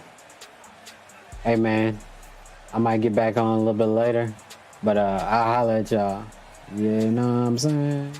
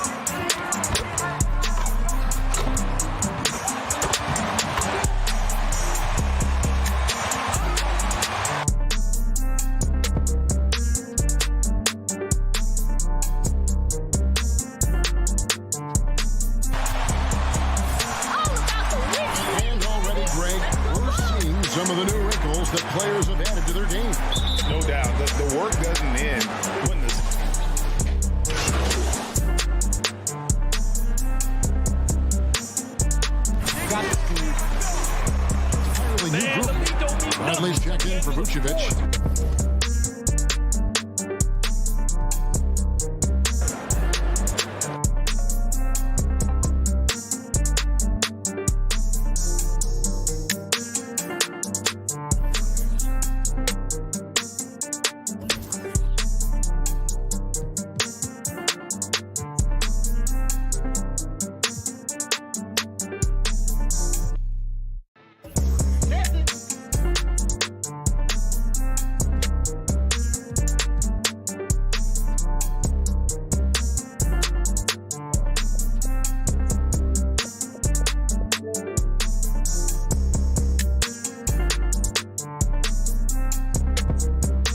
Wrong 2K?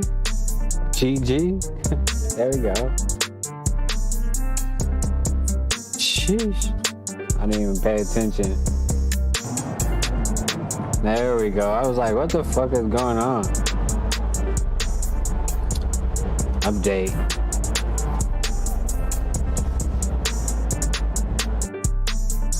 I don't even know how that other 2K can get in the mix like that. I haven't played it in a while. Sheesh. Well, I haven't played this in a while either. Whatever. Cause I was like, where the fuck is the big dude at?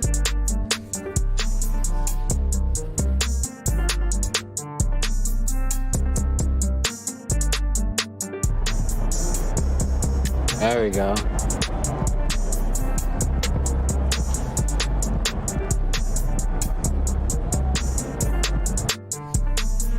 More like it.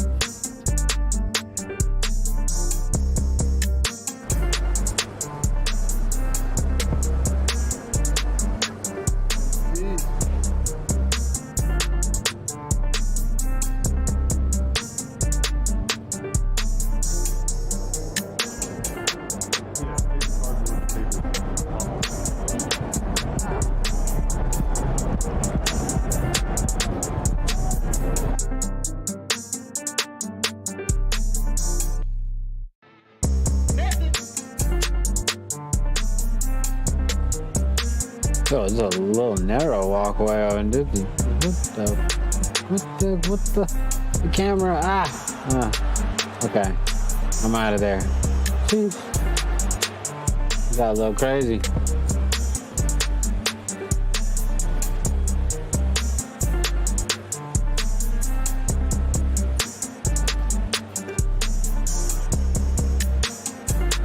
That's enough. That's enough.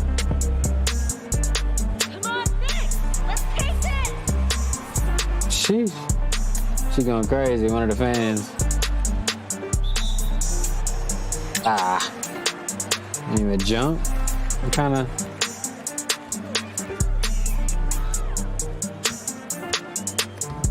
Oh, hands up defense. Let's go.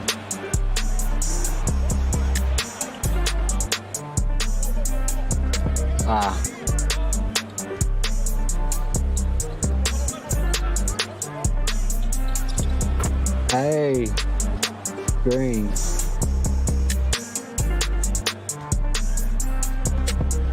Man, I'm just chilling, man. Fuck.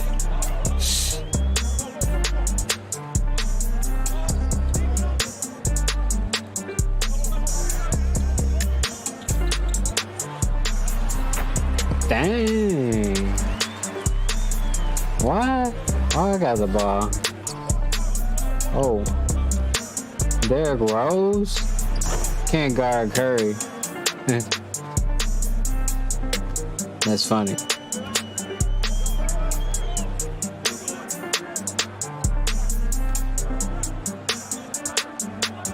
Oh, that dude can't shoot anyway. Oh, they gave me 3 seconds. My bad. I'm gonna scratch my fucking mustache. Motherfucker. 3 seconds? Come on, man. Hurry this shit up.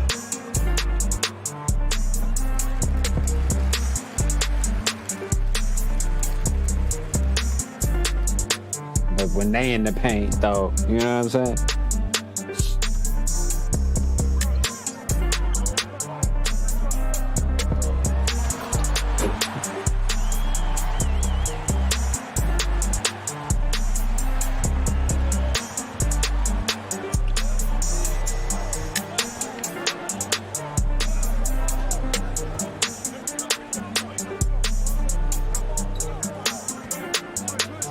Oh, that's Wiggins? Oh, shit. Why the fuck did he throw the ball like that?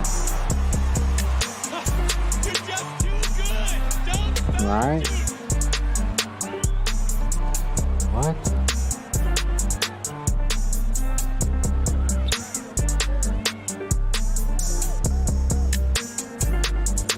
Come on. Should've stole that.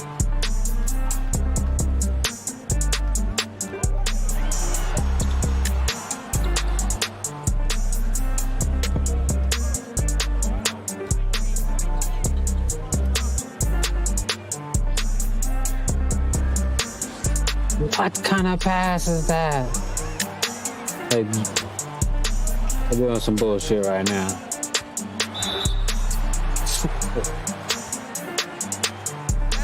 It's crazy.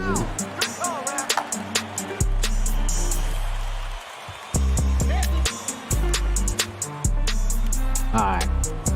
Enough of that shit.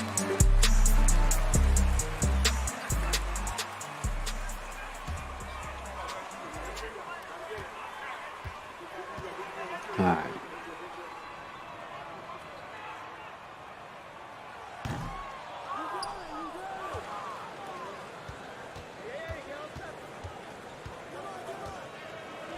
Oh, him too?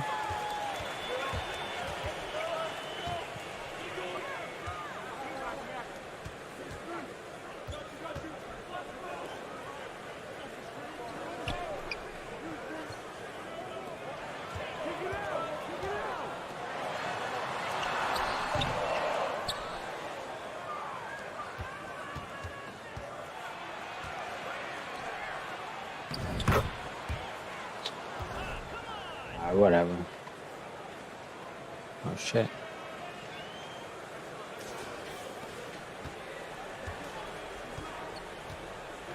Oh shit.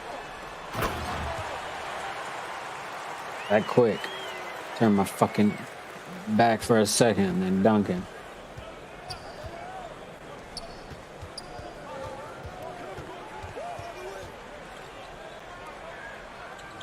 Holy shit.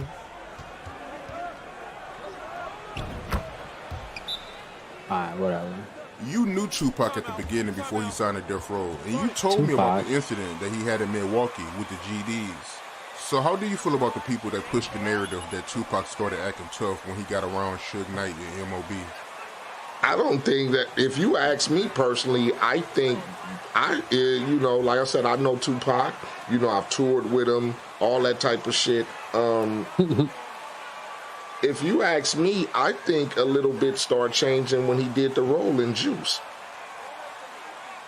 I think the mentality started changing because, like I said, even before he hooked up with the mob, he was getting into all kind of shit, right? You get me? Even before that, he got sent to prison, right? For some shit, right? He had the incident with the Atlanta cops, right? You get me? My nigga was getting into incidents before that situation happened. So I wouldn't necessarily say that. I wouldn't necessarily say that him linking up with the mob, you know, it probably pushed it a little bit. But like I said, my nigga was getting into all kind of shit before that phase of his life happened. You get me? Tupac was doing crazy shit. Like, who has a shootout with the police? You get me? My nigga was doing some crazy shit. You know, you seen him in the cameras every other day. You know, he's spitting at the cameramans and you know, he was doing some real wild shit before he hooked up with Suge and them. What they call it. And I was like, from me listening to records and seeing the videos and knowing whatever, and then the Juice character, Bishop. And it seemed like immediately after that, in my opinion, he probably took that role a little to heart, you know. Yeah, nigga, I'm the rebel. I'm the rebel motherfucker. I'm the type of motherfucker, I'm whatever. And it all started just like dominoes. and then he went to prison, and the next thing you know, in comes Suge, and now you've introduced another element, you know what I'm saying, to a nigga who was already highly visualized as, you know, confusing, troubled, you get me? You know, my nigga Pac be positive one note, and then in the next note he telling you fuck you. You know what I'm saying? In one note he being positive and telling you this, and in the next note he telling you fuck you motherfuckers. So right. It was just another element that got added when he hooked up with my niggas from the mob. You get me? That's just all to it. This gangbanging lifestyle will change you, but if you already troubled and trying to find your way, it's just gonna add fuel to the fire. You get me? Hey. So I wouldn't attribute it to him joining them. I really start thinking like it was the transition from when he got put in that role to be that character. You get me? Like this really me. You feel me? Now that it's been exposed on film, I feel just ride this motherfucker real hard. Like, this is really me. I'm not that motherfucker you think I am. I'm this motherfucker. And I'm finished, I don't give a fuck, and it's all about this and that, and that's, to me, that's how. Because like I said, I didn't get it. For me, from him going to the mob and doing that stuff was just like I said, that was just acceptance because those niggas was there to accept him. That's what that was. Makes sense. MC8.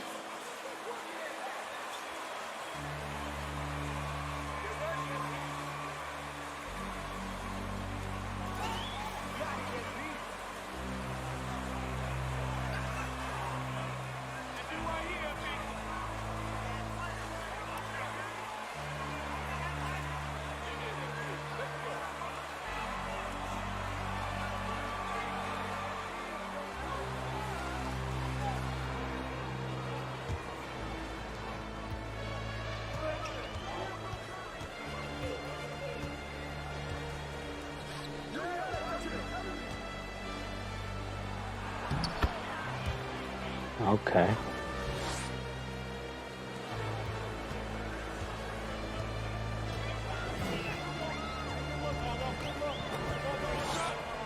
Bang. That's got the back door down.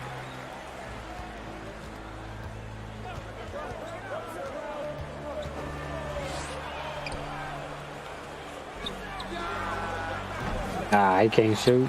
Oh, what the fuck? I should have took it.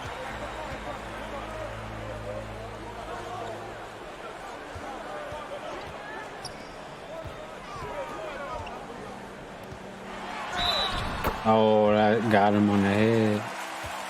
This kid. Oh yeah, I gotta watch that fucking Dream Team documentary. What the frick is going on here?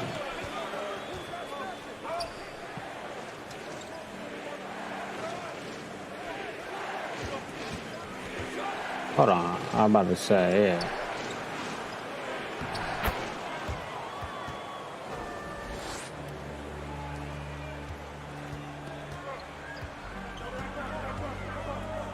Alright, my bad.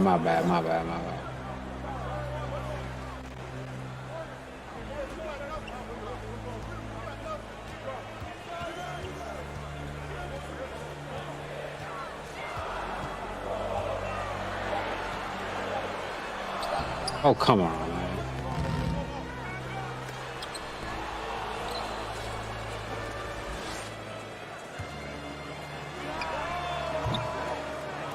I fell all over it.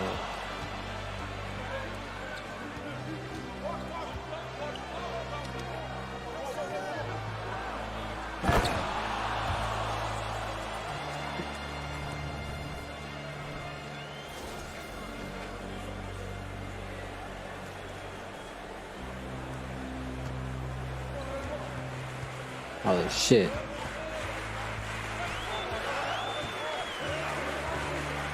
What?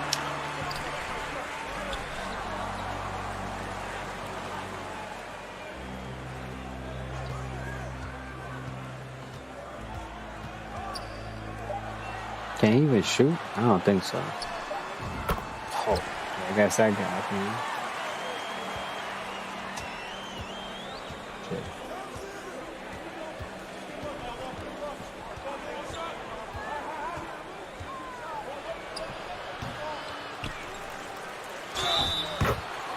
Hey, I want a big body. Are you crazy? Where's the foul?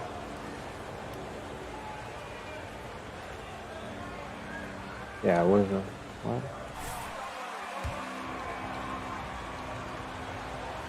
What the f... Oh, yeah. Alright. Oh, man. Late, early? Alright.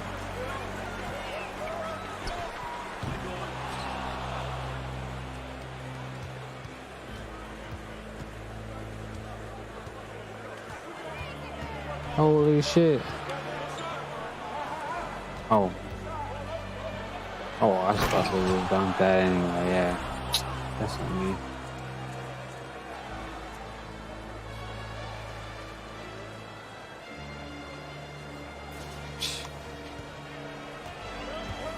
Alright.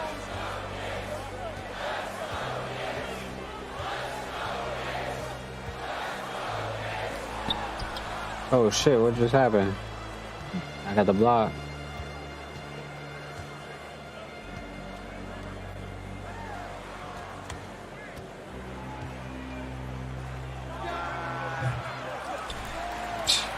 I should have just shot it, man.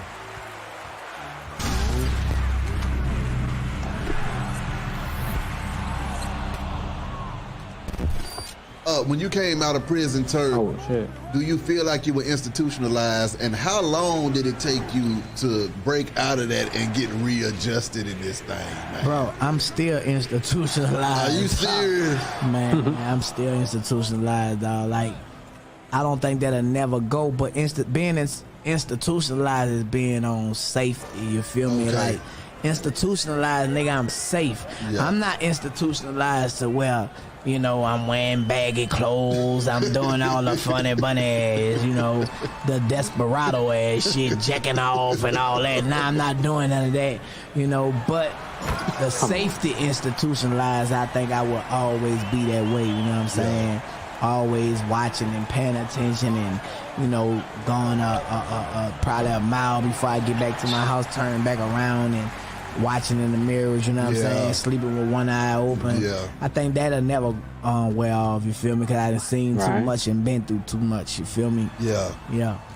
Moving forward, Turk, what all you got coming up, man? Because I know you're a working man in this thing, boss. Yeah, bro. I got to work. Like, I realized the other day I was talking to one of my sisters, man, and I was like, man, y'all gotta do this, and they broke it down now. You got to do this, and you got to do that. And I realized that I really do. Yeah. I can't stop working. They can, and they can go get a job. Yeah. I can't. That's embarrassing. I can't go get no job as a regular employee. I can't do that. So as long as I know that, bro, I'm gonna always work. You feel me? Like I have to work, and when I be working, dog, I don't be knowing how it gonna come, but the compound effect of it, you know what I'm saying? It be coming, you know what I'm saying? So I'm good. I'm in a good spot, dog. You know what I'm saying? I'm a brand. I realize I know who I am. I'm not tied to nobody else where I have to like depend on them no more. You know what I'm saying? At one time I did. You know, if the Hot Boys wasn't doing this, Turk wasn't able to do it. But now it's just, I want Turk. I want to do this with Turk. And that's a great feeling. Come on. Because when you're tied to a group, and the group is on another level than you because you've been gone. Exactly. The group don't need you, but you need the group. You know what I'm saying? Bro, that shit will drive you crazy. So just imagine, like, I wanted to say a lot of shit like nigga da-da-da, but I didn't. You feel me? Because I still would have came off as a hater. I'm bitter. People wouldn't have understood, even though I would have been right. But, you know, I'm going to weigh it out, you know, and I played it the way it played, and it came out, you know what I'm saying? But, man, I'm good now, man, and I'm going to keep on pushing. I want to inspire people to be great, and I want people to know that, shit, if I can do it, y'all can do it. Exactly. You know what I'm saying? You don't have to always react to a situation, think it out. You know what I'm saying? See what it gonna cost you. And if it gonna cost you more than, you know what I'm saying, than your pride, man, just Take that lick and let it go. You feel Come me? on. And that's what I've been doing, bro. You know what I'm saying? And it been working out for me, you know? And the youth was important to me. My mama told me that my job and my ministry is to help the youth. Yeah. Definitely. Not Stay in grown school, people, don't drink and because the grown drive, people who are and my age, you know, they are not like, going to listen. They're not going be to take me good. serious. Yeah. But the youth need to hear what I'm saying. Yeah. And that made me Exactly. start looking at things different. I can't raise a grown man. You feel me? What revelations did you have, Turk, since you've been out of prison to right now, man? What were things that clicked in your head that you didn't understand until that very moment that Right. kind of changed your perspective on everything? Okay. That's a good question. That Kind of. in your a way. definition of loyalty and somebody else's definition of loyalty is two different things, you know. And I had to learn that everybody is not the same. People gonna think different. Yeah. People gonna see things different. Different, and you just yeah, gotta do accept shit it. different, You know what I'm yeah, saying? exactly. Because at first I was just Exactly. strictly on, man, they should know better. They should know, but Right. people ain't been through everything. Yeah. You know what I'm saying? Everybody got to go through their own experiences. You feel me? So I kind of like have more understanding of people. Oh, he you should've know, shot that. instead of being so hard and Oh, now he wants to shoot that. I guess. I be more open minded, and I try not to take. Yeah, you nothing gotta just personal, let make people no do that assumptions, shit. You know, let my Exactly. words be impeccable, and do my best. You know what I'm saying? To do all three of them, and that shit worked for me, dog. That's the 4 agreements. You feel me? And your agreements is your habit. Your habit is your lifestyle. That's You right. feel me? So I read a lot. I study. You know, and I watch the energy that I'm around, dog. If it's negativity, whether it be in physical, whether it be online, you know what I'm saying, spirituality, Right, whatever right. it may be. I know what you're saying. Nigga, I'm staying away and running away, you feel me? I'm making the choice Exactly. to not let that shit affect me, you know? And that's what it be, dog. Like, niggas gotta Words make to live them by. choices, Turk you know what I'm saying? dropping jewels. Oh shit. You know, it's over like that. Shit. Whatever. Hey man, give me the fucking ball. What are we doing here? Motherfuckers playing the game without me and shit. You see this shit? Alright, whatever. Jesus Christ. I don't care about this shit right now. Hold on, I just picked that just in case. See how the night goes. Oh, okay, that deserved to get blocked anyway. It's coming up soft and shit. The fuck, I wasn't trying to do that. Jesus. Alright.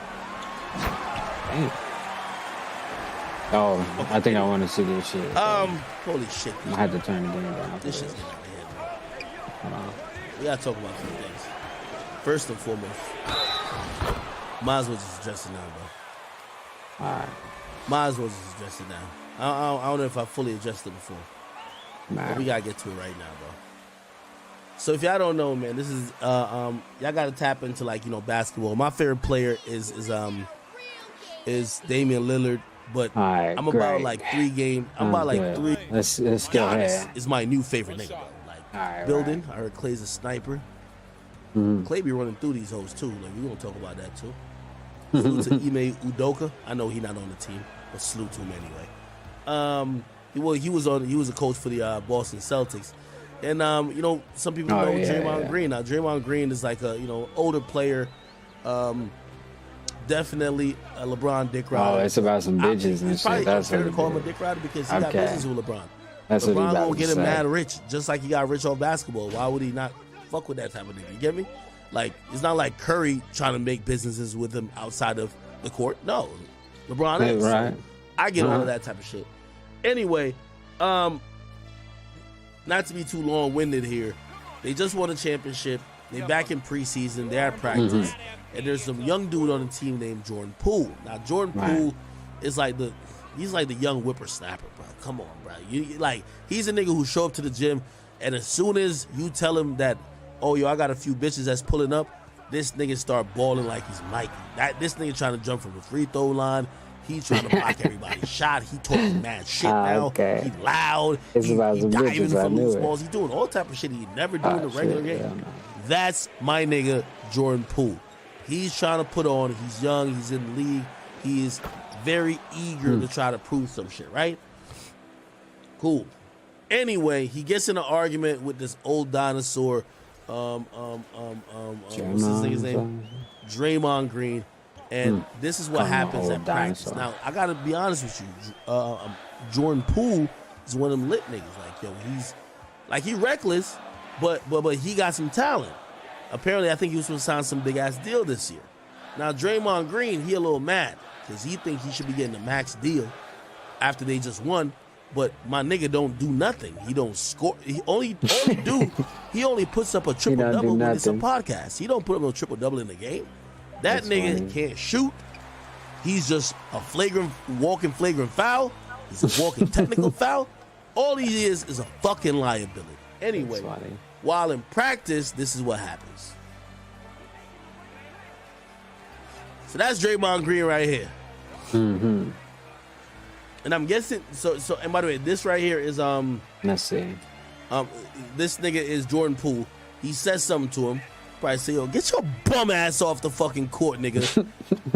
You can't do a motherfucking thing with that hot ass breath and that weak ass shot, nigga. You look like Donkey from Shrek. He probably was roasting him. I ain't gonna hold you.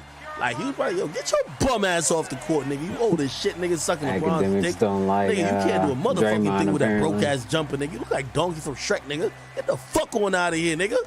Feel me? So he got his off. Feel me? He said it. Then he turned around.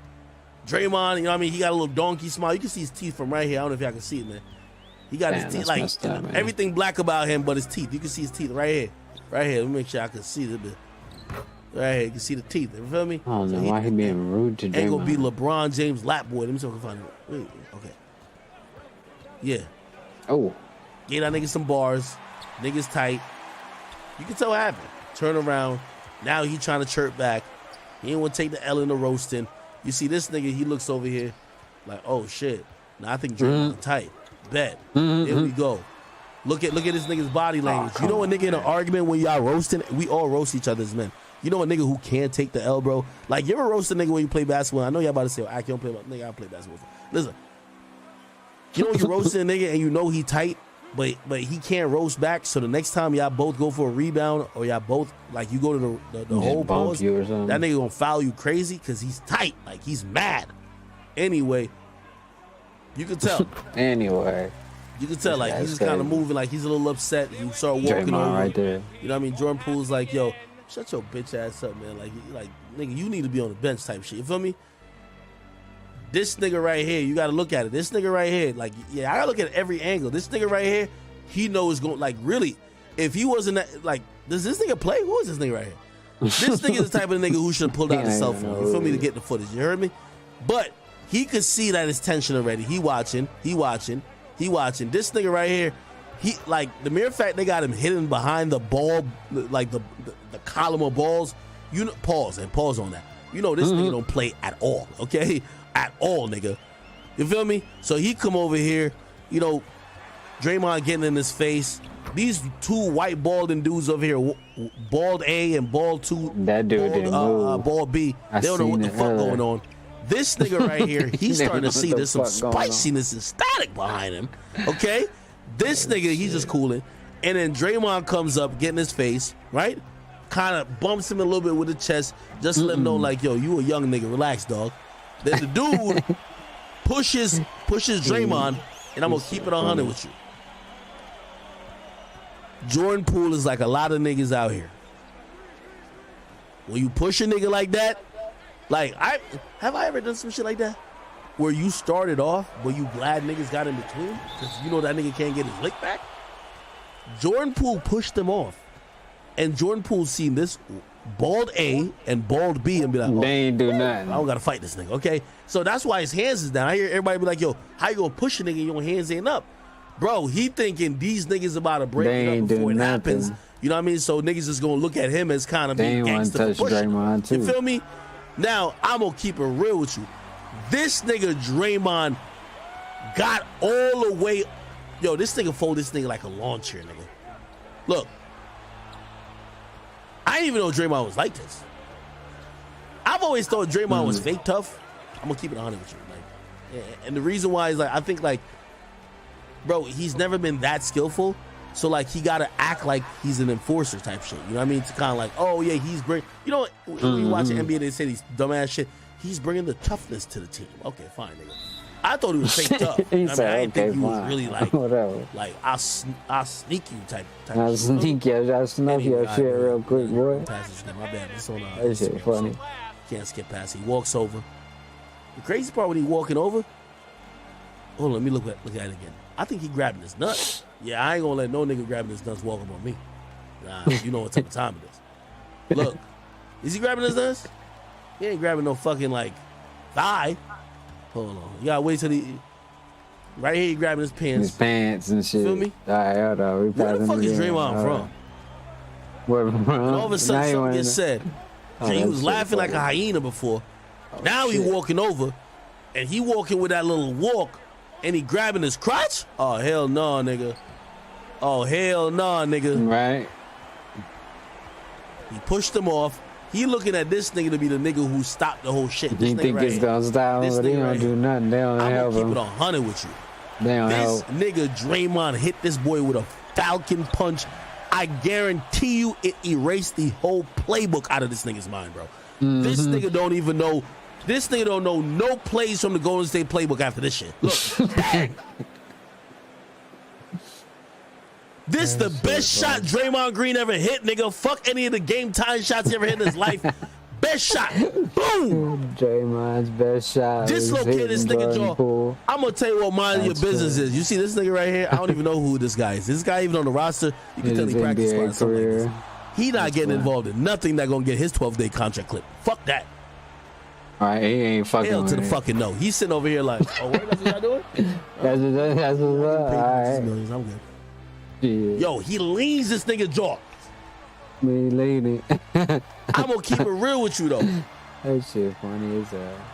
My only thing with Jordan Poole, I think he was trying to cower down, but it almost felt like he kind of collapsed, nigga. I know he's been practicing, he tired. You know what I mean? His knees probably a little bit, you know, like he tired, bro. Look. And I ain't gonna lie, this is when I realized Draymond from the hood. Cause everybody knows. You feel me? This is why niggas be talking about MMA and boxing.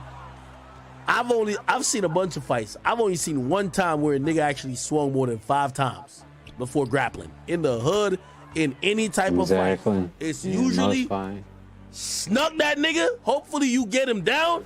And once you get him down, grab him, slam him, and then you just start swinging wildly. And then people gonna break it up and you want to fight. That's how it goes. Nigga, that's how every fight. Bro, there's no, like, it gotta be some organized fight for y'all to be like, oh no, nah, chill. No, nigga. You want to get the first punch. All right. Nothing. Like, nigga, nigga.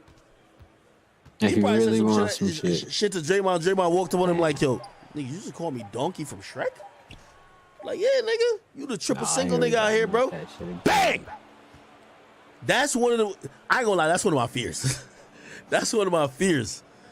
Where, yo, He's scared to get Jordan snubbed. Poole, I'm empathizing with you. By the way, I'm on your side. When you trying to avoid the fight, maybe you was roasting, but you trying to avoid the fight, but you're in the middle of explaining. Be like, the nigga walk over, be like, yo, say that shit you was saying over there. Like, yo, what you say? You called me Donkey from what? Nigga, I called you Donkey from. Oh, it's over. It's over. I'm telling you, I never knew Draymond Green, one of them like, yo, punch you mid-sentence niggas, bro. That's always like, cause you know, I've always, you know, niggas always trying to be like, yo, come in now, let's talk type shit. So we talking, and I'm hoping we are on the same page. And okay, this talk don't seem that, this conversation don't seem that motherfucking, belligerent. So we're gonna get through talking it. So it could just be one of them times where like you just not expecting it, and that nigga snuck you. See, this nigga, he not expecting to fight. Even though he did push off, he should have, whatever. Yeah, he ain't Actually, tripping. fuck that. This wasn't like even no mid-sentence type shit. You pushed him off. He just jumped. He just came straight to the right. He That's the just offset came foul straight punch. through. He just walked And I'm gonna in. be honest with you, through it. Draymond did this pretty good. Here we go. Punch, and then grab him, and then Draymond held his head and hit that nigga with the dragon breath, my nigga. That nigga probably fainted, nigga. Yeah, he grabbed him, started just kill all your nostril hairs, nigga. The fuck you talking about? That shit comedy. Bang! Everybody's a fucking comedian. Who's nowadays. 0-0 right here? That shit's Yo, I'm gonna funny. keep it real with you. Well, good thing I ain't Jordan Poole, because I wouldn't have kept it professional after this anyway.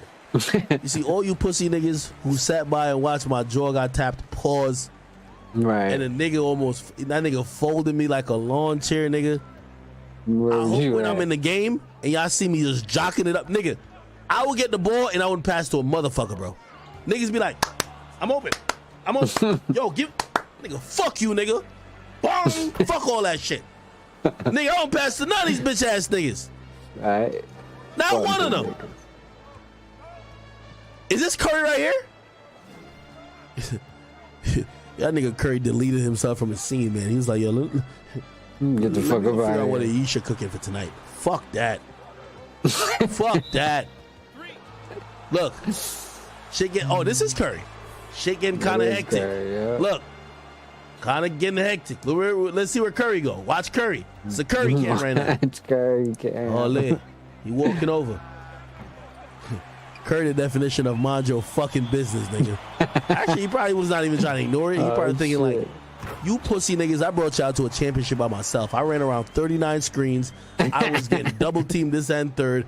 I don't give a fuck what y'all niggas got going on with now. Right. I'm trying to get us to another championship back to back. Fuck y'all niggas problems, right?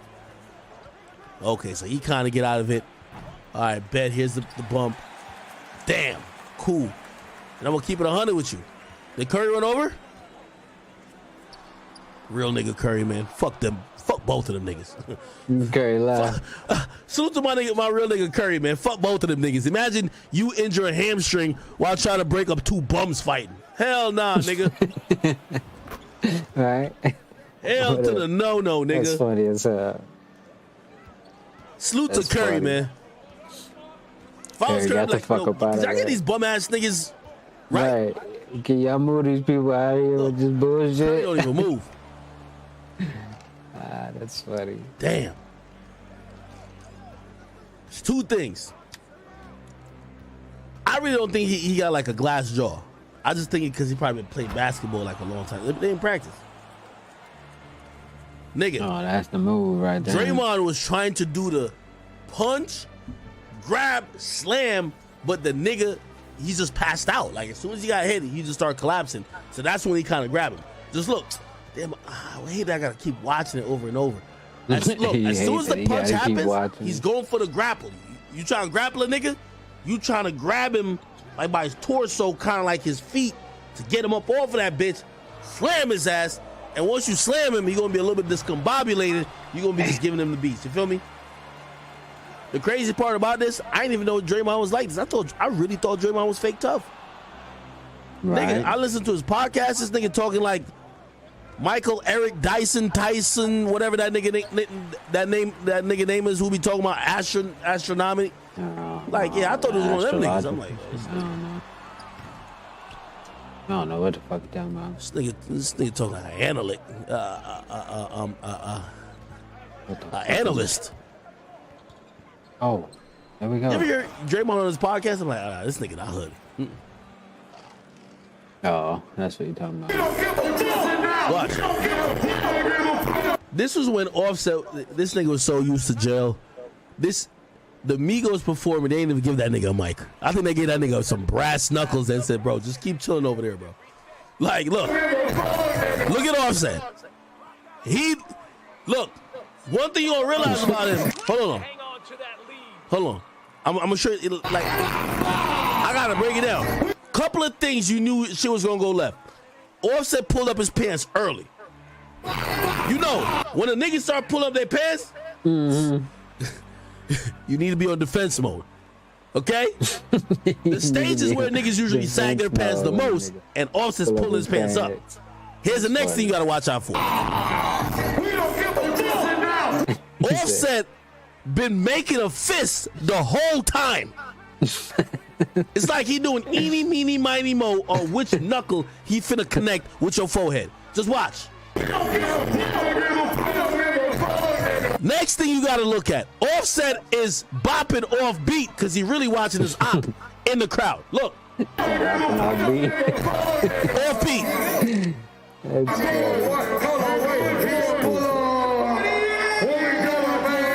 Look.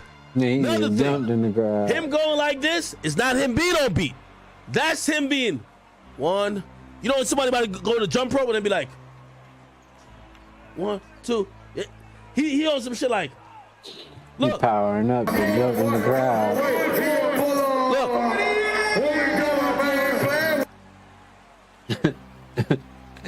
The perfect Falcon punch. This nigga jumped out. The perfect Falcon like it punch. was Thor's hammer, nigga, that was leading. The reason why I looked at Offset, I'm like, this nigga gotta be a savage. This nigga didn't even care if he landed on his feet. This nigga jumped and was putting the whole weight. You know when you punch somebody, and when they teach you how to punch, you're supposed to use your back and also like kind of your leg muscle, kind of. You know what I mean? Especially if you're throwing across. This motherfucker right here, he's putting his whole weight into this fucking punch. Look, this thing is airborne. That's funny. Still airborne. Look, the nigga boxes is in the air, nigga. That shit's funny as hell. That's funny as hell, bro. I got me crying and shit.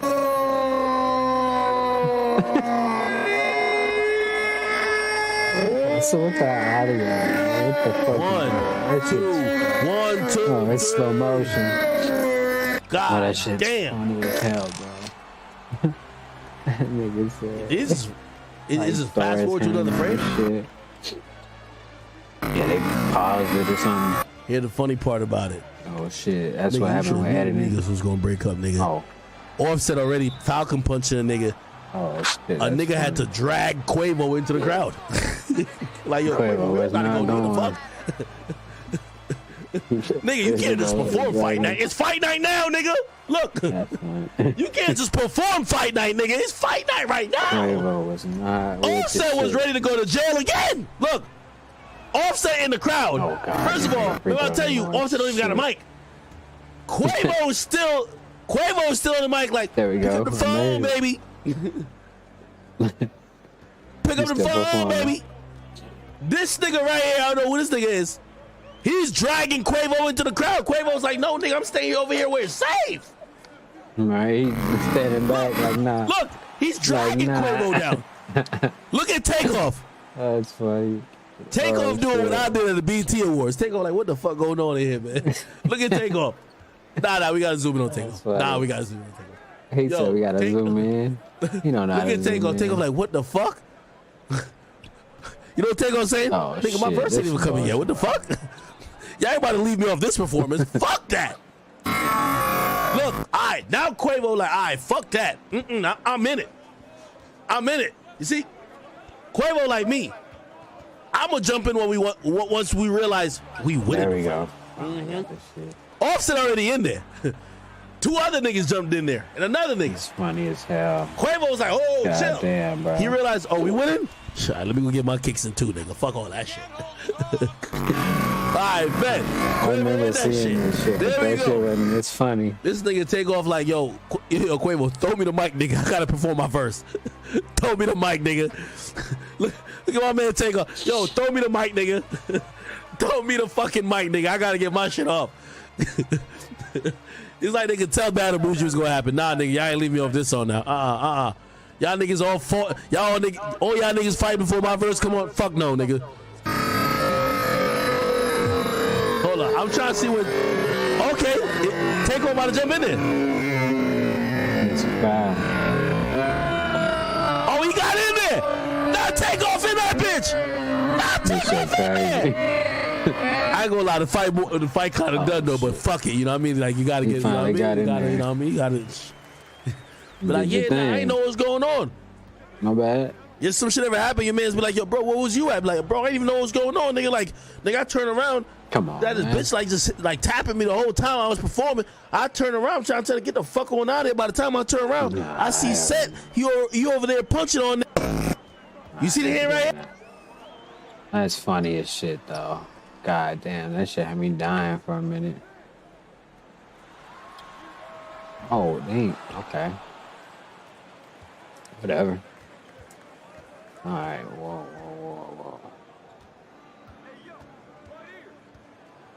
Oh, God. What the fuck is this one about?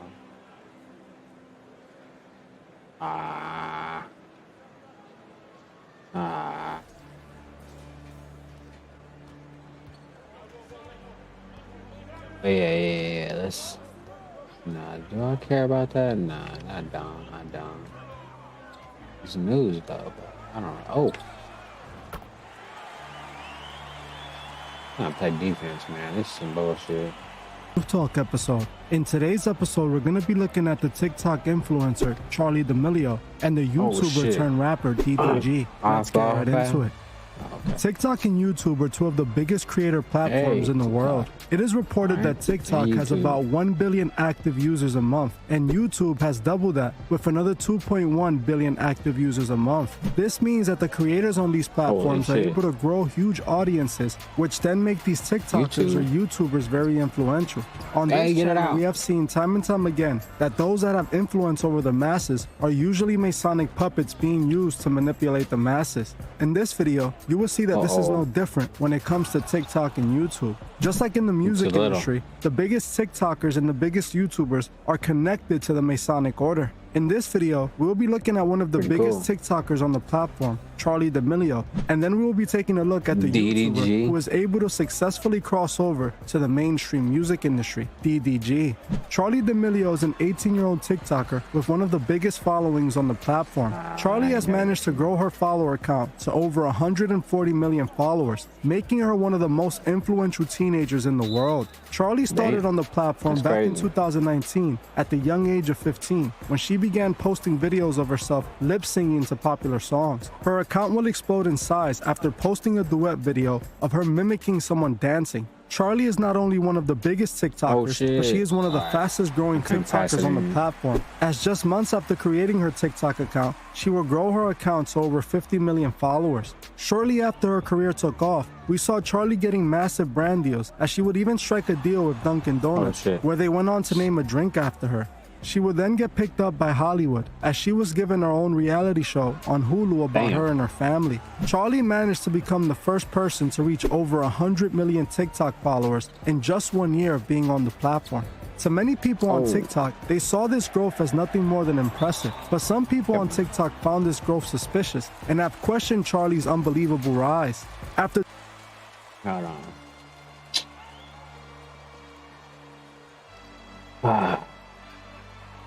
They care about all this shit. It's talking about DDG. I thought they were talking about DDG and shit. I'm pretty sure the other girl is doing her thing and she a puppet too. That's why he talking about her, but I ain't tripping. I ain't trying to hear about that shit. I know she hella popular and shit, but I'm straight. DDG's channel kept growing the ultimate price to make it to the top, and it's the same thing I think DDG did as well. So many of you have requested I do a video on DDG, as you guys have already seen signs that DDG sold his soul and took the oath. DDG is one of the few YouTubers who was able to cross over from YouTube to the mainstream music industry. DDG started making videos back in 2014, where he was seeing success posting vlog style videos. DDG's channel kept growing at a large scale, growing his influence and making a lot of money. This would all suddenly changed in 2017 after the YouTube apocalypse that demonetized several channels and made monetizing on YouTube overall harder. DDG stated that after the adpocalypse, he needed a new way to make money, as he claims he went from making $50K a month to just $8K a month due to YouTube's new ad policies. Damn. This led DDG to sign with Epic Records in 2018 and then slowly made his presence known in the music industry. Ever since 2018, DDG has been dropping songs that receive millions of streams and has collaborated with tons of popular artists like Polo G. One of the reasons I decided to talk about DDG in this video is because of what DDG stated in one of his interviews with Say Cheese TV, which I found very interesting. The only reason I didn't want to start doing music earlier in my life or whatever is because I was scared of the Illuminati. I used to watch like conspiracy videos and I used to be like, man, I don't want to do no weird, you know what I mean? That weird sacrifices and all that, you know what I mean? So I was that was like, a big thing. That was a big thing back then. So I was scared. I never wanted to make music. Damn, yeah, that's crazy. I mean, like I said earlier. As you heard for yourself, DDG states that the reason he originally did not want to start making music and sign a deal was because he was scared of joining the Illuminati. On this channel, we already know when people mention the Illuminati, they're referring to the Masonic Order. DDG made it clear that he was aware of the price of making it in the music industry and was afraid to do so. In this same interview, DDG mentions that the only reason he decided to make music was because he wasn't making enough money on YouTube anymore. How long have you been, doing your thing in music? Since 2017. End of 2017. This is what happened. So I was YouTubing, right? And then what happened was YouTube had like a ad crisis or something. I'm talking about I went from making like 50,000 right in a month to making 8,000. Wait a second, you know what I mean? That got scary. So I was like, okay. The only other thing that I want to do is music other than this. So I was like, I need to just take it serious. As you heard for yourself, he admits he chose to make music in order to make more money. DDG knew that if he became a Masonic puppet, they would give him the opportunity to make a lot of money. But he knew that this came at the price of his soul. It is no surprise that after DDG signed this record deal, we saw DDG showing his Masonic alliance. In this photo here, just like we saw with Charli D'Amelio, we can see DDG showing his Masonic alliance with the one-eye symbolism. We see even more Masonic imagery in the music video he dropped 3 months ago called Storyteller. This is the video so many of you have requested I look into. The music video begins showing DDG laying on a Masonic checkerboard floor as he does the Masonic hidden hand. We have spoken about the Masonic hidden hand several times in the past, and we've seen so many celebrities doing it. The Masonic checkerboard floor was shown throughout this music video. In another scene, we see them show DDG with flames in his eyes, clearly representing he sold his soul. It is no coincidence that DDG would say that he was afraid of becoming an artist because he didn't want to sell his soul in order to make it. And then 2 years later, we see DDG successful in the music industry and showing his Masonic alliance. In my opinion, it clearly appears he did what he said he was afraid to do. He knew that was the price of admission and still decided to pay it due to his love of money. The Masons saw that DDG was becoming influential and they bought him out like they do to everyone who becomes popular.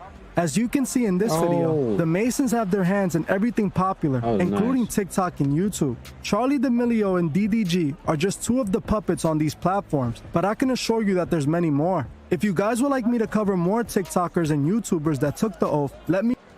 He knows that they took the oath. That's crazy. He's like, if you want me to cover more people that took the oath, I'll let your boy. It's funny. I guess. Confirmed. Oh, a little early, but we still got it.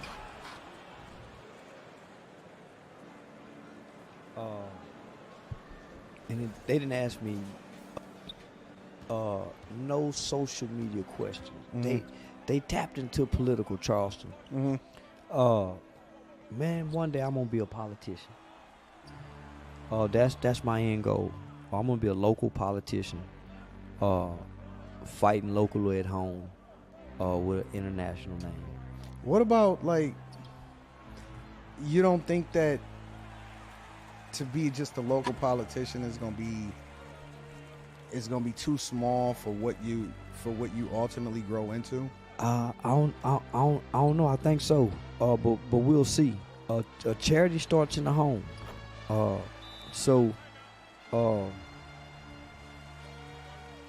I think locally, our local politicians can have a international impact. Yeah. Because we have social media now, and the reason I say that, and shout out to our mayor, Miss Maddie Parker. I'm watching her use social media. I watched her tap into the Bitcoin world. I'm watching the Dallas mayor tap into other world leaders right here locally. Oh shit! And so I think with the internet, me having to focus on trying to rebuild my home, I can still access the world. I can still have an impact on the world. We're creating our own media platforms. We're rewriting our narrative. Yeah. Our history is being rewrote, right? But Hey, we're I right now remember present. media platform. Even Kind of. Where YouTube's out. Appreciate you, Our YouTube. children may never know what slavery was like, but Oh, they'll know how we shit. lived. What do you think hey. the end game is? Like, what's your ultimate goal? Or have you even thought about that? Like, what do you think is? Come on, give me this. Is What the the fuck? ultimate Come on, pinnacle put it for here. Charleston? What Like, where do you see yourself long term when it comes Sheesh. to all of the different things that you've been through, your history, your past, your youth, the things that you've grown into being, you know, what it is that you're doing now, which I believe in you, and I believe that you're transformational. Yeah. Right. And so, Oh, what do good you think the screen. end Let's game go. is for you? Oh, Like, come on. Can I get the rebound though? what's your Sheesh. Thanos moment? Where, People gonna get to watch me grow like we were supposed to watch Tupac grow up. God. People gonna watch me KD evolve open. and grow. Oh, you missed it. You sold. Like I wish we could have saw Pac. Pac was gonna grow to be an extraordinary black man for our people. Yeah. Based on the heart that he had for our people. I have that same heart. I have that same spirit. This is the brain Talking that shit then, nigga. Tupac sparked. He said before he died, Revolutionary mind shit. if he don't change the world, that he was gonna spark the brain that would. I'm that spark. My end goal, homie, is to change humanity. Damn, it KD got is an my angle. sincere belief that love conquers hate. So I'm gonna love black people till I die, so I can conquer the hate. Look at that amongst us. screen. Oh. If that'll get me killed, Oh. yeah. So I don't think that it'll get you killed. I think that you're too important, Nice honestly. now. You know, of all of Yeah. the people that I don't think they're gonna I've kill talked him, to, but I hope the not. different people This that world crazy though. I'm so connected they probably with. will. I'm not just talking I about hope the people that's visible, but also people that, you know, are behind the scenes, that own the different types of companies and things like that, right? Mm-hmm. I don't know. I just refuse to believe that that's your fate. You know what I'm saying? I believe that you have a higher purpose. I believe that you're going to transcend even what you're doing right now. And I'm just going to be here to document it. Yeah. And keep the microphone in front of your face. You know what I'm Yeah. saying? To make sure that you get your thoughts. You know, because I think that your legacy is going to be much great. Is going to be much greater. I did an interview today, and they didn't ask me no social media questions. They tapped into political Charleston. Man, one day I'm gonna be a politician. That's my end goal. This part a little bit. Other world leaders, right here locally, and so when y'all heard I allegedly got shot, even our children may never know what get slavery that was shit. like. Oh, come on, man. But they'll Can't know get how the we block. live. I got your back. And I'm riding with you, bro. Yeah, Thick and thin, I'm with you. Yeah, some of the That y'all one of screen, the another first good people, screen, bro.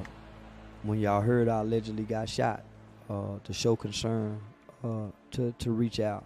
So I just want to thank you, bro. And then just you taking a stance against the MGM speaks volumes. My Well, you know, some stuff for me is personal.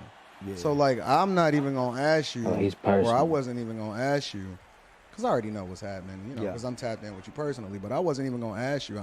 Like me and Oh, Rita, get the it. first thing that we thinking is, yo, Let's we go. need to make sure that he taken care of. Is he good? Is it anything that he need? You know what I'm saying? So we making sure that you good. Yeah.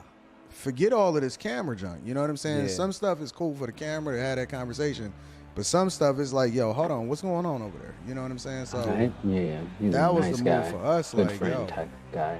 is my homie good? Yeah, You know what I'm saying? Aw. But nah, man, I appreciate that, man. So we got to get back to Detroit. That's do music, man. We got to go back to Detroit. See, But you know me, all you got to do is say the word. Yeah.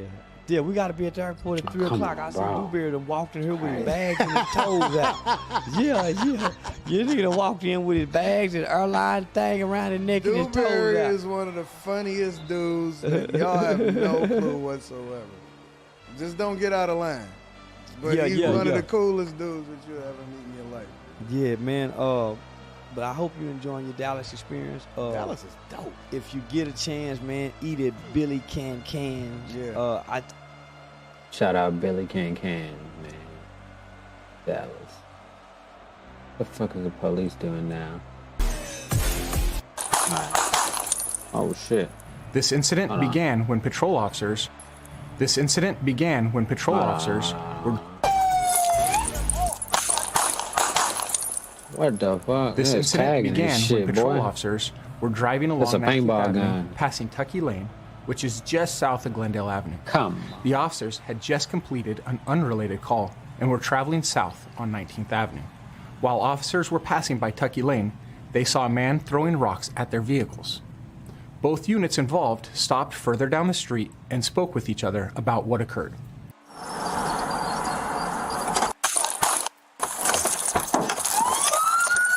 Drop it! Put it down now! Fuck this shit up. They be killing motherfuckers quick. Get down now! He was throwing rocks at a police car. That's crazy. 998, shots fired, subject's down. They killed that motherfucker with throwing rocks in Phoenix. Boy, they ain't playing in Phoenix. He's actively throwing stuff at her right now. Oh shit. Oh, Jesse. They got out and just murdered that man for throwing rocks. That's crazy. After the shooting, officers provided medical aid to the individual and requested the fire goddamn. department for additional help. The subject was transported to a local hospital where he died from his injuries. Holy Both shit. patrol vehicles sustained damage from the rocks being thrown. Detectives Kidding collected me? a number of rocks from the intersection, ranging in weight those are from some 2.9 big-ass ounces rocks. to 19.8 ounces. But god damn, they murdered that motherfucker though. Sheesh. Over some rocks. Alright, oh, it's game winning time. Hold on, let's see. Oh, get him, stake him. Like, guard somebody. I don't know who gonna guard. Hold on. Oh shit. Oh, KD. Yeah, he sucks. Let's go. We're gonna win. Alright. What the fuck is this shit about?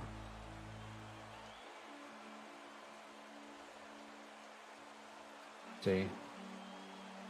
Hold on, wait. Damn, it's greedy. Now, ladies and gentlemen, let me tell y'all this, man. I loved when all them chicks back in the day were claiming, oh, this is hot girl summer, icy girl summer. Now, we all know they were just talking about and trying to glamorify whoring, right? Like, we don't give a fuck. It's cool. We ain't mad about it. The thing that women don't really get that a lot of guys, we accept, we ain't mad if you want to go fuck everybody. That's actually cool. To keep it real, let me let you know the secret. Niggas love hoes. They just don't like to wife hoes, okay? That's the thing women don't seem to get. Anyway, Oh shit. About the one, let's movements go. of hot girl summer, the movements of city girl activities, the movements of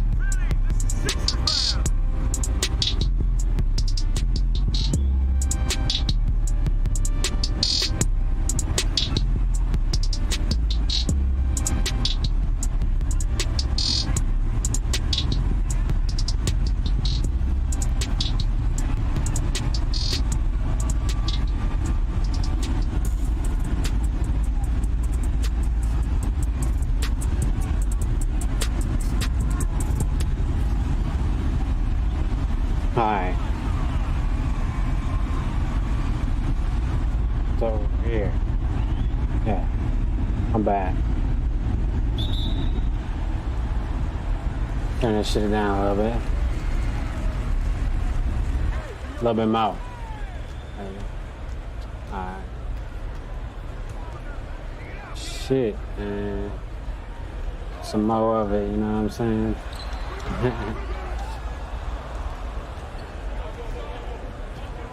Trying to catch this lob, throw the lob. Better luck, say that shit.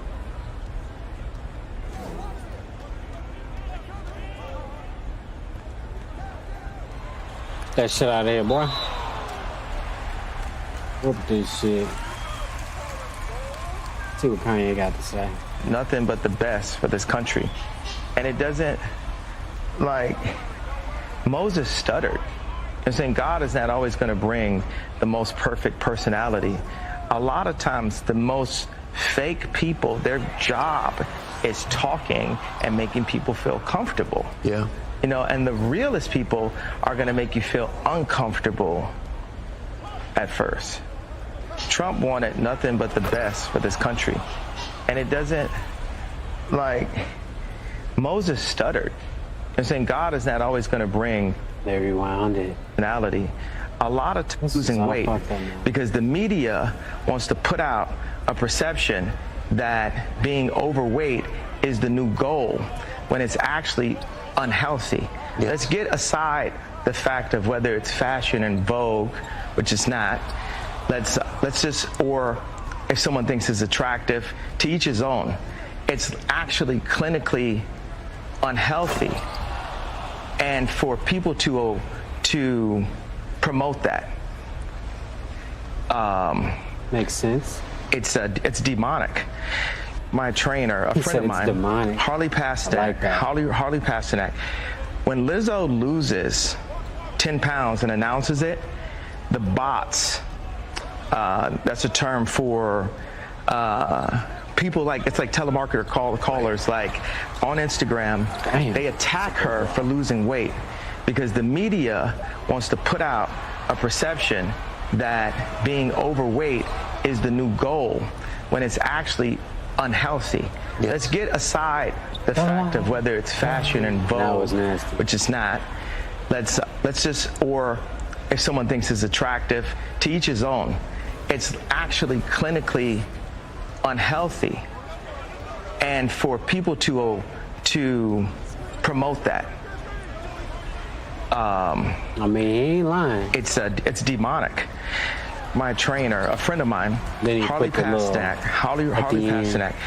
When Lizzo loses 10 pounds and announces it, the bots, that's a term for non-player it's like characters. Callers like on Instagram, they attack her for losing weight because the media wants to put out a perception that being overweight is the new goal when it's actually unhealthy.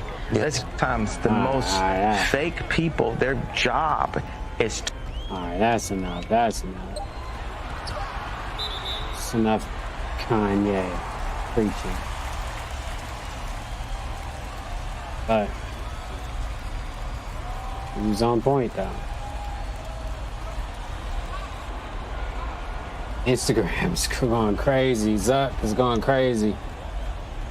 Zuckerberg is going crazy.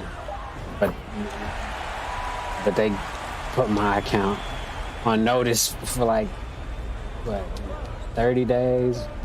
Then you go on Instagram, they showing titties and fishnets, and that's okay.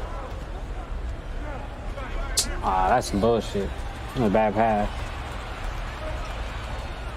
Couldn't have made them pass it. I tell you, man, Instagram on the PC is way different. Look at that shit. That shit's crazy. Oh. But I ain't tripping that shit. I like it. Don't change nothing.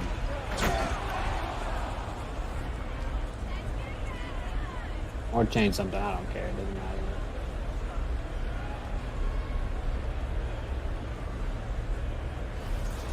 Is that prop money or real money? I don't know. Who cares? What does it matter?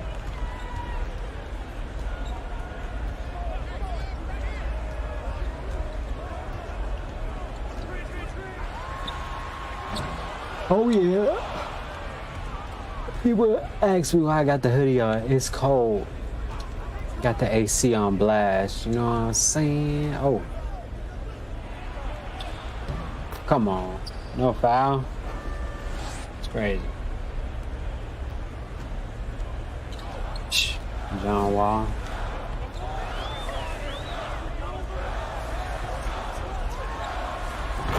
It's fucking mid-range jumper.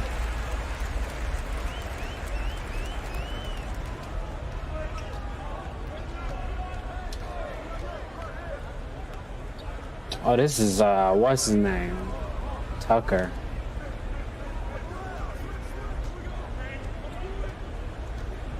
Tucker be trying to play strong. Oh, he is a little strong dude. They won't let me just dunk on him.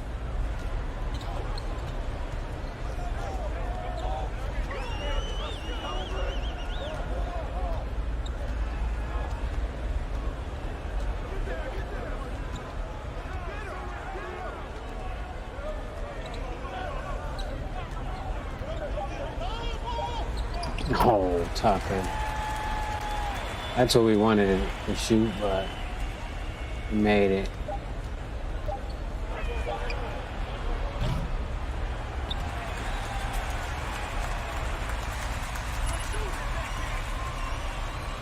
Instagram going crazy. Everything's fine here. You're not this good.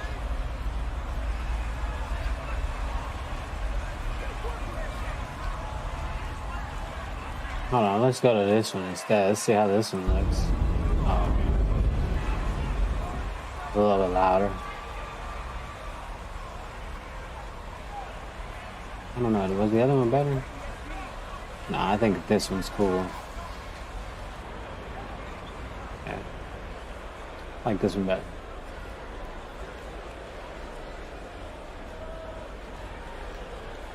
Everybody like that, so okay.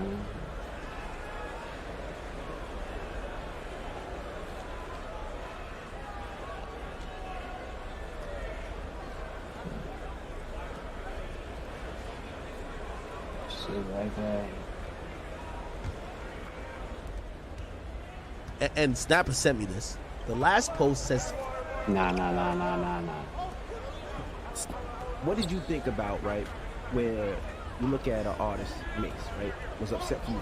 Yes. Then down the line, he has an artist. Mm-hmm. And then recently, his artist is upset because he's basically said, allegedly, that Mace didn't pay him and there was problems. Yeah. And do you look at that and be like, that's just an executive, or is it one of those things like I told you? No, I don't look at it like that. Oh, I already heard that part. Ching moment. I'm saying I gave them the money, and yes, come on, over Drink Champs $1 million in a place of receipts, and All right, I thought it tied. Carisha Plead and Drink Champs tied for best podcast. Look at that security guard. He look real. No, I didn't. thank you, Charlamagne. Thank you. Yo, let me tell you this was missing in media, man. You know what I mean? Like, just asking for the shit, man. Look at the security Pay for the guard shit, right nigga. here. Keep it 100, bro. How much it cost? Look at this guy. Pay for that. Drink Champs should have won that. Look at him. Hey, yo, Chelsea, I didn't pay for Look, that. you see this dude? And I love Carisha, but she only got 5 That's episodes. How crazy. she beat He Drink look Champs real. for best podcast, did he? Come on now. Because it was the best podcast Stop. of the year, hands And I down. love Carisha. Hands down, it was the best podcast of the year. No. But you know what? I get at the Drink Champs. And $1 million worth of And games. I feel like a lot of women podcasters don't get their just due. And so Get the fuck out of here. Here we go. I hate that argument. Oh, a lot of women don't get their just due. Bro, we can't be giving out merit awards if we got to think about the handicap contest, bro. Like, bro, do a women's category then, bro. Nigga, this didn't say the best women podcast. It said the best podcast, nigga, or the best platform, bro. Like, oh, no, yeah, we know. There's a lot of women who don't probably get nominated at times, but who was the best? Was the best a tie between Drink Champs and motherfucking Carisha now? Like, come on, bro. Like, no, bro. Oh no, I ain't Podcast of the really year, checking out Diddy? that. Yes. Neither one of them. Yes. Over Drink Champs $1 million worth of games. Hey yo, Breakfast Club should have been there. hey, yo, De Leon hey, sponsor yo, the BET Hip Hop Awards. Hey, check it out. Those two let me are tell you this, good, Breakfast Club. The moment Academics wasn't fucking nominated, you knew this shit was a bunch of shit. They ran out of platforms. They put Tiny Desk. Tiny Desk was a hip hop platform, nigga. I only remember Tiny Desk for Usher doing this. That's the only thing I know Tiny Desk for, my nigga. They do some good performances, but we talking about hip hop platform. I don't The know only what they the went fuck viral you talking about right now. Like, bro, what the fuck is we doing? Like, bro, we just got to get back to reality like once in a while. You telling me that some of the biggest moments in the last year ain't come from platforms like mine? Whether I don't care if you want to talk about off the record or just otherwise, it ain't come from shit even Vlad. It ain't these are people who are putting out content every day. No jumper. All the time. When you just ignore that, you even ignore. Okay, fine. This name, I ain't trying to just rock for my little new media partners, but you don't even put they partners, Joe Budden man. out on the shit. Nigga, they paid Joe Budden dust last year. They said he was over. They said he was finished. This is Rory and Mealy Mall was the show. Budden back up popping. He back lit. He doing his thing. Didn't miss a beat. He fought back. Not nominated. Carisha now dropped 3 episodes. Bro, I'm going to just keep it 100. I watched the show. She's trying to fuck all the female guests. That's all she doing. Nigga, it looked like the intro to a sex tape. Nigga, listen to the first 20 minutes of these Carisha Pleases. It sounds like, you know the boring parts of the sex tape you skip to get to the fucking? All she's doing is, girl, you look so good. Girl, look at them titties. Girl, I'll fuck you. Like, nigga, this is the boring part of the sex tape. Fast forward! Like, the fuck is we doing? This is the hottest shit? Nah. That's crazy. He right, though. 'Cause I ain't never heard of that lady. And if she got the best podcast over, like, Drink Champs and people like, you know what I mean? They're getting hella views and shit, and we haven't, I mean, I'm pretty sure she got big guests and shit, but you know what I mean.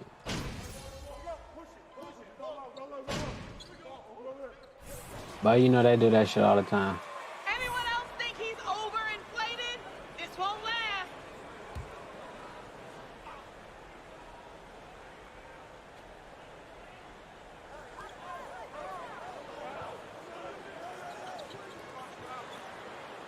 But you know, honestly, shit, people catch on to the good shit late anyway. And of course, it's an agenda to like make the girls feel good about themselves right now. But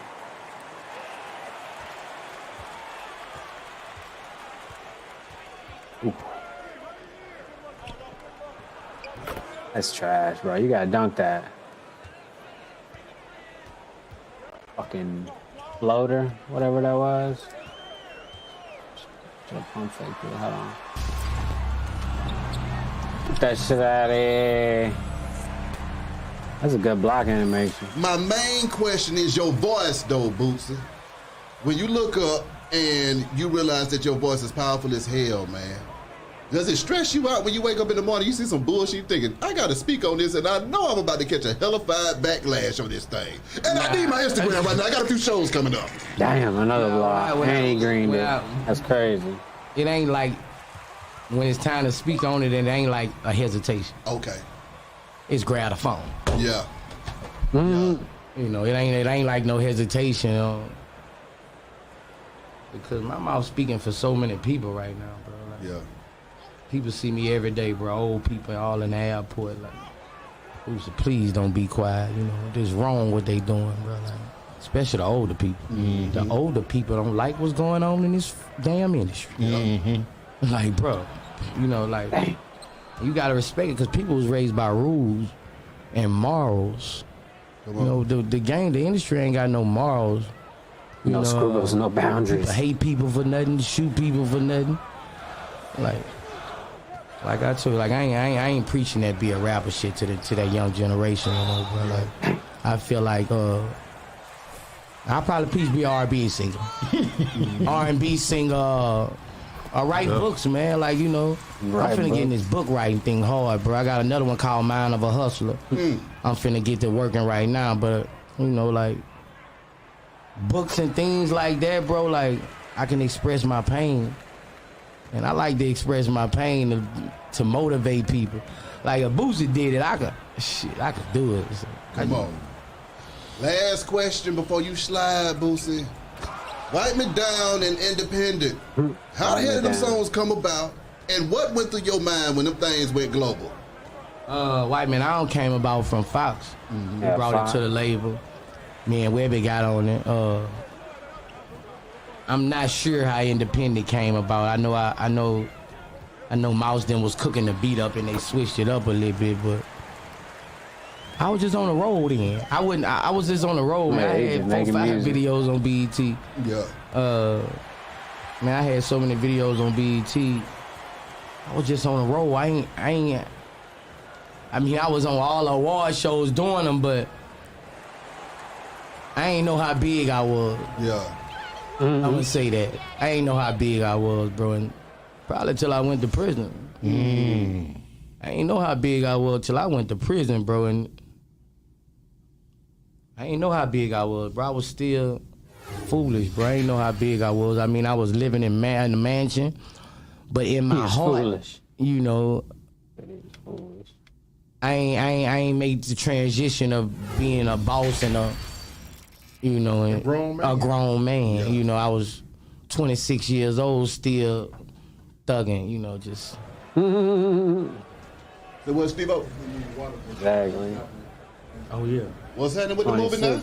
I got the Water Boys movie. I got the premiere at Fairview Performing Arts Center this Sunday on the 25th. My movie drop on BoosieMovie.com on the 28th. BoosieMovie.com. So I need everybody to go support me, man. Y'all know what I'm up against. Everything I do on BoosieMovie.com from now on. I just dropped 3 live albums on BoosieMovie.com. Crazy. I'm going Marvin Gaye, man. Oh, man, I'm going Marvin Gaye. Exactly. Ladies and gentlemen, courtesy of Simon Schuster. BoosieMovie.com. Across the tracks, man. Y'all go get this book on all platforms. Walmart. You can get it at Alright, Pimpin' Ken. You need a mic on Pimpin' Ken. You've been on TV so much, Pimpin' Ken. You know you need a mic, Pimpin' Ken. Can't just be talking and shit. Damn. Alright. Shit, my bad. I'm dying over here. I got